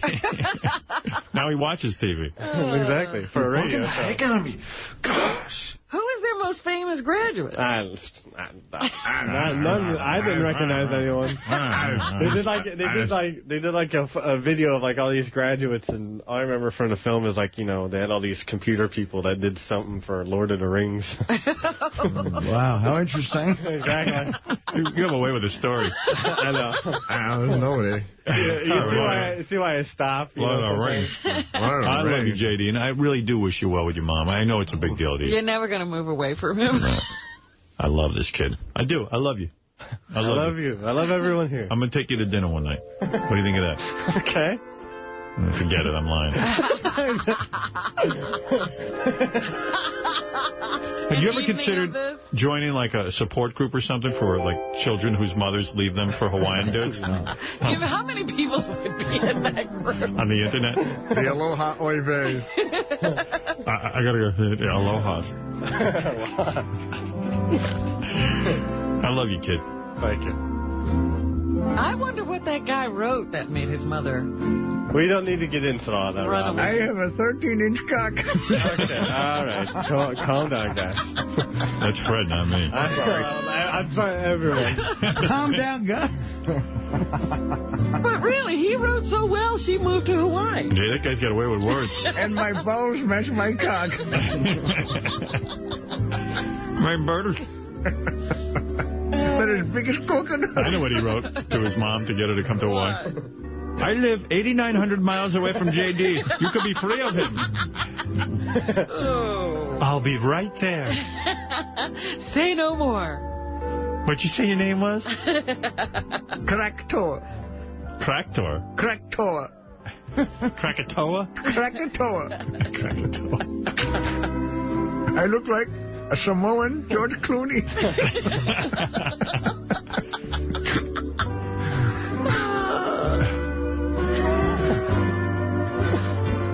What does Krakatoa do? Works with computers. I work on Ur. I did Lord of the Rings. J.D., I'm going to make you a part of Ur. You can be a prince in the kingdom. Your mother's my princess. You're a prince. In Hawaii. Now help me roast this pig.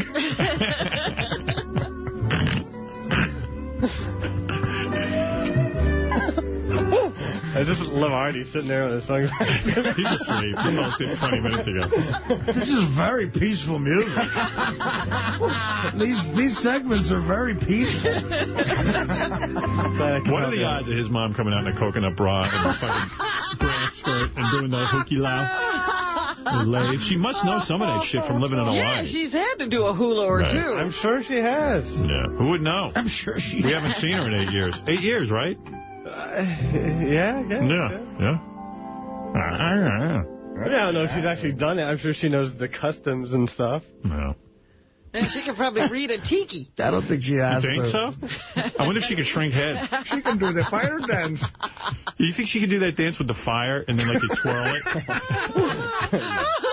We got to get your mom here. No, we don't. And she won't come on anyway. Torches, If she came in a coconut bra and like was twirling those torches and throwing them up in the air, I'd fucking shit. So would I.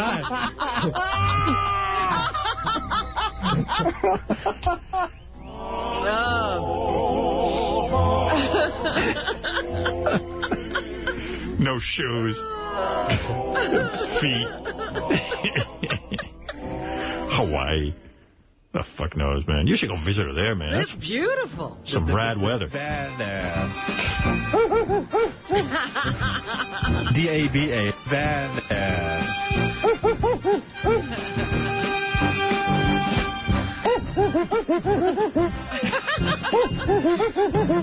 The badass.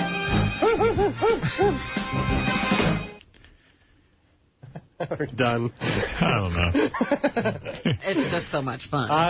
Let Howard TV go with you to the reunion. That's not happening. My mom will not Forget allow her. And we won't film your mom. We just want to film you. Black out her face. What the hell is that? How is that going to be interesting? It'll Leave be it to interesting. us. Artie will play your mom. We'll just dub it in later. I Put on can a fit into one coconut of bra. those skirts.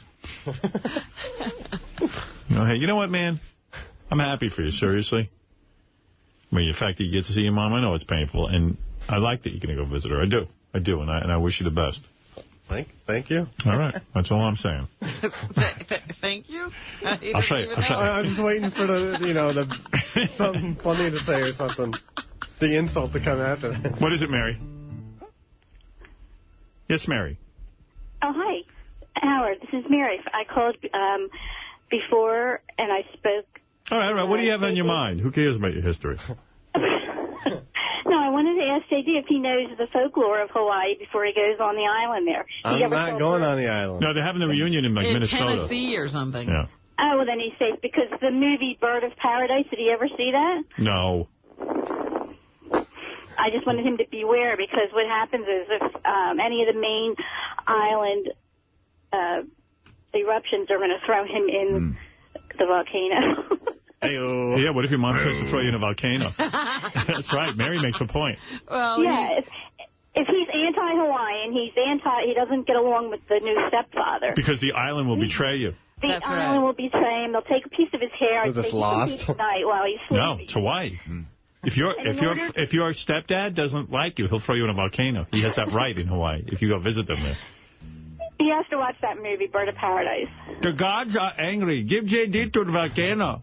No. And the lava flow stops when they throw him in the volcano. Oh, cracking herself up. He's a sacrifice. Well, I'm homesick. Imagine they tie. He goes over there and they tie him up and sacrifice him to the volcano Right, gods. they're just luring him over there so they can have something to throw in the volcano. Where's that son of yours? Put on your coconut bra. We're having a ceremony. If I were you, I'd go to another Red game. That woman can't even get out of a sentence. She's the girl for you. Oh, boy. Yeah, you're a good man, though, man. I love you, JD, and I do want to take you out to dinner if you'll accept. I'll accept, but sure. Okay. Artie, you take him to dinner. I don't want to take him. You going to hold up your end of the conversation? Would you take me to dinner before Scott the Engineer? I would take you to a Hawaiian Tropic restaurant. It's the only place we'll go. Anything Hawaiian. Okay. Hey, JD, we're going to a Hawaiian Tropic restaurant. Okay. Seriously, man, I'm happy for you. I'm glad you got to see your mom. Okay. When's your birthday? We'll throw you a luau. Coconut bra. It's in December. After Christmas. No one will be here anyway. You're a good guy. Thank you. I love you. I love you. He's got it tough, man. His old man is tough on him, I think, sometimes. I think so. Yes. All right. Not as tough as you guys. Come on, you know I love you, right? I know. All I right. know. Get out of here. Don't bother me. Love JD. I want to give him his own show.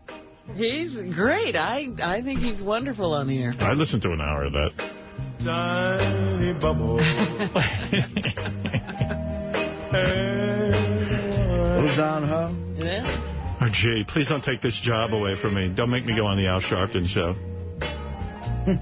Make me feel fine. Imagine you want this job so bad that you go on Al Sharpton show. Well, not only did he go on the Al Sharpton show, Howard, he now has appeared on the Today Show with Al Sharpton. You're kidding. No. Oh, my God, really? What an asshole. So let me see. Do I have anything? Okay, here he is on the Today Show. You got to be kidding me. Boy, he's desperate. He hopes to meet with the Rutgers team members, number 27. Wow. You mean A7? Or 27? Okay. 27. And I am going to apologize to them and ask them for their forgiveness. I don't expect that, and I don't think they have any obligation to either forgive me or to accept my apology. And here he says that he was just doing comedy, 2A. Everybody can say that context is not important, but in every aspect of our lives, it is.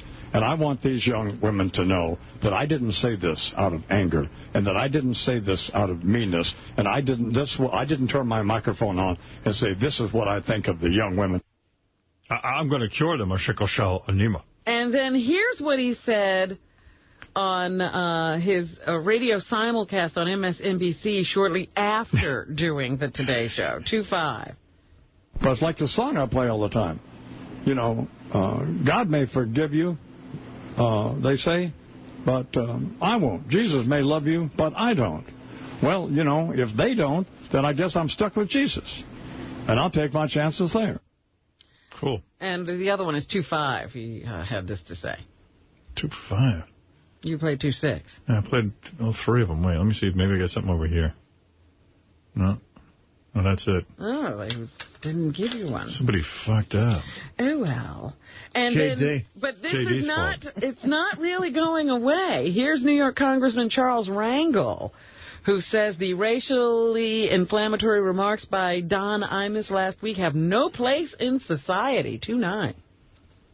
I think people who have the popularity and the status of an Imus have a higher responsibility in that when they make mistakes... By the way, he doesn't have any popularity. Nobody listens to that show. Why is that being missed? You ought to pay for them dearly. Well, I like his tack. He says pay for them dearly. He says it's not enough for Imus just to say he's sorry, 2-10. When you find someone who... They should cane him. That would be fun. That'd be cool. Like get one of those big canes like they use in the Philippines. Oh, that skin will never heal. What noise, That's right. what noise would come out of him? who really gains a reputation out of his arrogance. This country has been too good to him and too good to all of us to allow someone like this to make such a racist remark and just say, I'm sorry. Here, Rangel voices his anger over the remarks. I don't tolerate being around people who say derogatory things about anyone.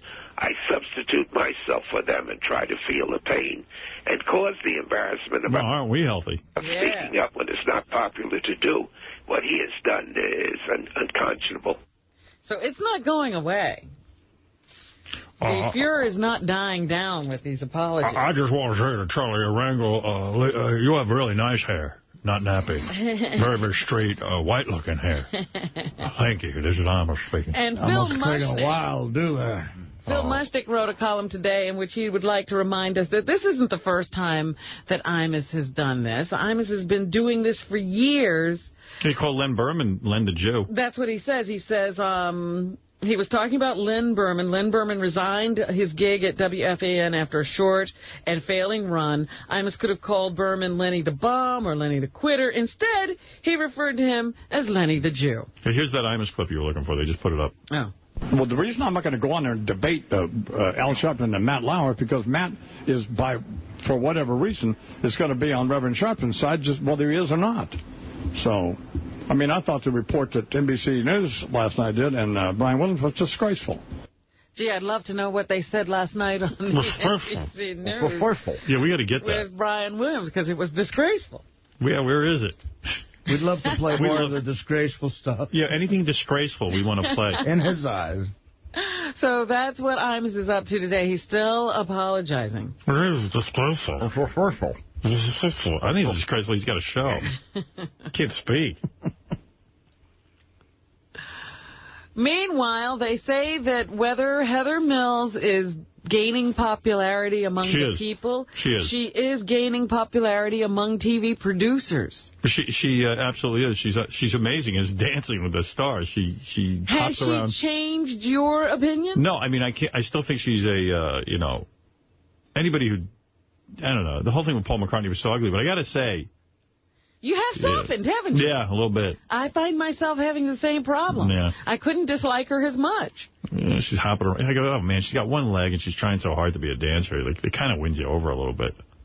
And her appearances on the show have finally gotten her dozens of inquiries from producers all over the world. These motherfuckers are making me like Heather Mills.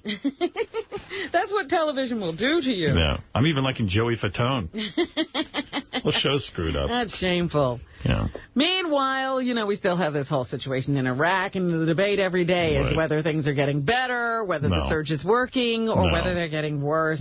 Here's Sergeant Major Neil Chitolo, who says that the Iraqis love us. Number one. They do? He says the Iraqis love us? Mm-hmm. We don't have enough manpower or enough equipment. You're not playing the right one. That's number 3. Oh, I know what's going on today. What? They changed all the equipment, so number 3 comes up number 1. And where does number 1 come up? It's buried. I can't explain it. They but didn't I got tell it. you? No, it's just they changed the fonts. All right, here's Neil Chitolo. There are wonderful, wonderful people here everywhere I go. And, the vast majority of them, and I don't say it because it's a party line, I say it because I see it in them, I say it because I talk to them. They know what we're trying to do for them. All right, so he thinks that the Iraqis get it and they like us being there. Here's that Dr. Ali Alawi, who I was talking about yesterday. He said the administration didn't think through the consequences of this war. Number 2. The law of unintended consequences coming back to hit you with a vengeance. That's what the war is, coming back to hit us with a vengeance. And while we started out with a war in Afghanistan that we quickly turned away from, we still have troops there, and the Afghan President Ahmed Karzai says they don't have enough to defeat their enemies there. We don't have enough manpower or enough we fucked this up. Equipment or air power. George Bush really got to take the bullet on that one.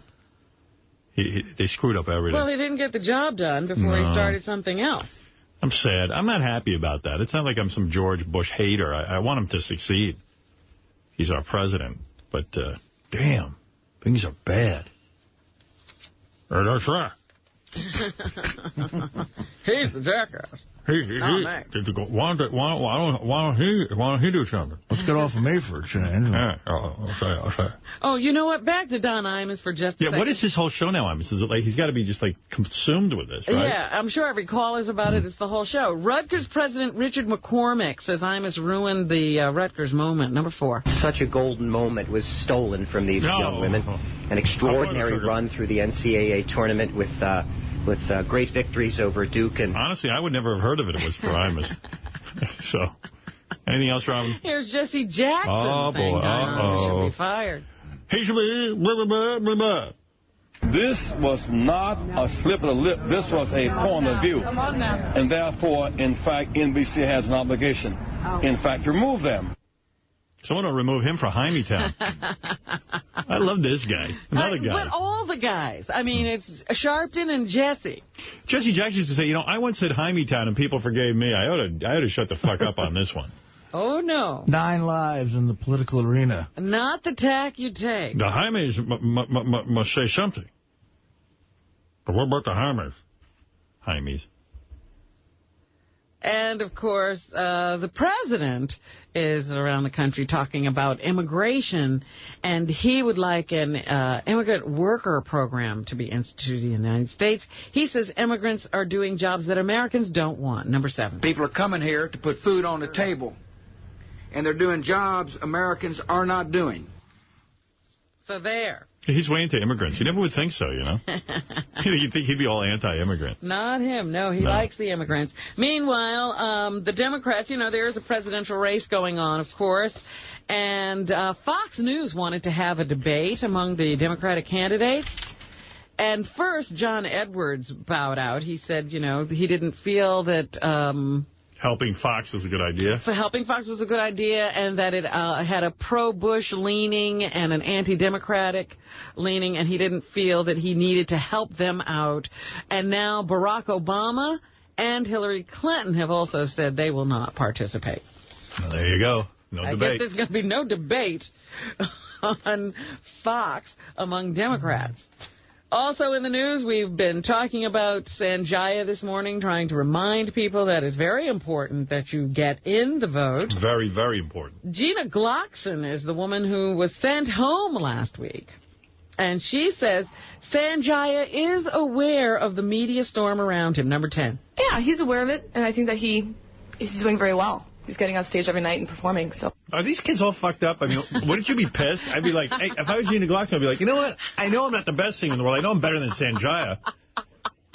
They're all so together. I know. They're all like Miss America contestants. Yeah. But don't you think it's bullshit, though? Don't you think it's a facade, though? Absolutely. Yeah. In private, she's like, this is bullshit. But that's what I'm saying. They're all political. They're like contestants in the Miss America pageant. All right. John Avello is the guy who always does the odds. Here are the latest odds of who will win American Idol. Melinda 2-1, Lakeisha 3-1, Jordan 7-2, Blake 6-1, Chris 10-1, Phil 60-1, Haley at 75-1, and Sanjaya, the trailer, at 100-1. Yeah, see, he's wrong. 100 to 1. Wrong. I'm putting some money down on Sanjaya. I still say those are good odds. You think so? Yeah. Well, with what'd you say, 8 weeks? 8 weeks to go. Yeah, that's a long time. You still get great odds. 100 to 1. I don't know. Right. We'll throw it down. Throw a dime down. Let's see what happens. So yeah, I could still get the wow. Shit. You get $1 million. Yeah, about. Fuck it. You better go for it, Artie. Artie, you gonna put money down on Sanjaya? Well, I want to mush him. But I'm on a run, though. But your bookie can't cover. My bookie wouldn't take that anyway. I'd have to go to Vegas. Where are you doing this, Vegas? You have to go on one of those websites. Yeah, I'd have to go to a website. I'd put money on him. Yeah, what the fuck? I think I would, too, at this point. 100 to 1 odds? Put down 10 grand. What do you get? You get $100,000? Wait, 100 to 1 of the odds? Yeah. No, you get $1 million with 10 grand. You get $1 million? Yeah. Well, let's do it. Thousands, 100,000. I'll find a website. I'd get a little action so I get into this myself, There'd be a reason for you to watch and vote. Oh, to be up all night voting. like in a sweat. Fucking A, taking those pills to keep him off heroin. Voting for Sanjaya. All right, you're keeping Artie up, Rob. I know. By the way, did you watch The Sopranos or did you not? I watched it. And what did you think? I enjoyed it. It's a great episode, first episode of this season, right? Very good. Steve Sharippa, very good. Excellent. I loved when he was cheating at Monopoly. That was great. Now, do you think that Steve Sharippa has to die? Yes. No, he made him die in a sense. He took away his virginity. He made him go out and kill that guy. You think that's going to be enough for Tony? Yeah, that's enough. All right. Dancing with the Stars. Stars. He might die, Steve Sharippa, but not because Tony puts a hit on him. Tony's not going to put a hit on him? Right. I thought he was going to die in that fight, and they're going to have to bury him out there. Yeah, that would have been funny. Can you imagine digging the hole for either one of them? Dancing with the Stars was on last night. Here are the judges falling for that Apollo kid, Tutu. Tutu. Yeah, that Apollo kid was pretty good. He's kind of bizarre looking, though. Carrie Ann Inaba. 9. Carrie Ann Inaba. I just love this show. Me too. All right, whatever. And here's the judges, I guess, giving tough love to Layla Ali. You've started this like a blockbuster, and I feel like I'm watching reruns. You can knock us out. You've got it all within you. You've started... She's kind of pretty, that Layla Ali. She is. She's just like kind of moosey because she's boxing. She's a big girl. Yeah, she's a little scary, but she's got a pretty-ass face. Who the fuck is that annoying guy just talking just now? That's one of the judges. Oh, my God. You got to watch these shows. Oh, Christ, I'd throw something at the TV. Former Vice President Al Gore hopes that the Live Earth concerts this July will make an impact on the awareness of climate change, similar to the impact of Live Aid. The impact it had on Africa. Gore is spearheading efforts to get the world of pop music to back his crusade to avert what he calls planetary emergency. 2 acts already on board are Madonna and the Red Hot Chili Peppers. Sounds like a good show. Yeah, so they're looking for more people to get involved. I think they're supposed to have venues in a number of different countries, including this one. Hopefully, he's thinking Washington, D.C., and the concert would be held across the world in a 24-hour period on July 7th. Jim Morrison of The Doors was convicted of exposing himself in a concert in Miami in 1969. Yeah. But because of his untimely death in Paris in 1971, his appeal of the conviction was never heard. Now, according to the Miami Herald, some of his fans are asking Florida Governor Charlie Crist to consider a posthumous pardon. Didn't he really pull down his pants? Why are we pardoning? Yeah, because it matters. So ridiculous.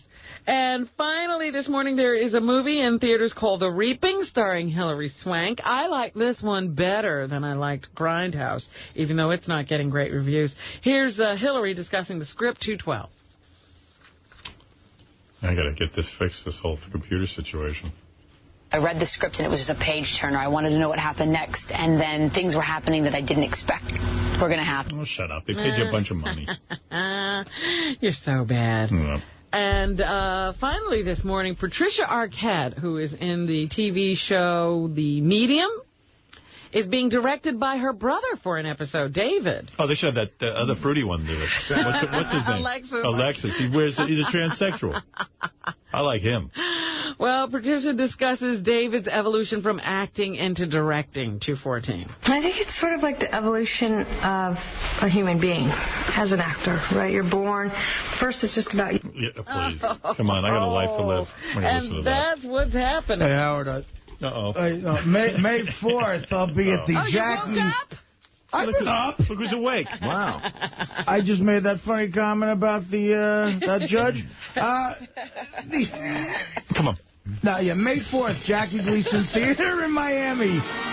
Go to Ticketmaster. That's right, the Gleason Theater, Miami, May 4th. That's quite an accolade. It's enormous news. What an accomplishment. Entertainment. You're a man full of accomplishments. I'm a man full of drugs.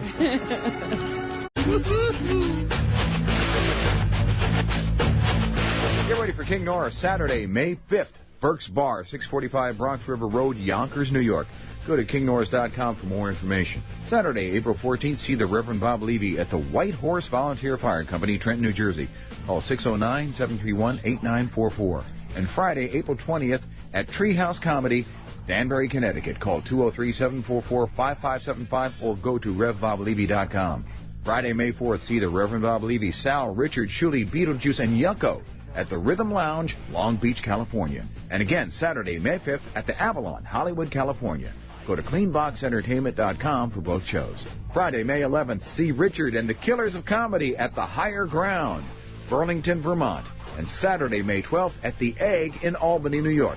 Go to killersofcomedy.com for info. To book Benji and his naked lesbian bachelor party strippers and to see their new, dirty, interactive website, go to dialadancer.com or call 1-800-414-7808.